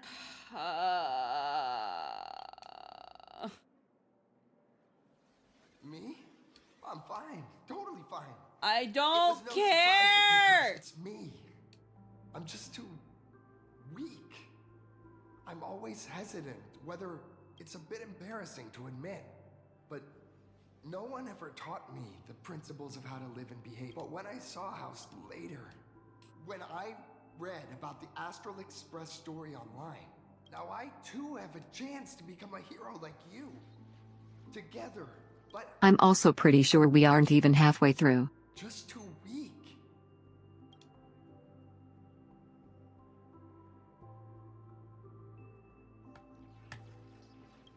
I Oh. don't want to give you empty platitudes about humans triumphing over fate. But I do believe that while kindness isn't something you can learn, strength is something you can acquire. Your desire to fight for those around you. Thank you, Trailblazer. Could you please sign that famous... That one's not bad either. Yeah. It was the stars that first set the Nameless on their journey. I'll remember today for the rest of... Oh my fucking god. Like, no, you've wasted my time. You get the wrong fucking quote. I don't care. Get out of my fucking face. That was so boring. Well, that about wraps up today's tour. After seeing everything, what do you think? I want to leave. Indeed, rather than the power to rule this world directly, that individual draws even greater strength from Pearlux. The stories and dreams spun by this... I don't care. Madame Pearl is waiting for you at the top of this building to just let me give Thank you a you. little reminder. The rules of Phantom Moon Games have never required any competition between supplicants. You seem to be well versed in this. As an IPC employee, I've said far too much. Your friends are waiting for you in the hall. It's like when it starts getting to the point that I'm willing to skip Nilux's dialogue, it's like, come on, move.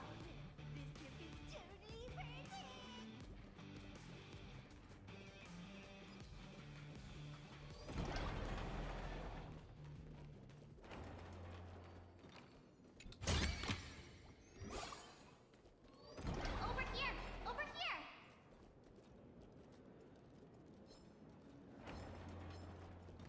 You watched Daybreak Squadron 2. Oh my god. Yang and I watched the whole thing on the screen. Uh-huh. Not only did you assemble the Mechatron and give autographs to your fan, but you also... Mr. Yang's looking at you with such loving eyes. Like a parent watching a kid riding on a carousel at an amusement park. Indeed. Seeing her so happy reminds me of my younger self. What What are you talking about? Mr. Yang, you're still as young as ever. Oh, right. We've been wandering around here for ages and seen everything there is to see. Yeah, sure has felt like fucking ages, March. Really up to? Hi, Emoji. I understand everything she wanted to show us. There are just a few questions I'd like to confirm with Miss Miss Nyaluk? Ah, there you all are. We've been looking everywhere for you. The Secretary's office sent Agent Feld here to keep you company while you wait. But he said he couldn't find any of you. Huh. And who was Miss Nilux from earlier? Wait, if Mr. Feld is the one who's supposed to meet us, then who is Miss Nyalux? Miss Nihilux? Who? Agent Nihilux, an IPC ranking P30 who works at Perlux Corp's Imagenesis Technology Department. P30? Imagenesis Technology Department? Since when did Perlux Corp have an Imagenesis Technology Department?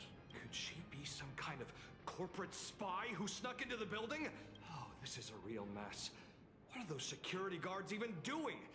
Distinguished guests, are you hurt? Or did she trick you into giving her money or anything like that? I knew something was off about her. Why didn't you say so earlier? No one believes me. This lady seemed totally legit. She smoothly guided us around the place like a pro. I thought she was one of your people. I need to report this to security right away. She can't have... Thank you for your help. Astral Express crew, Madame Pearl has been waiting for quite some time. If it's convenient, shall we head out now? I'll show you the way. Please inform Madame Pearl that the 3 guests from the Express will arrive shortly. Welcome, ladies and gentlemen, to Perlux Corp. All Mechatron units displayed in the exhibition area are... I wanna leave. Pearl demonstrated the full process of creating a Mechatron army, based on what I saw.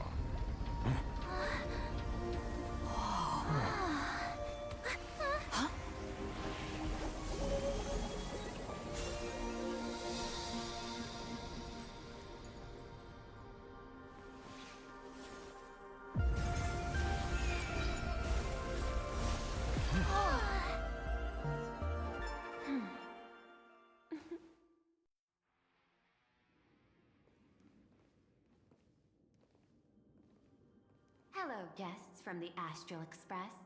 Nice to see you again. Thank you for your gracious hospitality, Madame Pearl. I understand there was a minor incident in the lower lobby involving someone impersonating a Perlux employee. I hope it didn't spoil your enjoyment. We're fine. Don't worry about us. But how are things with you? Did you lose any valuable tech? Blueprints? Or top secret information? No, Perlux's data firewall remains untouched, and all assets under security network surveillance are intact. The only change is an additional expense claim under my employee ID. Well... Never mind. I can make a preliminary assessment that this was the result of someone's momentary impulse. Lately, mishaps have been piling up, like dark clouds before a downpour, casting shadows of uncertainty over my plans. Could you be referring to the Herald of Death? 33 citizens were found dead in the Dovebrook district. In addition, an IPC specialist assigned to negotiate the purchase of a Mask of Elation died in an unexpected incident. This party has made overt threats to public order and is clearly challenging the IPC. My intuition tells me this is only the beginning. Managing capital and managing a corporation share one thing in common. That is, an aversion to risk, and a pursuit of stability. And I bear both responsibilities.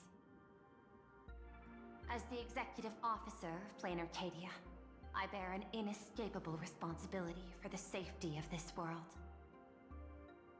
As one of the 10 Stonehearts, I hope to bring the Phantom Moon Games to a swift and safe conclusion.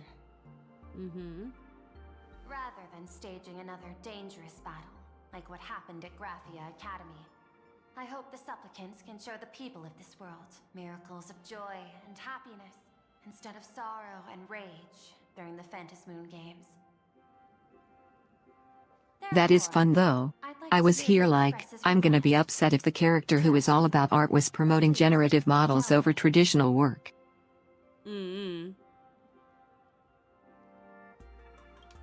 What's your ultimate goal for joining the Phantom Moon Games? Yeah.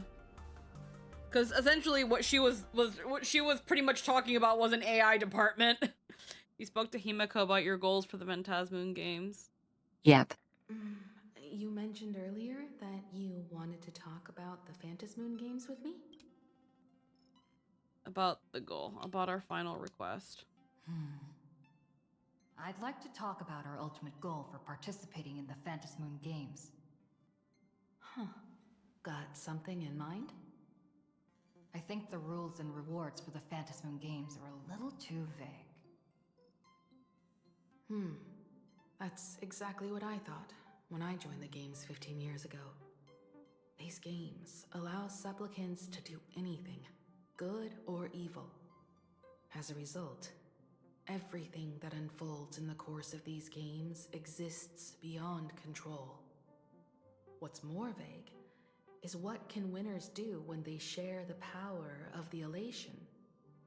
According to legends and historical records from Ahatopia, victors typically first witness the manifestation of Aha themselves. They listen to the victor's wishes and grant them permission to use their power. And the applications of this power seem to be boundlessly vast. When faced with countless choices, the situation becomes even more thorny than having no choice at all. Sometimes I wonder, if we had agreed to become the leader of the Anti-Destruction Alliance, how would this trip have turned out? I want Aha to be the leader. If I win, I'll give up sharing Aha's power and ask them to be the leader of the Anti-Destruction Alliance.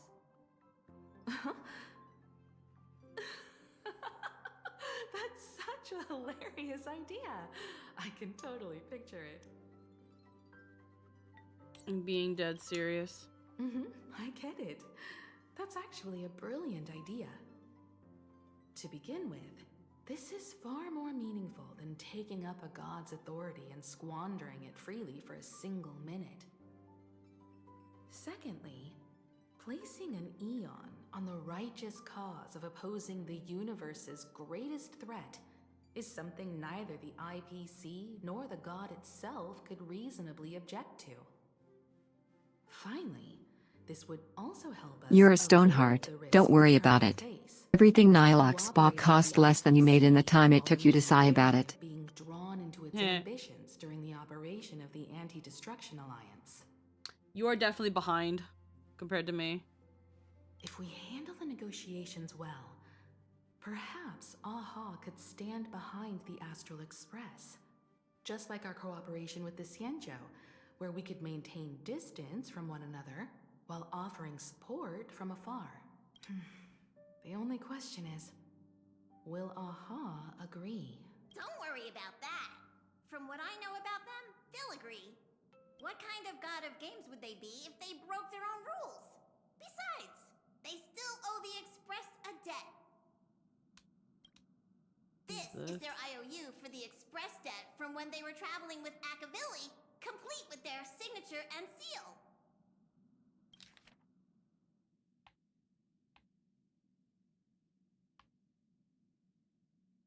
Nameless. I'm gonna mute myself for this since Lynn's a little bit behind. That way I can read it. The Nameless Aha's debt statement. Solely for the sake of fun, I have, on numerous occasions during my voyage aboard the Astro Express, misappropriated and vandalized public property of the Express, thereby incurring financial losses to the Express and liability for third-party damages. Having received the conductor's earnest instructions, I have come to a profound realization of my transgressions. I hereby itemize all outstanding reparations below, as to be settled at a future date. The itemized list of reparations due from AHA is as follows. Telemicrowave oven, 1 pair, 1 unit. Supersonic slippers, 2 pairs. Optical camouflage, 1. Anti-gravity levitation carpet, 1. Hider brooms bearing a striking resemblance to swords, 2. Note, liability for this entry is jointly assumed with Akavili. Leviathan tooth, 2. Trimmed conductor's outfit, 1. Organ dragonflies deposited by the morning actors, 2. Medical expenses incurred due to allergic reactions from the introduction of electronic mustard into the rice cooker. Graffiti removal fees for the statue complex of White Rolling Stone Planet. Repair costs for walls in the Museum of Animated Arts and recovery expenses for escaped collection items. 3 portraits and 7 specimens remain unaccounted for to date. Incident during extravehicular angling. An erratic comet fish caused a collision resulting in damages to 3.1415926 solar sails on planet Goldberg. Note, liability for this entry is jointly assumed with Akavili. Satellite unit from the Centurial Stellar Ring, half of 1. 6-eyed yaks of the Duchy of Hurante, 9. 1 anti-beast horde naval cannon sourced from the old Luntinium exhibition hall, and 1 artificial satellite neutralized via accidental discharge. Several pillows lost to the atmosphere of planet Siley during a pillow fight, inclusive of conductor Pom-Pom's favorite bolster. Fines levied by the Cosmic Paleontological Conservation Association regarding gastric ulcers in a void song whale, introduced by an unauthorized expedition within the creature's stomach. Xenohydros released from the custody of the Architects, 3. Roaring Gold Pothos, 1. Accrued multiple outstanding tabs at World's End in the capacity of a nameless. A shocking lengthy entry extensive enough to reach the ground.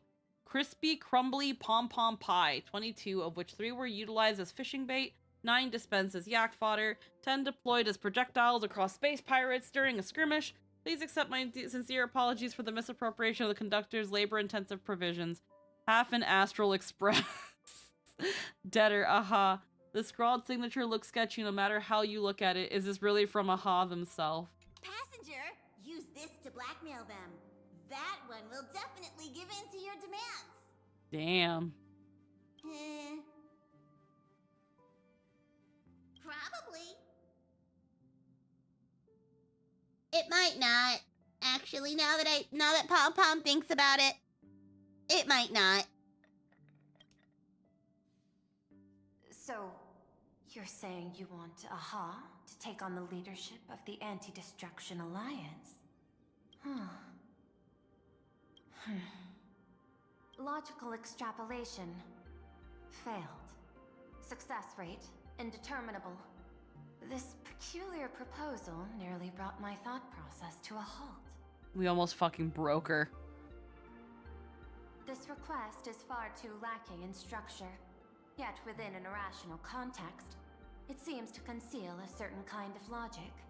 If the universe is the master of Elation's playground, then they should do something about this playground that's about to be destroyed. As expected of the Trailblazer, your thinking is so out of the box. I've learned something today. However, I don't think you stand much of a chance in the games, because I've joined as a supplicant. Is this gonna be a boss fight? Can Intellitrons also become a supplicant? Not a single rule in the Phantasmoon games requires supplicants to engage in combat, so there's no need for hostility between us. Plain Arcadia's administrator is a supplicant? At the same time, she has at her disposal assets of staggering magnitude. What, Perlux Corp among them? With money and power on her side, wouldn't her chances of success be way higher than ours? As I previously proposed to Miss Himiko, I'm willing to cooperate with the Astral Express to ensure the smooth progression of the Phantom Moon Games. But the Astral Express isn't your only partner, is it? I have 2 other allies. However, you all are my most promising ones. Once the Astral Express joins, it will maximize the safety and success of this Ionic game. And I will do everything in my power to fulfill my partner's wishes within that limited minute. This is just like the Anti-Destruction Alliance. He's here to recruit us. As we told you before, our strategy is to become a sail, advance and retreat together. The Astral Express is not a lone supplicant, since we have our own allies in the games. An ally like Sparksy? It's true that you defeated her and took her mask.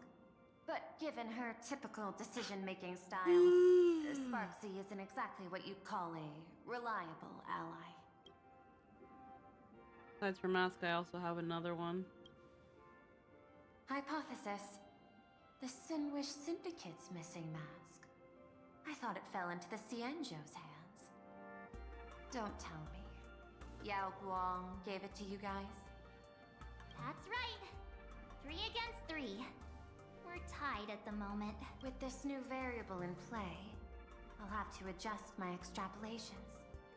But the conclusion seems unchanged. After all, as the administrator of this world, I have the natural advantage in resources. It's not necessarily an advantage. An IPC senior executive. Plain Arcadia's administrator. A member of the 10 Stonehearts. Joining the games personally. It certainly has an intimidating ring to it. But, when you think about it, isn't this identity precisely the greatest burden Madame Pearl has to overcome? She's right. Your identity is far too sensitive. You want to control these games and end it safely and quickly. But Plain Arcadia's citizens might not see it this way. All they see is the all-powerful IPC and an influential executive pulling all the strings. People don't want to see the IPC win. A sharp observation, I must say. Quite impressive. But I do not believe you yourself would overlook this. Madame Pearl, what is it that you seek to obtain from the Phantom Moon Games at any cost? What I seek is a treasure lost to this world's history. I want to recreate Graphia's divine art of imagenesis. Does that have something to do with painting? Hard to believe, no? My birth originated from the theme assigned by the celestial differentiator of planet Scrulum. Art. At first, I was nothing more than a machine that imitated human paintings. For an Intellitron, generating works of art is no great challenge. Mwah, back from work. Hello, Squeaky-chan, Lin Senpai. Welcome back from your Oshigoto dinge. Can't even do that shit with a straight face, bro. I want to fucking die. This is so boring.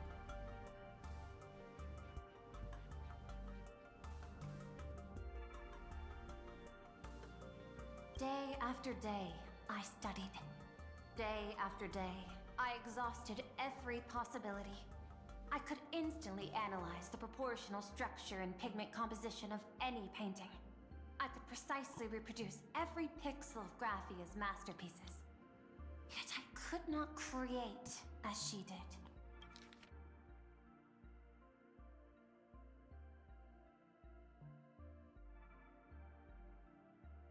The celestial differentiator.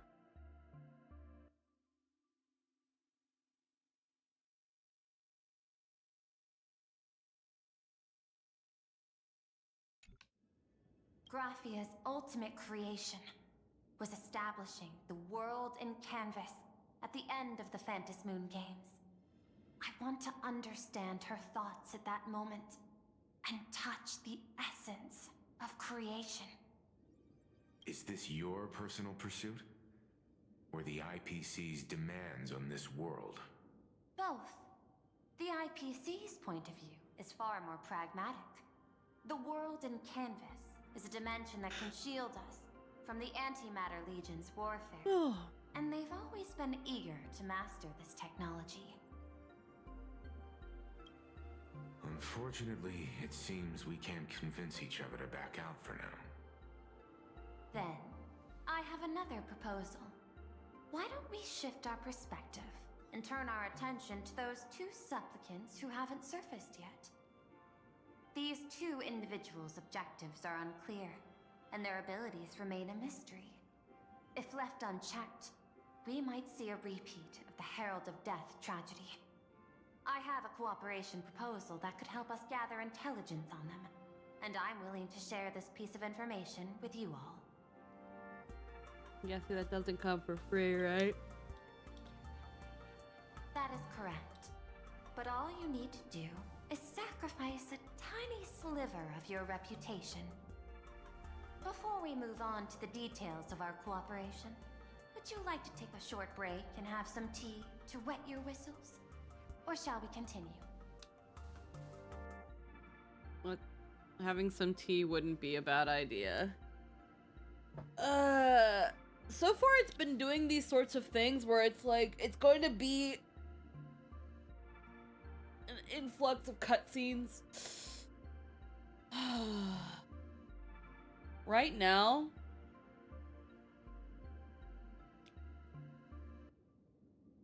I am so tired and I wanted...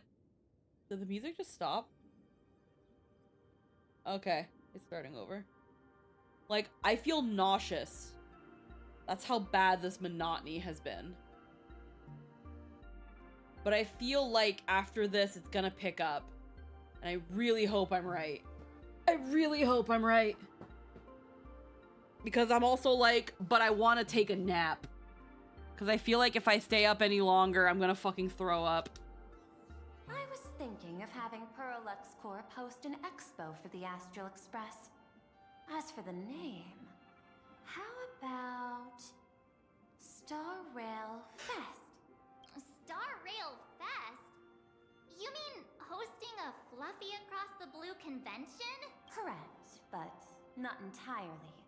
The Fluffy is well known in this world, so it's a good collaboration element. But what I want is an unprecedented Astral Express exhibition, with the Fluffy being just a small part of it. The real stars of this grand event will be you, the Express crew. You'll be there in person to meet the people of this world. Give me 1 second.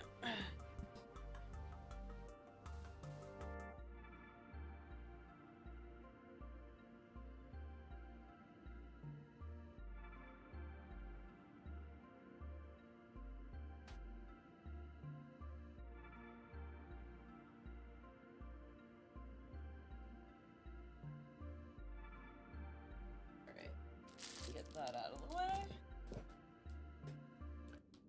You can keep talking, Pearl.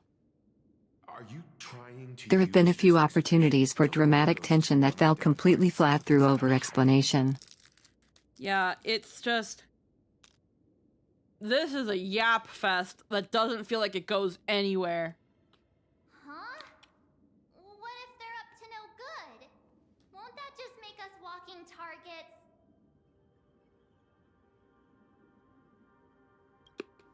What could be more inspiring to the people of a world than standing face to face with heroes of the cosmos?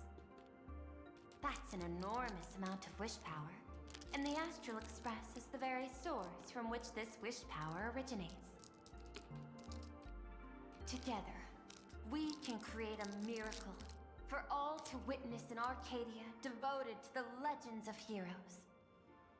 I'll also get Full Wish TV and other mainstream media outlets involved for promotional cooperation. And in return, wish power will flow to you. Of this, I have no doubt. Deal. A wise choice. Before the Star Rail Fest officially begins, I have one more favor to ask of you all. I'd like the Express crew to pay a visit to blurry QR Colt, the original author of Fluffy Across the Blue. Why is that? Pearlux own the rights to the Fluffy? Since their debut, this author has remained anonymous, never revealing their true identity in public. But if the real-life inspiration behind the story were to pay them a personal visit, it would surely be a great honor, and likely persuade them to attend a signing, stoking the excitement even further. Mm-hmm.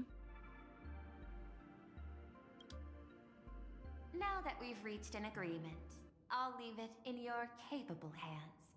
My secretary will be in touch to keep all parties apprised. By the way, before you leave, please accept this small gift as a memento of our first collaboration. Oh, it's an Adventurance coin. Did you kill him? Is this a Adventurance chip? I've studied in detail the records of my colleagues' interactions with partners in Penacony, and I was particularly inspired by Aventurine's technique of giving small gifts that symbolize good fortune. So please, keep this chip with you as a symbol of good fortune for our future cooperation.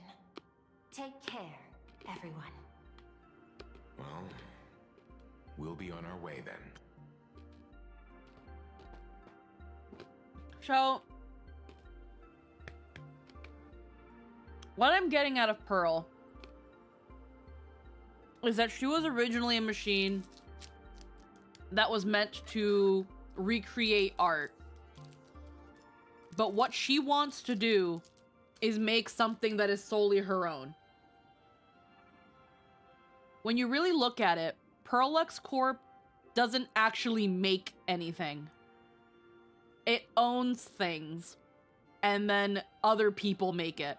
She cannot create anything that is solely hers. But she wants to.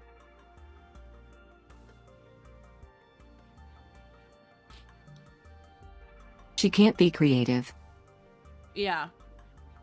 She was assigned to be an art bot, and you would think that she would have some creativity, but she's a robot. So she can only learn when given data. She can't experience things. She can only be told how it's like and then extrapolate and imitate it, but not really actually do and feel and experience. And because of that, she can't replicate, she can't make her own art. She can only replicate, and even then it's not perfect.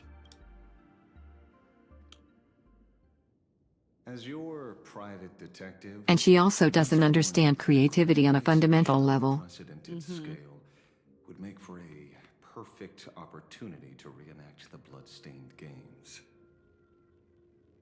So not only... It kind of makes the mermaid motif kind of fit a little bit more, too.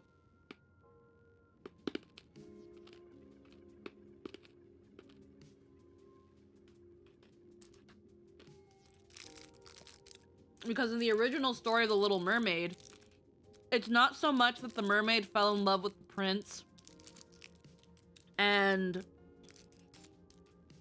wanted to be a human just to be with the prince. Yeah, that she's was... not a siren without a voice, but it's a similar situation.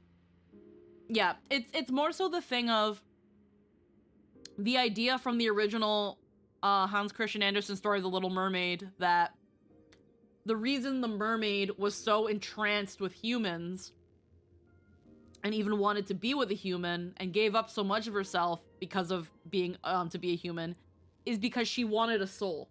She just didn't know that a soul was what she was coveting so much. And at the end, it was like, don't worry, Little Mermaid. If you do this many 300 years of good deeds or something like that, you'll finally get a human soul. And that's when you think about like what we say about creativity and how like pieces feel like they have heart and soul and all that stuff in them. That's the soul, the figurative, metaphorical, whatever you want to call it, soul.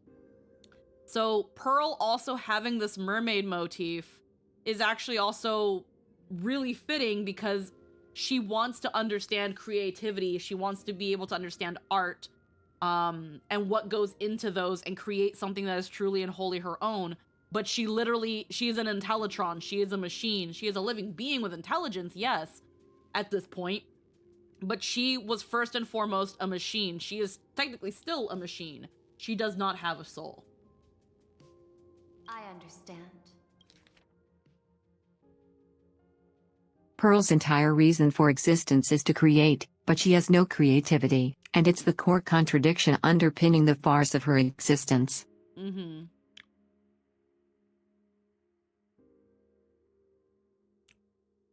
The ripping off Solarius thing. I wouldn't say that in particular, actually. I wouldn't say that they're ripping off Scylla's lore.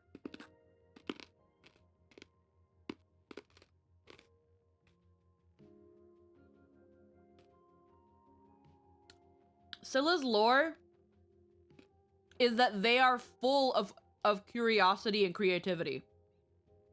And is looking for ways to express that.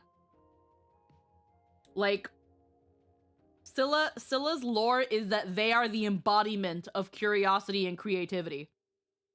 Pearl doesn't have any and wants it. So it's actually the inverse. So they're not ripping off anything.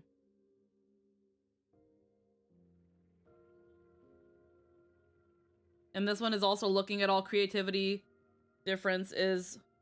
And this one is also looking at all creativity. Difference is then can't.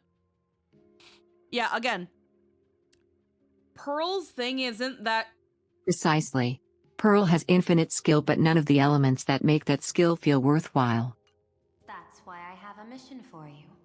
Protect the Nameless at Star Rail Fest.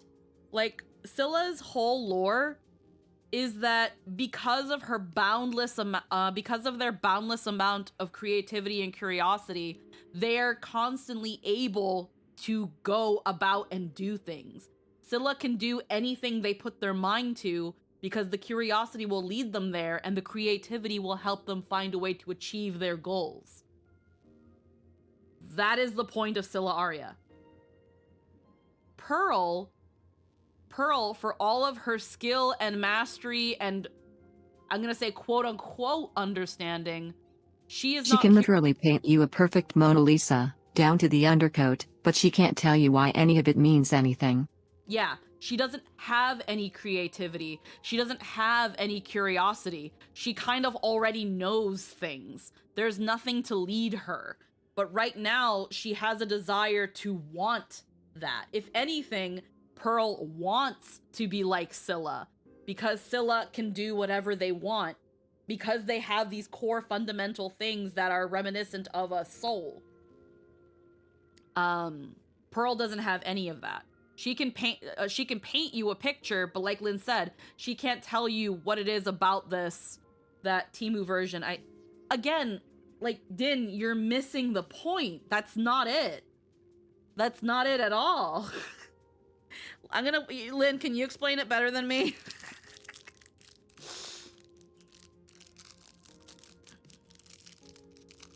It's not even a Temu version. It's the complete opposite direction.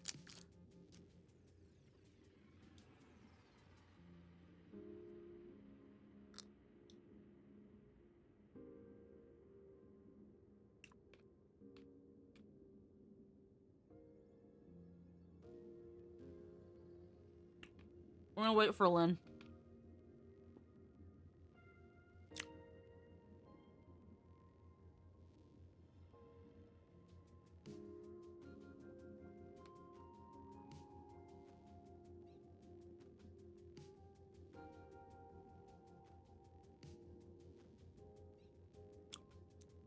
Also, story thing aside, I also wouldn't call it a ripoff of someone else's VTuber lore, simply on the fact of this story has been done before numerous times.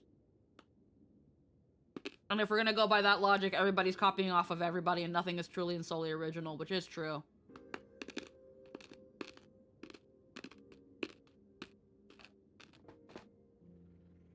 Everything's a Temu copy of something else if you really want to split hairs.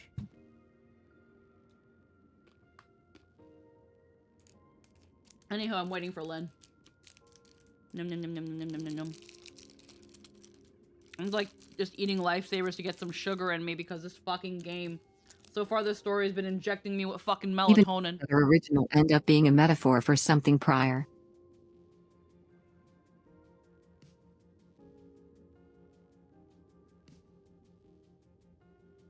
Can you repeat that? Because I feel like that was a part of something else. The original ends up being a metaphor for something. Yeah.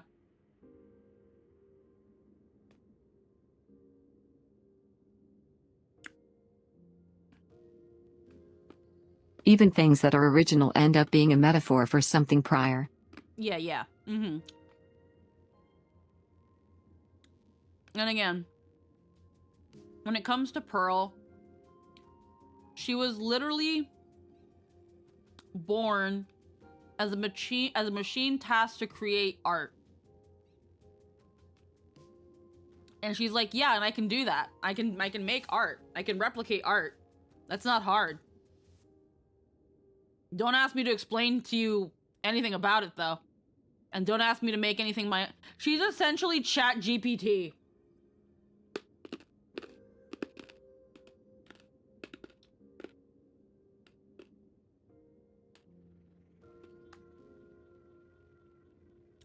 She's essentially... New genres come into existence, but for example, samurai movies and westerns are actually extremely similar.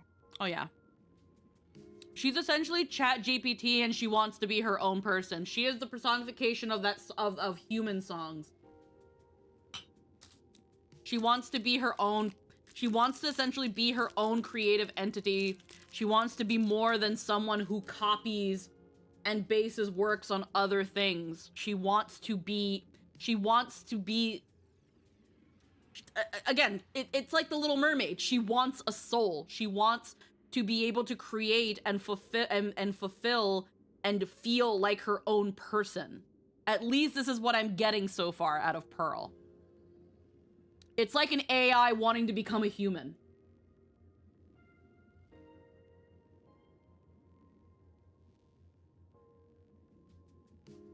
That's why I don't think it's similar to Scylla Arya's role at all. And we see things like Pearl fairly often in media. The robot who wants to be human is another take on The Little Mermaid even when the first version was penned. I literally played one. I literally played Yome, whose whole thing was an AI that wanted to be a human. The reason it's not like Scylla Arya's lore is because Scylla already has that. Scylla wants to just go out and do things and has the abundance of curiosity and creativity to achieve that. There is no obstacle in Scylla's way other than Scylla not wanting to do it. Also, I need to be RB to make hamburger to not be hungry. No worries. But yeah, totally different. Totally different. It's an AI wannabe human story. That's not Scylla at all.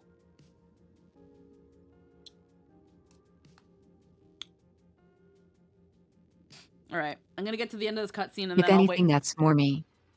Yeah, if anything, it's Lynn's lore. If anything, that's Lynn's lore. You actually think they would need my protection with their strength? Don't tell me your extrapolations predict even bigger trouble ahead. Hidden beneath each extrapolation, tiny signals of unease keep bubbling up to my thought interface. I must be thoroughly prepared for whatever may come. Yeah, so Lynn's whole lore, at least for like the Star Rail Sona, is that Lynn started out kind of similar to Prince Rupert, where they were a computer that ended up becoming self-aware. But whereas Prince Rupert freaking tried to destroy the universe and freaking biological life, Lynn just wants to understand humanity and to an extent become human herself. And there's a whole thing of like there's supposed to be like a whole thing of like what makes a human and like deep dives into like the self and stuff that None of it is written down, but it sure would go there if we actually did. Funnily enough, if anything, Pearl is ripping off Lynn's lore, but nothing was ever put on paper, so you can't really. And again, the story's been done before. I literally played this character for Mega Man. Now that you've taken up the mask, let's talk about payment. What do you want? The same as always. Money? Before we talk about payment, let's discuss the Herald of Death. Although the Department of Aberration Defense sealed and destroyed all records of the Bloodstained Games, I still managed to uncover some unusual leads. After the Herald of Death incident, the victims' families collectively received compensation so massive it could fill any gaping wound. So, I figured, maybe we could find some leads by looking into official Plain Arcadia expenditures. But here's the interesting part. This item was nowhere to be found in that year's public financial report.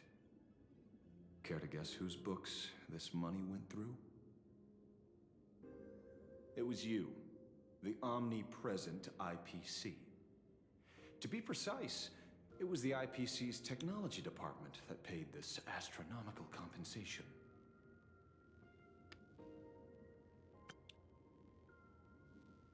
Why are we forgetting to record lines?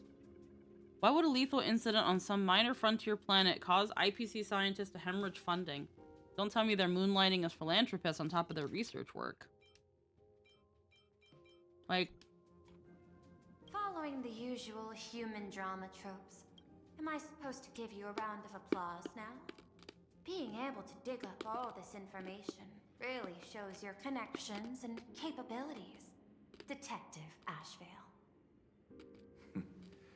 In movies, a big shot like you would usually raise a hand right about now, revealing the dark muzzle of a gun. Yeah, see, like how she even has to be explained tropes. Where she's like, so am I supposed to do this next?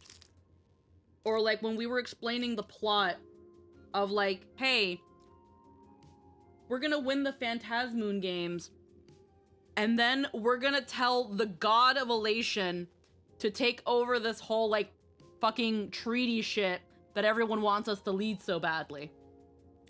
And she was like, I cannot compute how that makes any logical sense or how that's supposed to work. Like, she literally was like, my brain almost stopped because I can't understand that. Because she is such a logical being. Again, she's literally a robot. She can't understand that sort of thing. She can't, when you look at tropes and stuff, she can only be like, based on everything else I know about, is this what's supposed to happen next? But she wouldn't know if that's actually what's supposed to happen or not. Everything is based on previous data. Everything she knows is only and solely based on something that has ever happened, but not anything she's ever experienced. So it's, yeah. Again, robot, artificial intelligence, it's like AI. It doesn't learn, it only copies. I'm afraid you've learned too much. And bang! That's when the gun goes off. And I, the poor sap who uncovered the truth, am supposed to bite the dust.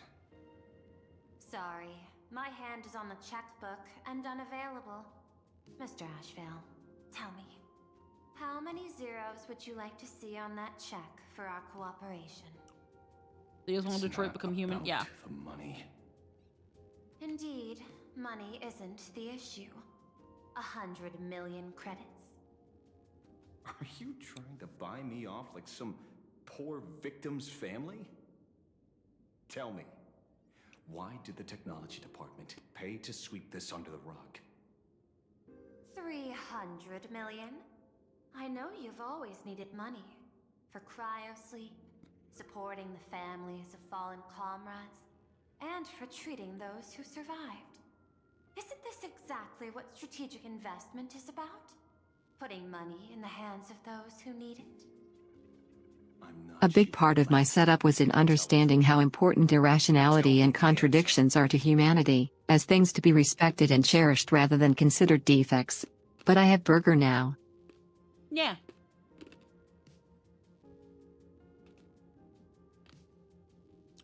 I think we found like 3 lines already that they've just forgotten to record. 500 million?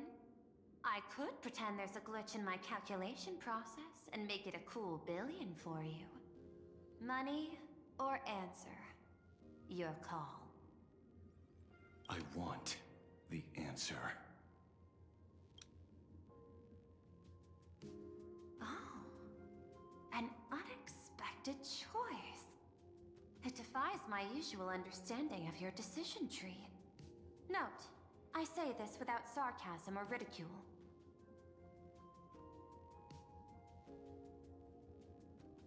Like, see what I mean?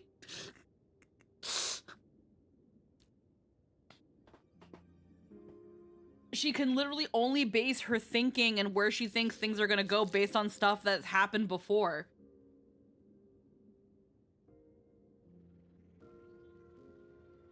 It's like, oh, this dude usually only ever wants money. This dude usually never really digs in this hard. If I just keep offering more money, eventually he will choose money. And then he doesn't choose money. And she's like, huh. You don't do that. I didn't expect you to do that. The answer is, I don't know much. Hard to believe, perhaps. But as CEO, my power isn't unlimited. Besides... Oh. The Herald of Death affair lies 15 years in the past. This world is like an unfinished game of chess that's been dragging on for years. The hidden moves laid by the previous player keep becoming my challenges. Even today. But since you've invited me to finish this game together, sharing intel is a must. Reasonable. I'll share what I know about the answer. Marcus Antali, the Herald of Death. Last member of the Intelligentsia Guild, School of Evolutionary Perfection. 5 years ago, his identity was confirmed, and he was executed. Note, executed in every sense of the word. Miss Yabali, head of the technology department, took possession of his belongings, and even I don't have the clearance to access those records.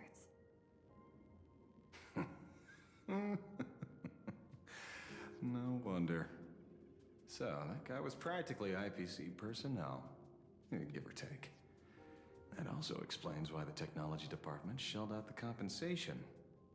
Yet, the method behind this latest killing is identical to the one from years ago. If the Herald of Death is truly dead... A serial killer coming back from the dead is the least of our worries. Even if a serial killer does come back to life, he's still just a serial killer who's been shut out of the Ionic game. What's more concerning is this. Someone wants to exploit the legacy of the Herald of Death. Miss Yabali took away everything that man left behind, except for the fear he instilled in the people of this world. And during the Phantasmoon Games, not only can miracles trigger wish power, but fear too. Based on my extrapolations, the appearance of this new Herald of Death might mark the beginning of the festival spiraling out of control. No wonder you're in such a hurry to end the games. Mr. Ashvale, I've always respected you. But right now, I need to rely on your strength even more.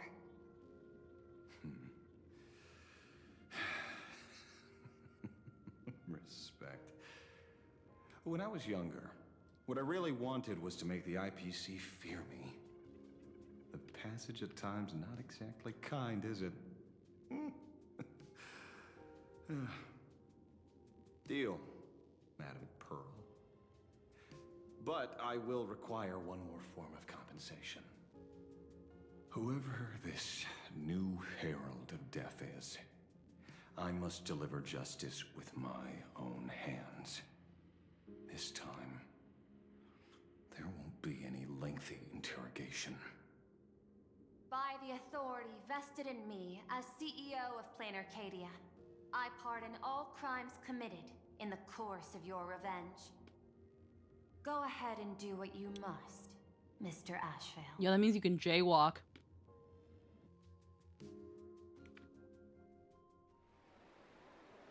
Sometime later, somewhere in Dimension City. My friend, I don't blame you, but I'm done being a breathing dead weight. So do me a favor and pay me back for that drink with this bullet. Just do it, you coward!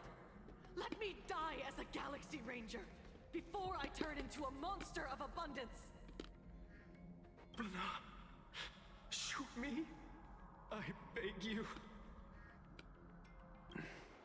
My Skybow above.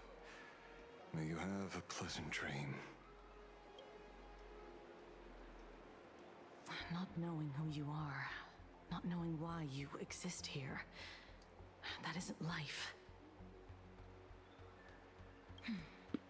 In ancient times, humanity's daily goal was to obtain 2,000 calories of food. Humans back then knew they were just one member of the animal kingdom. They understood why they migrated, hunted, gathered. But now, in an era where you can get food delivered to your door with just a tap of your finger, effortlessly achieving that 2,000 calorie goal, humanity has lost its way like never before. Tell me, will the Phantasmoon games bring a new direction? With the setup we have, the new Herald of Death is likely either Pearl or an imaginary ghost. What's wrong with getting food with just the tap of your finger?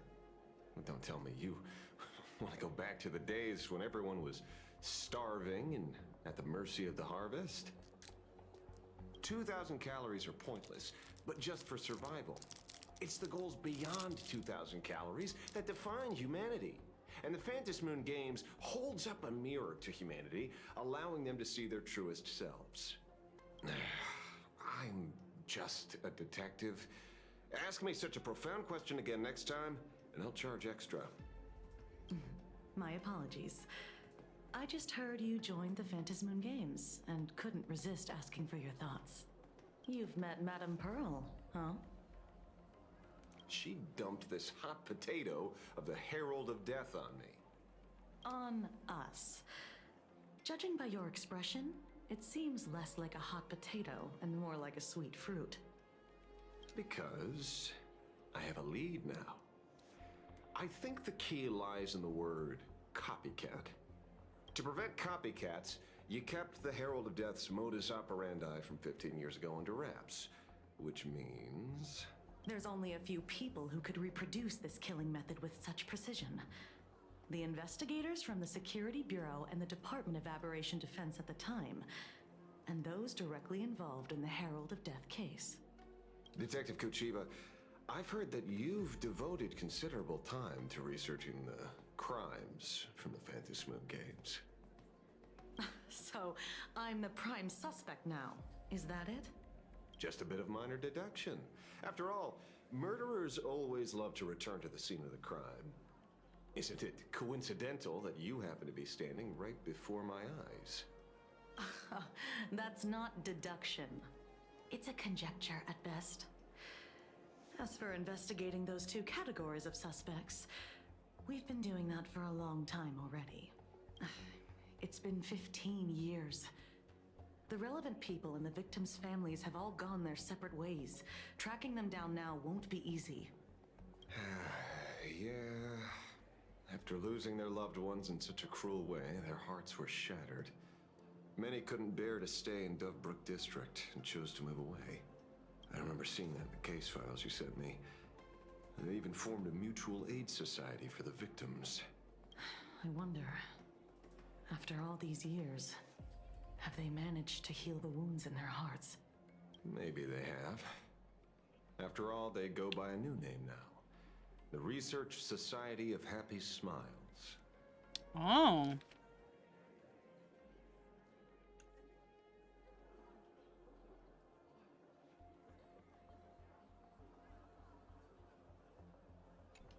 Ah, you mean that charity with the slogan, Healing Smiles, Healing Arcadias? Before he died, Kostad mentioned that group to me. He said quite a few young people in the gang left without looking back, just to join them. So I thought, maybe we should start by looking into their rivals. The Research Society of Happy Smiles, huh? A charity that helps people escape their pain and find happiness, offering free counseling, medical care, all of that good stuff. Yeah, they're a cult, bro. They're a whole ass cult. Sounds like they've turned over a new leaf. How could you call them rivals to the underworld? Sure are. They're a fucking cult, bitch. I dug a little deeper into them and found something interesting. It's only a matter of time before they fucking put Saren in a train. You mean your monkey dug up something interesting, right? Leave my monkey out of this. Okay. Mr. N dug up something interesting. Have you heard the name of the sponsor behind the Research Society? Her name's Fullwish. That name rings a bell. Wait, isn't she the boss of Full Wish TV? I think she was one of the survivors of Graphia Academy too. This is getting a little too coincidental. Just like every case you've accidentally cracked before. Mr. Ashvale, should I compliment your keen instincts or your incredible luck? Luck's a part of a detective's toolkit too. Anyway, whether Fullwish is guilty or not, we won't know until we look into her. That's why I asked you here.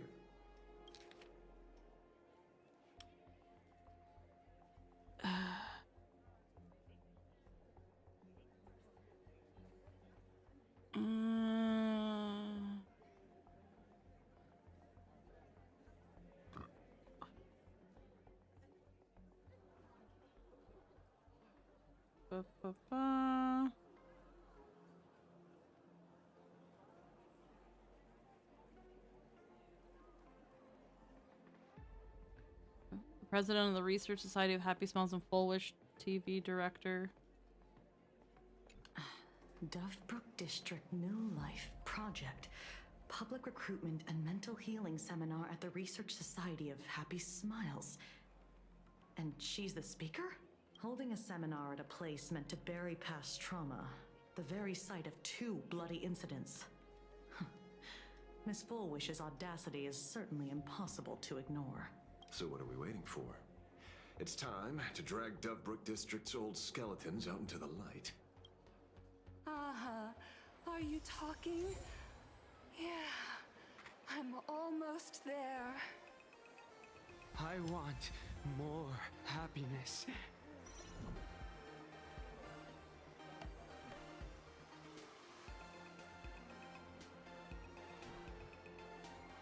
There we go.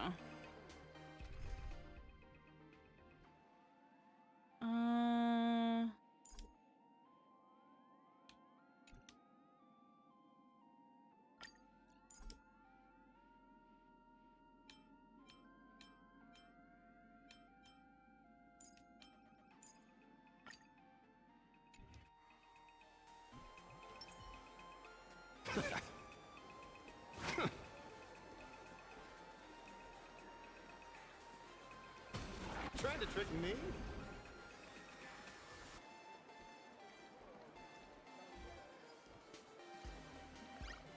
I also want to get a good look at him.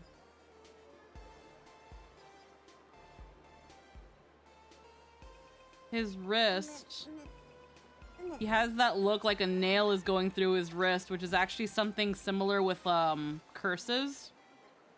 A nail going through something is, at least in Asian countries, symbolic to like a curse. And the fact that it's going through that arm, I feel like that arm's not actually like, I feel like that's not his arm. He seems to have, if he is if he is the Galaxy Ranger leader and like La Mancha, and he's supposed to be that like that freaking the wolf missing a leg or whatever, I would think it has something to do with this arm. In the very least, he definitely seems to be a ranger. This place is buzzing. Are they all here waiting for Full Wish to grant their wishes? A rich person like Full Wish can make most people's wildest dreams come true with the snap of her fingers. If money could really accomplish everything, the IPC wouldn't be eyeing this world. My bet, I'm sure that Full Wish wishes the tragedy 15 years ago never happened. He's also clearly way older than you'd think, as they mention cryosleep. Yeah. Can the laughter really pull it off? I feel like he's definitely supposed to be like a much older character, but because of how this game is, they've got to all be pretty. In past victory records, there have been countless and often bizarre instances where the victor used the Elation's authority to Are we getting change a raid? reality. Hello, Raiders. Like an ESB Tesu. Thank you for the raid, and welcome everybody. My name is Squeaky Chiona. We're just playing Honkai Star Rail version 4.1. We kind of, I don't know how far along we're in it, but so far, if I'm to be real, it's been kind of it's been slow. It's been a slow burn. But hello, welcome. I hope you can make yourselves comfortable. If you've got a raid and run, that's completely fine. You have to understand, the Phantasmoon Games isn't just some wish-granting lamp. What makes it irresistible is that it turns the one who wishes into the genie. That's quite alluring. Have you heard about the noblest worm Aha made godlike? It became the happiest creature in existence. Happy enough to burst apart, leaving no intact body behind. Your knowledge of these unofficial records is enough to rival ours. Since you see things so You clearly, finished the patch Mr. update Ashvale, too? Heck yeah. Why sign up for the games? Quite. It's been interesting in several ways, but otherwise horrendously verbose and lacking in tension. Yeah, it's kind of like it 4.0 was so interesting when it ended, and then this has been like it had so many chances to be interesting, and it just keeps falling on its face. It's only now slowly starting to pick up now that we're like talked to Pearl, and Ashvale is getting involved now, and I want to see what's We his had so many dealio. very tense circumstances, but everyone is just super casual anyway. Yeah, it's been very weird. Fishing. Don't be afraid. Now that you're a supplicant, public officials like me no longer have any authority over you. I'm guessing what you want goes beyond a straightforward act of revenge. Beyond a vigilante execution carried out in public. If you were only out to avenge friends, with or without the Phantasmoon Games, someone like you would toss laws and decorum aside and do what needs to be done. So tell me, Mr. Ashvale, what do you actually hope to get from the games? Consider it a mystery. If I make it to the end, you'll know the answer before Aha does. Well then, I'd be honored. Just don't let your wish ruin our lives here. Daily life here fits like a tailored prison uniform. Wear it too long and you forget what your bones should feel like. Ugh. It's time to break free. Full Wish hasn't shown up yet. Let's talk with the members of the Research Society. Maybe we can coax something useful out of them. Like, I had heard 4.1 is like 7 hours long. I have no idea where the hell we are in terms of place. Lots of build-up since the cast is hyper competent. I feel that. I got called into another chat with the boss today. Never thought he'd care about me this much. Everyone is smiling at me. The office feels downright. Well, like for me, the part that was like the most insufferable so far of the patch has been like the Perlux Studios with the mechas and all that stuff. Lunch and clean up the house. Like We haven't even Nihilux? gotten to the carnival, which is apparently going over everything we've done so far. Yeah, like, Nihilux is very interesting, and I like her so far. And I understand the tour was to help kind of build her character a little bit, but then it actually started getting into the robot stuff and the Daybreak team that, like, are fucking glazing you, and it's like, I don't care. I don't care. I want to keep moving forward. I'm supposed to go talk to Pearl. Why is it that when the story decides to take a screeching halt, it's actually the worst thing ever? When Emma left me, you must have left the kids to me for my own happiness. When I look back, I realize The I was robot something combat that was cool in concept but incredibly slow in execution. Yeah. Yesterday, during my tumor removal, the anesthesia wore off halfway The through. robot only has 2 moves and the fight takes forever. The doctors pull all kinds of things out of my stomach. There was this lump still twitching when they cut it out.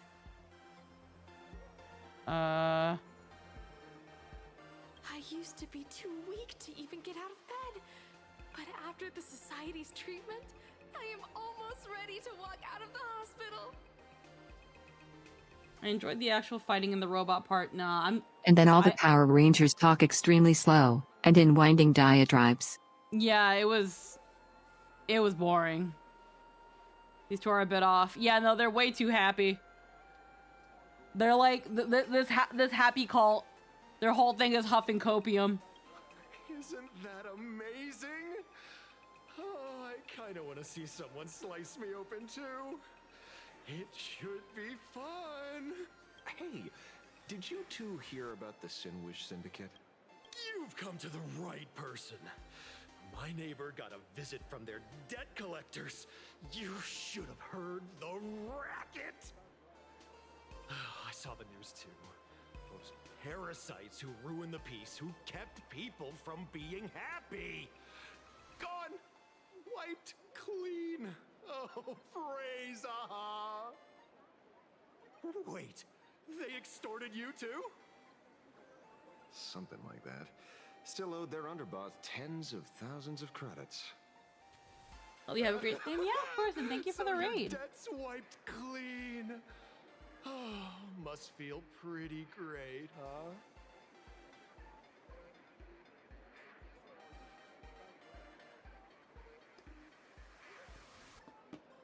All right.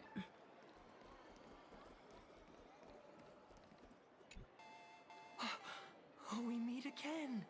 Hey, Lady Megatron. How have you been? Good. Since I joined the Research Society, I've made so many new friends. In the past, I struggled with mobility. I always had to work 3 or 4 times harder than the other Megatrons, just to keep up. A lot of Imaginae think factory-made types like me don't count as their own. And humans look at us and see soulless machines. If every sentient being has a home, then even the scrapyard is close to me. I'm not even considered recyclable waste. But here, in the society, no one cares what I am or what I can do. They just see me as a normal person. Congrats. You found your home. Aha said the same. They and everyone here are my family. Aha talks to you. Of course. You mean you can't hear them? Guess you're not happy enough yet. Don't worry. Once you join the society, you will. No pain, no tears, just pure joy. The society makes everyone happy.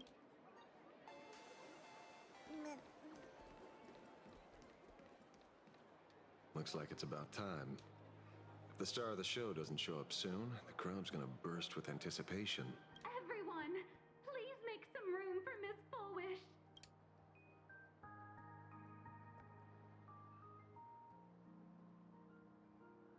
By the Master of Elation, may they bless all souls and grant them smiles. Are you all happy today? very happy. Thank you for your smiles. Oh, it's the girl who was on the TV. Yeah. So precious. But before we celebrate the elation, let me share a memory drenched in tears. It once dragged me into the abyss. Yet, it also taught me what the elation really means. As you all know, 15 years ago, during the Phantom Moon Games, the shadow cast by the Herald of Death swallowed this place whole. That day, I lost my parents, my classmates, and the others. The morning greetings, the little daily chatter, all went silent under that crimson dusk. After that, for a very, very long time, all that remained of my world, a door shut tight, a room steeped in silence, and a wound in my heart that would never heal.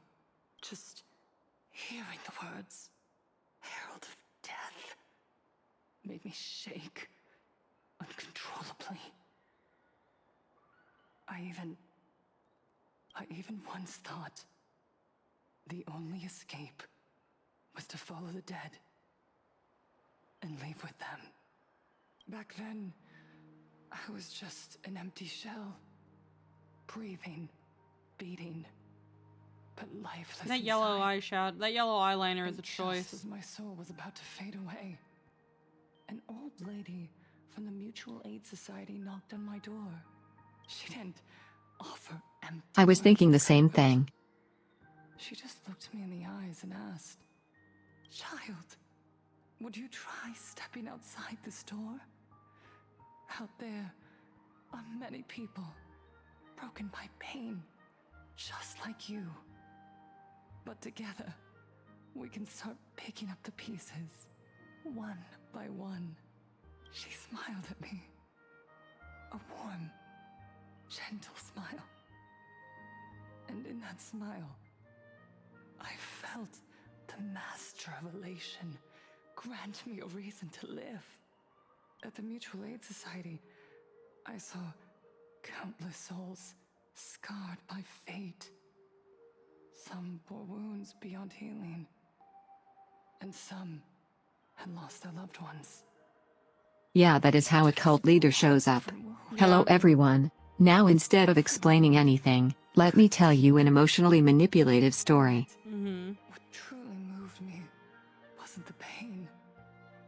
It was how, beneath those scars, they still reached out to one another, offering a smile to a child who'd stopped crying, lending a guiding hand to someone lost.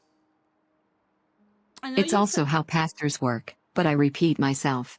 I know how you said how you think it might be Pearl that is doing the murdinating. But Asheville did also say that with things going on, there are a few culprits. One possible culprit who'd be able to copycat is somebody who was there. I'm mostly thinking about who would be able to do it. Yeah, and I feel like the leader of a cult could probably be a good suspect. It could just be a poke at cults in general. Yeah. It's because it's like when it comes to like cults, Asia's got some pretty bad ones. And when it comes to Japan, it's got some pretty bad cults. The most prevalent one being like I think the Aum Shinrikyo with what they did. They taught me something precious. Pain can destroy a person. We also know Pearl wants Ashevale to join the games, and that using the Herald of Death as bait would definitely work. Rebirth. That was when Aha's voice echoed again in the silence of my heart. The Smiles So Pro would have a motive. through mutual aid is Aha's most precious blessing. It does not belong only in the small room of a support group. It yearns to illuminate I mean, hearts. Asheville took But the that's bait. not to say the others don't. We just don't know it yet. I mean, Asheville took the bait. I mean, yeah. Each time we share a true smile, it's as if we hear Aha's voice. And when that voice rings out, all suffering fades, all pain is healed, and everyone knows what true happiness feels like. That's why the Research Society of Happy Smiles was founded. I will share this divine smile with all of you.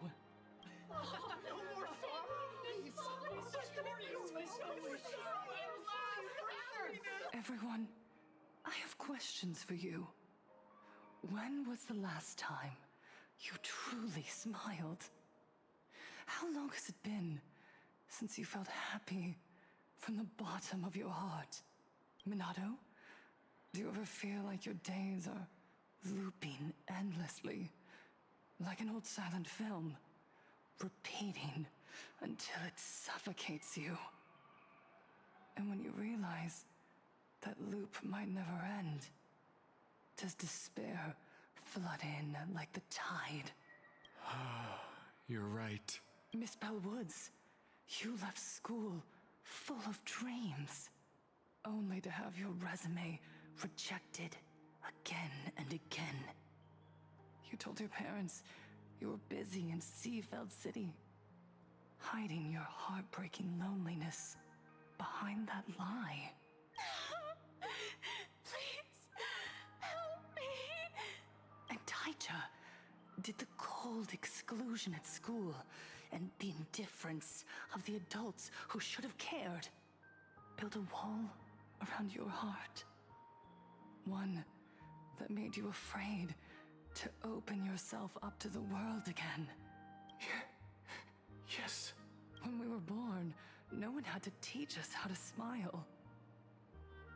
But who would have thought that one day, even smiling would become so hard?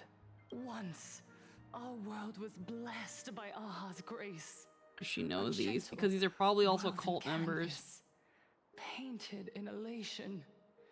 For centuries, humans and Imaginaes lived freely together in that eternal haven until the Inter-Astral Peace Corporation violently tore us away from that sanctuary. They brought us their so-called inter-astral civilization, imposed their so-called standards of happiness, and told us that life's ultimate joy lies in self-focus, self-indulgence, and self-satisfaction. They flooded us with dazzling material desires, blinding our hearts. They fed arrogance and prejudice into our minds through the network, making us chase pleasure for ourselves and forget that true elation is found when we smile together. Wish power has turned into fuel. Credits jingle where heartfelt laughter used to ring. We drown in anxiety, competition, and an endless sense of not being enough. If you've ever listened to a cult leader speak, they memorize specific people in the crowd they can easily call out to make the entire crowd feel as though there's a personal connection and the leader knows and cared for all of them. Yeah, this is the cult playbook. It's a very effective tactic. Yep. Of life itself is being eaten away and replaced by the external. You said it. I work myself to death for scraps, and my boss doesn't even notice. And those useless loudmouths online. They do nothing with their lives, yet constantly judge everyone else. The IPC is nothing but a nest of vampires! They're feeding off of us! I mean, it's personalizing the issues and not just some grand cause. Yeah. Look around you. This land was once blessed by the master of elation. And yet now, it's overflowing with misery. Everyone's chasing their own happiness, but in doing so, they wound others without even noticing. Do you remember the moment I found happiness again? It was when someone who was suffering just as I was, smiled at me. Even through their pain, they gave me that smile. A smile filled with blessings. That smile saved my life. So listen well. Only by opening your heart and sharing your smile with another can you truly grasp what happiness means. It isn't just giving a smile. It's embracing the power that Aha bestowed upon us to smile. Join the Research Society of Happy Smiles. I wonder if ASAT Pyramid is behind this. Smile buried within yourself, and Aha will grant your life a transformation. Our mission doesn't end with finding our own smiles. We must bring them to the world and spread true happiness across all existence. While others pray to the eon. Their whole thing is destroying planets while carving a smile on them. Followers of Aha carry a higher calling. Which one are you talking about, to Lynn? fulfill their wish.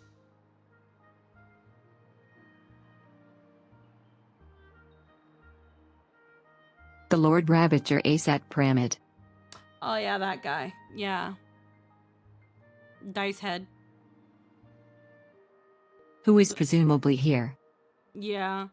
Description of the power she was given isn't Aha's playbook. Yeah. To fulfill Aha's wish? Yes. To still every cry of sorrow. To wipe away every bitter tear. We will build. No.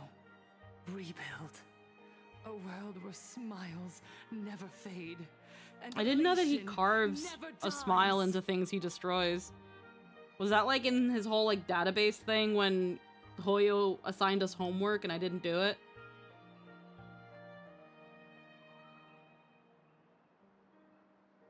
Yeah, I had a feeling.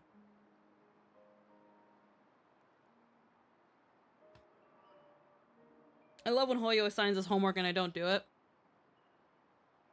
One planet he destroyed, he carved a smile on the surface of it you could see from space. Mm-hmm. But, Lynn, was that information that was given in one of those, like, Hoyo Lab things where they release a video and then they talk about it?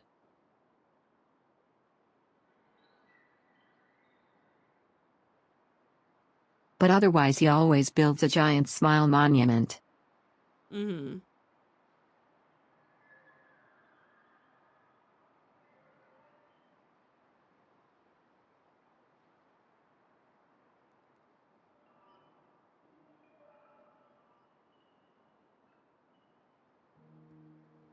I'm mostly saying because I just want to make sure I know where this information was at least, and it was just a matter of me being like, I'll look at that another time, than it being in some superfluous place that, unless I had no life, I wouldn't have known.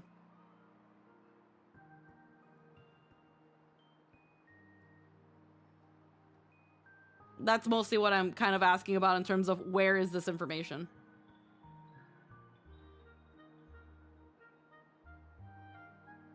Oh, we see him doing that in the Myriad Celestia going over the Ravagers. Okay, I might not remember it then. Because I know that after that Myriad Celestia, they released a whole thing about each of those Lord Ravagers, and we kind of know which one is supposed to Lord Ravage which Eon. And I know that Asat Pramad is supposed to destroy Elation, but I didn't really know, like, anything else about him other from that because I didn't read all those little blurbs.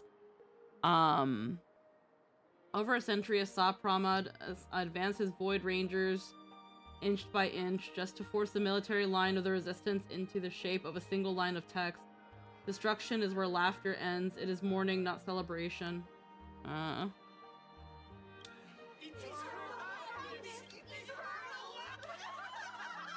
While more specifics on it are in readables sort of, and then yeah, the info cards. She's so far gone, it's hard to make sense of it. Then let's not overthink it. Let's talk to her directly. The like dude is unhinged.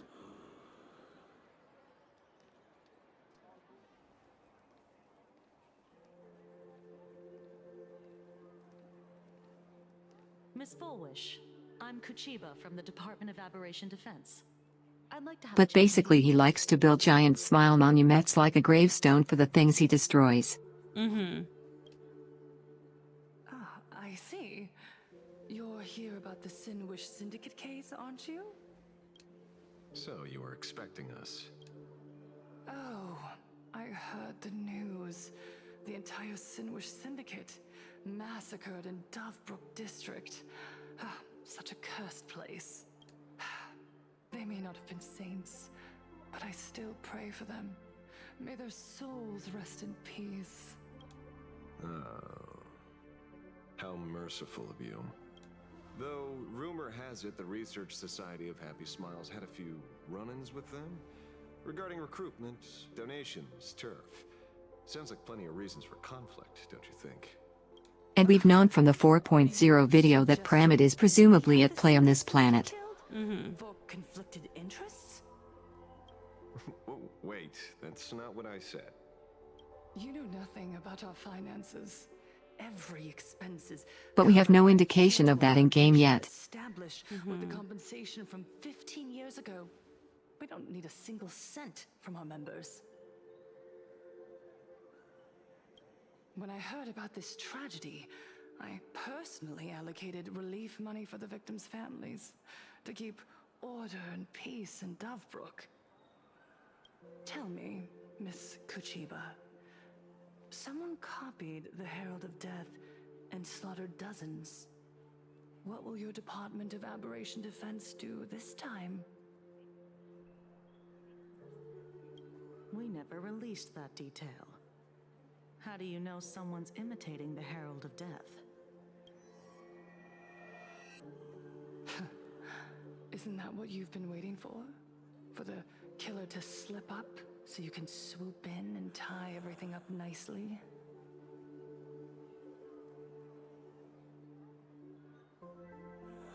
"15 years have passed. You don't seriously believe we're still living in an age where information can be sealed off at will, do you? From the very day the murders occurred, the news has long since spread online.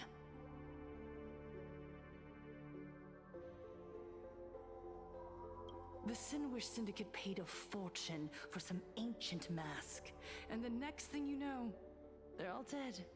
The scene painted red with traces of the bloody bloom. Please pay no attention to baseless rumors. Rumors? And yet you're here. That alone proves one thing. The rumors are true. And the new Herald of Death really does exist. Otherwise, why do you suspect me? Only someone who knows the original case could recreate it so perfectly, right? Everyone! You heard our conversation, didn't you? The Herald of Death has returned. He's here, in Dovebrook. He's slain the entire Sinwish Syndicate. He's back to relive the carnage of the Phantom Moon Games. Oh, the Herald of Death? Didn't the officials declare him executed? How has he appeared again? I love how all the stupid voices are given to the extras. And I hate that people have double ears in this. He's immortal? A demon? He's back for revenge. Yep. He'll take revenge on everyone.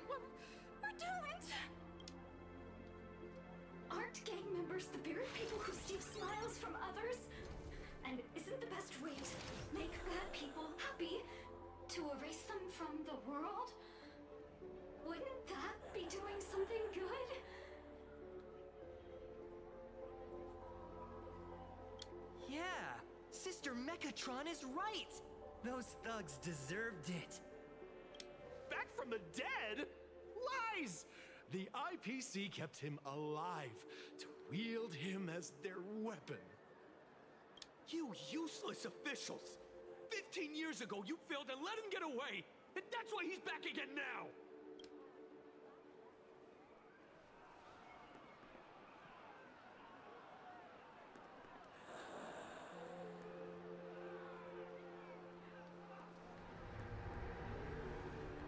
Everyone, there's no need to panic. Remember who you are. You are those who live beneath Aha's brilliance, who have claimed happiness and cast off the shackles of suffering. Once the Herald of Death fed on our fear and tears, that was the source Also of his classic cult power. behavior here. Weaponize the absolutely. crowd through fear. Keep them Yep. emotional and easy to sway. Yep. Look at the smiles on the faces of those around you. There is no fear left in our hearts, no tears left in our eyes. All that remains is resolve, happiness, and faith in the elation. The Research Society of Happy Smiles will protect this world. Etch this into your hearts. The happy do not die. For even death cannot touch a heart filled with happiness. What's going on? There's something very wrong about this woman. Yes, as long as we're happy enough, there's nothing to fear. We won't die. Happiness is our weapon. Happiness will destroy the Herald of Death.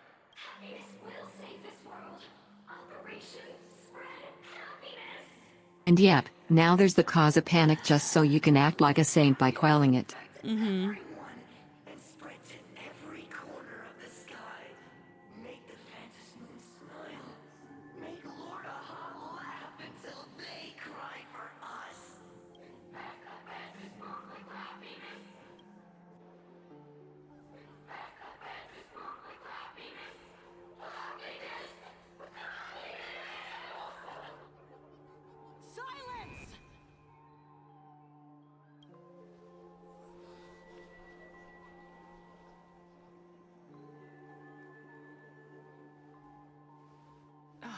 My apologies, officers.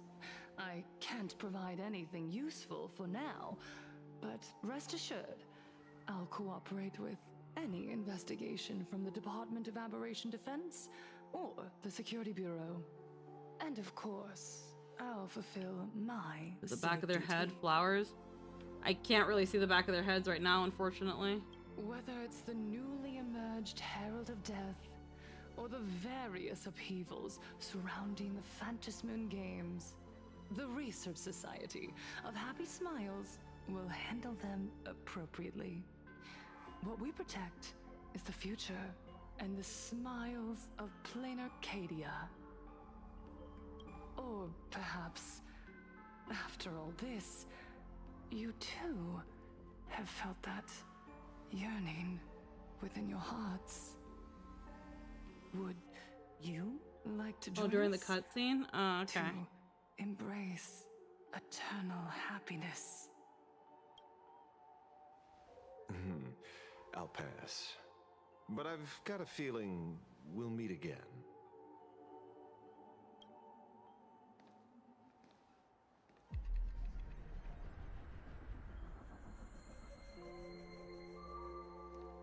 Oh, it's that guy.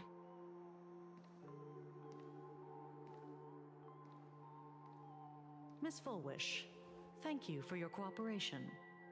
Hopefully, next time we meet, it won't be like this. May the Master of Elation watch over all and bless you with their everlasting smile.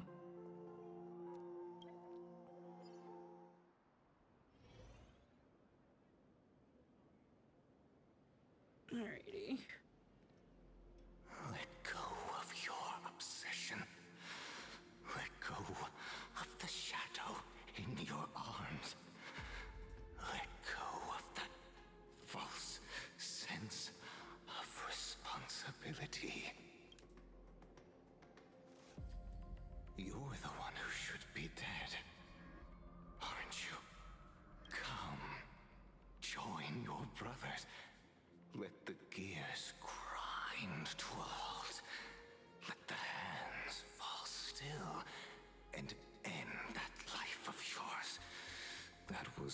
never meant to be.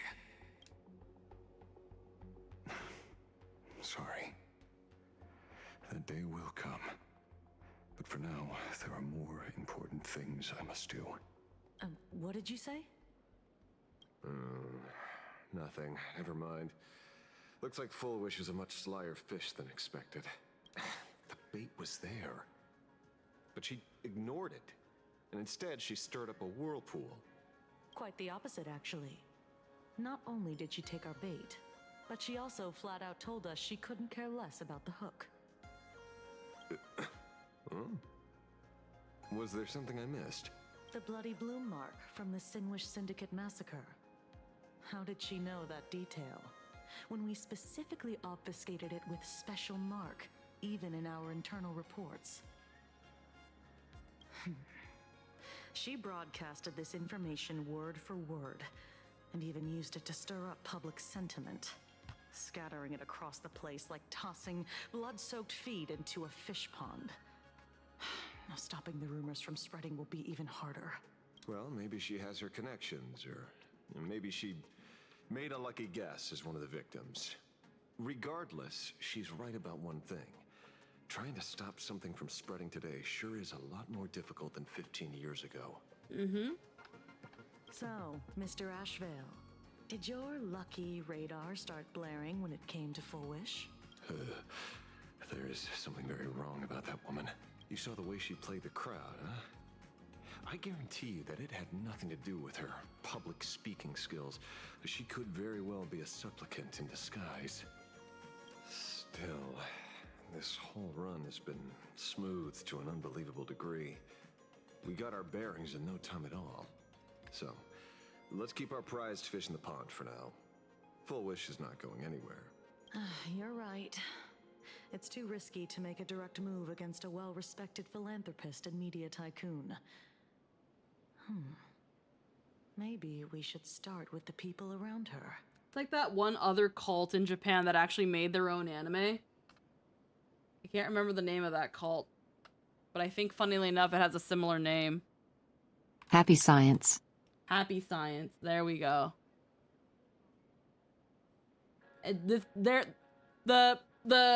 Yeah, like, this cult is probably a reference to the Happy Science cult, while also having references to just every other Japanese cult that has caused problems. There were people from all walks of life at the gathering just now. Workers, suits, students, the elderly, and even Mechatrons. Judging by their crazed enthusiasm. Yeah, Japan has a really big cult problem. Asia in general has a big cult problem. But I have my ways. Mr. Ashvale, coercive interrogation is strictly against the rules. Please refrain from doing it somewhere I can't. Don't get the wrong idea. I meant an old friend that I spotted at the gathering. By the way, Cults become more prominent when there's more despair. I thought you weren't a TV person. And Asian work culture is absolutely brutal. Yeah. Your monkey is quite the child at heart. Anyway, come on. Let's go get an autograph from our heroic film star. Alrighty. I think this is gonna be where I want to end for today. As much as I'm interested in finishing up Ashvale's stuff, we do have something to do in about half an hour. And I do need to take some time to freshen up. So I think this is a good time for us to stop. As I suspected, Ashvale's parts have been the most interesting. I just wish the rest of the patch can be interesting. There's supposed to be apparently a festival, and we're nowhere near that yet. It doesn't feel like we are. I have no idea where the hell we are time-wise. Like, I don't even think we're halfway through. And that's kind of crazy to me.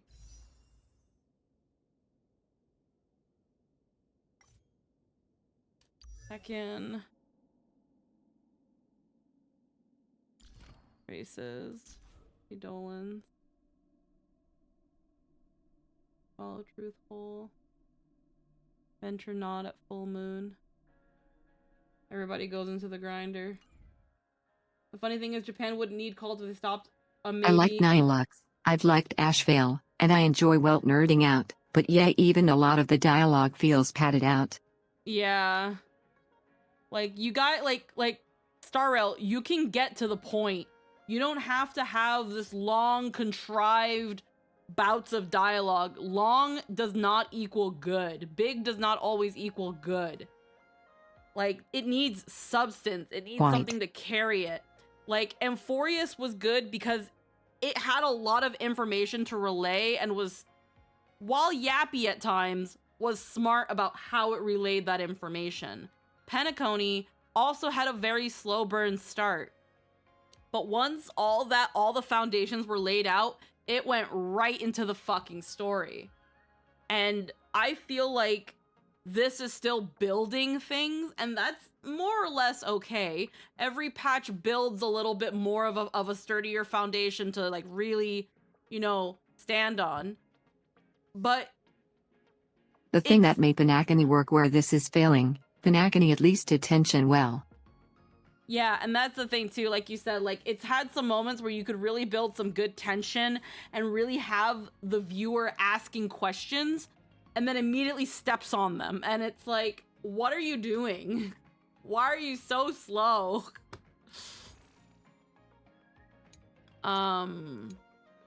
It's frustrating. It's very frustrating.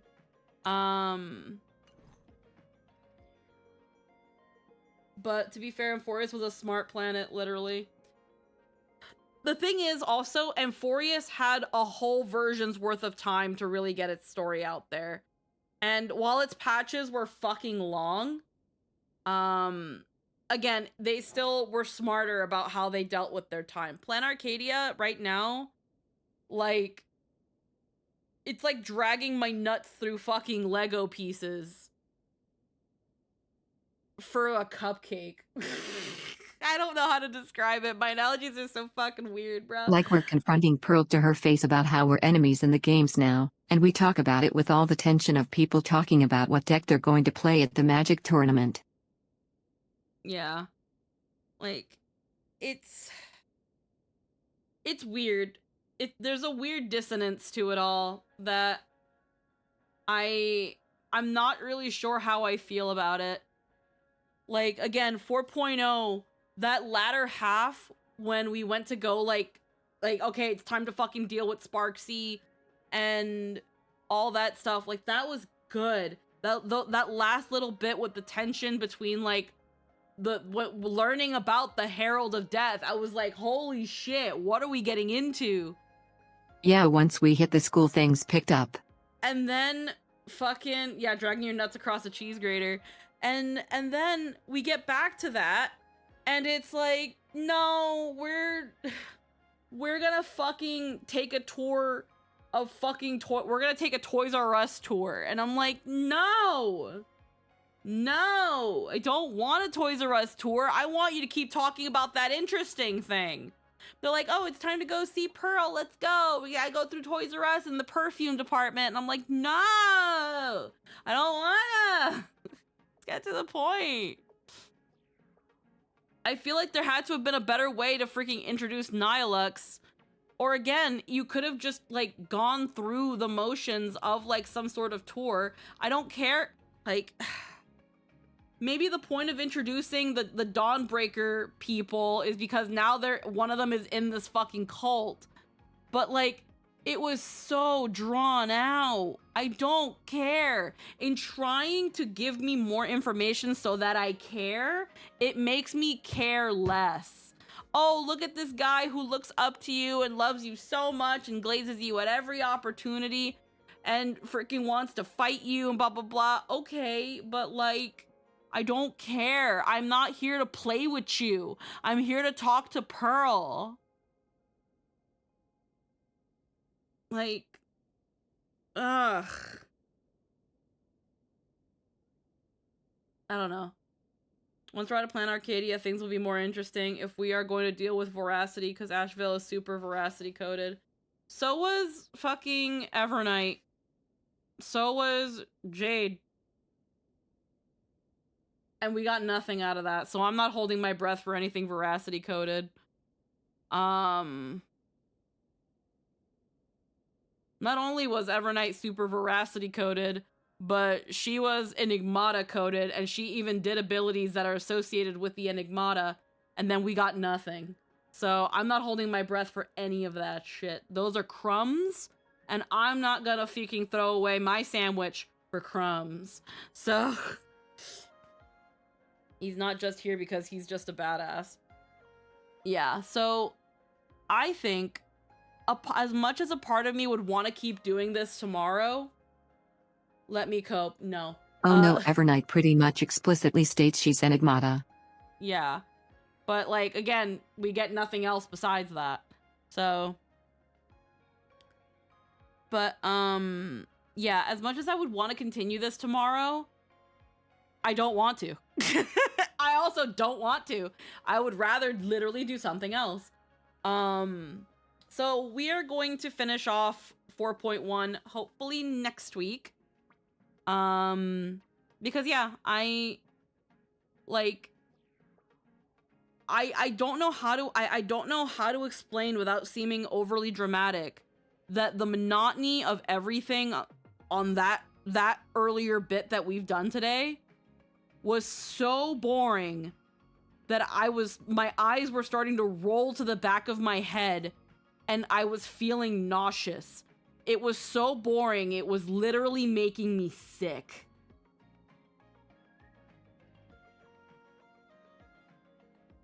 Like, I'm not trying to exaggerate. The weird thing is that we didn't even yap that much. There wasn't even much to talk about. There's nothing to talk about.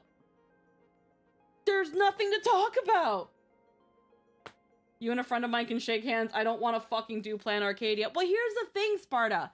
I do. I want to know what's happening here. It's giving me nothing. It's serving me nothing and expecting me to clap. It gives the crumbs that it has given me, I want to know where they lead, but then it just gives me a whole fucking tirade of nothing. I'm bored. How did you take this planet about entertainment and whimsy and imagination becoming reality and make it boring? It's boring. Like, I am a yapper. I am someone who takes a fucking 9-hour patch and makes it fucking take 3 days to do because I can't shut up about everything happening. And I've got nothing to say here. I've got nothing to say. And right now, I'm really enjoying these Ashvale stuff because it feels like it's actually going somewhere. It feels like it's actually going somewhere, but I'm so burnt out today of just that fucking slog. We've been streaming for 6 hours, and I only feel like the last hour and a half I got something substantial and interesting.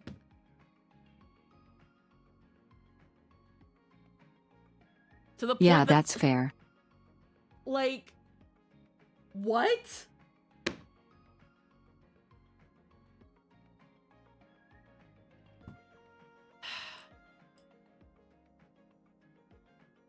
Like, I want to like what's going on here. I really, really do. I wouldn't be this angry. Well, maybe angry is too. I wouldn't be this affected emotionally right now if I didn't want this to be good.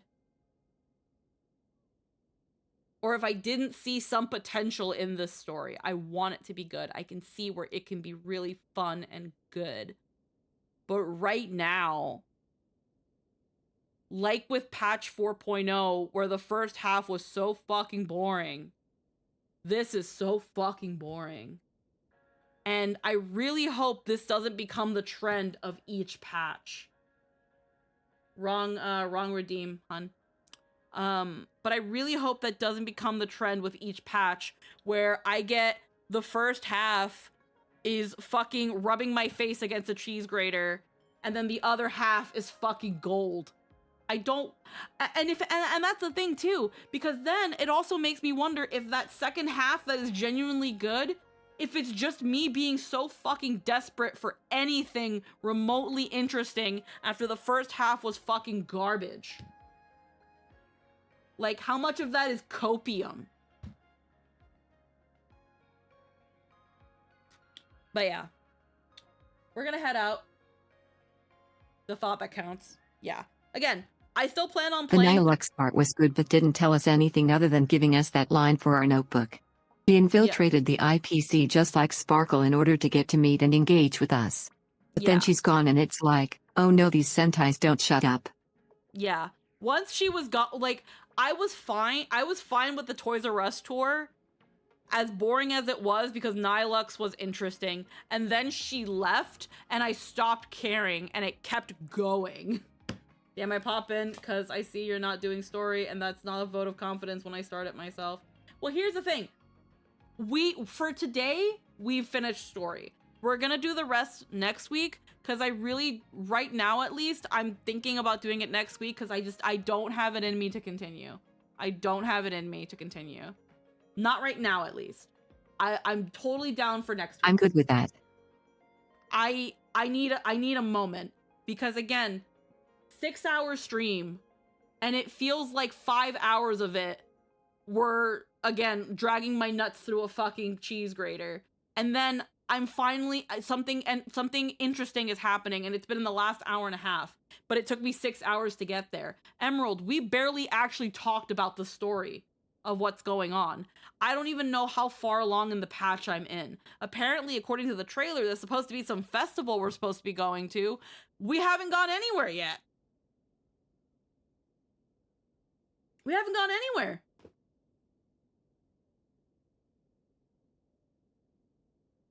I don't know how far along I'm in the patch. Am I 30%, 40%, halfway? I have no idea. But we barely yapped. Usually when we don't yap, we freaking blaze through this shit.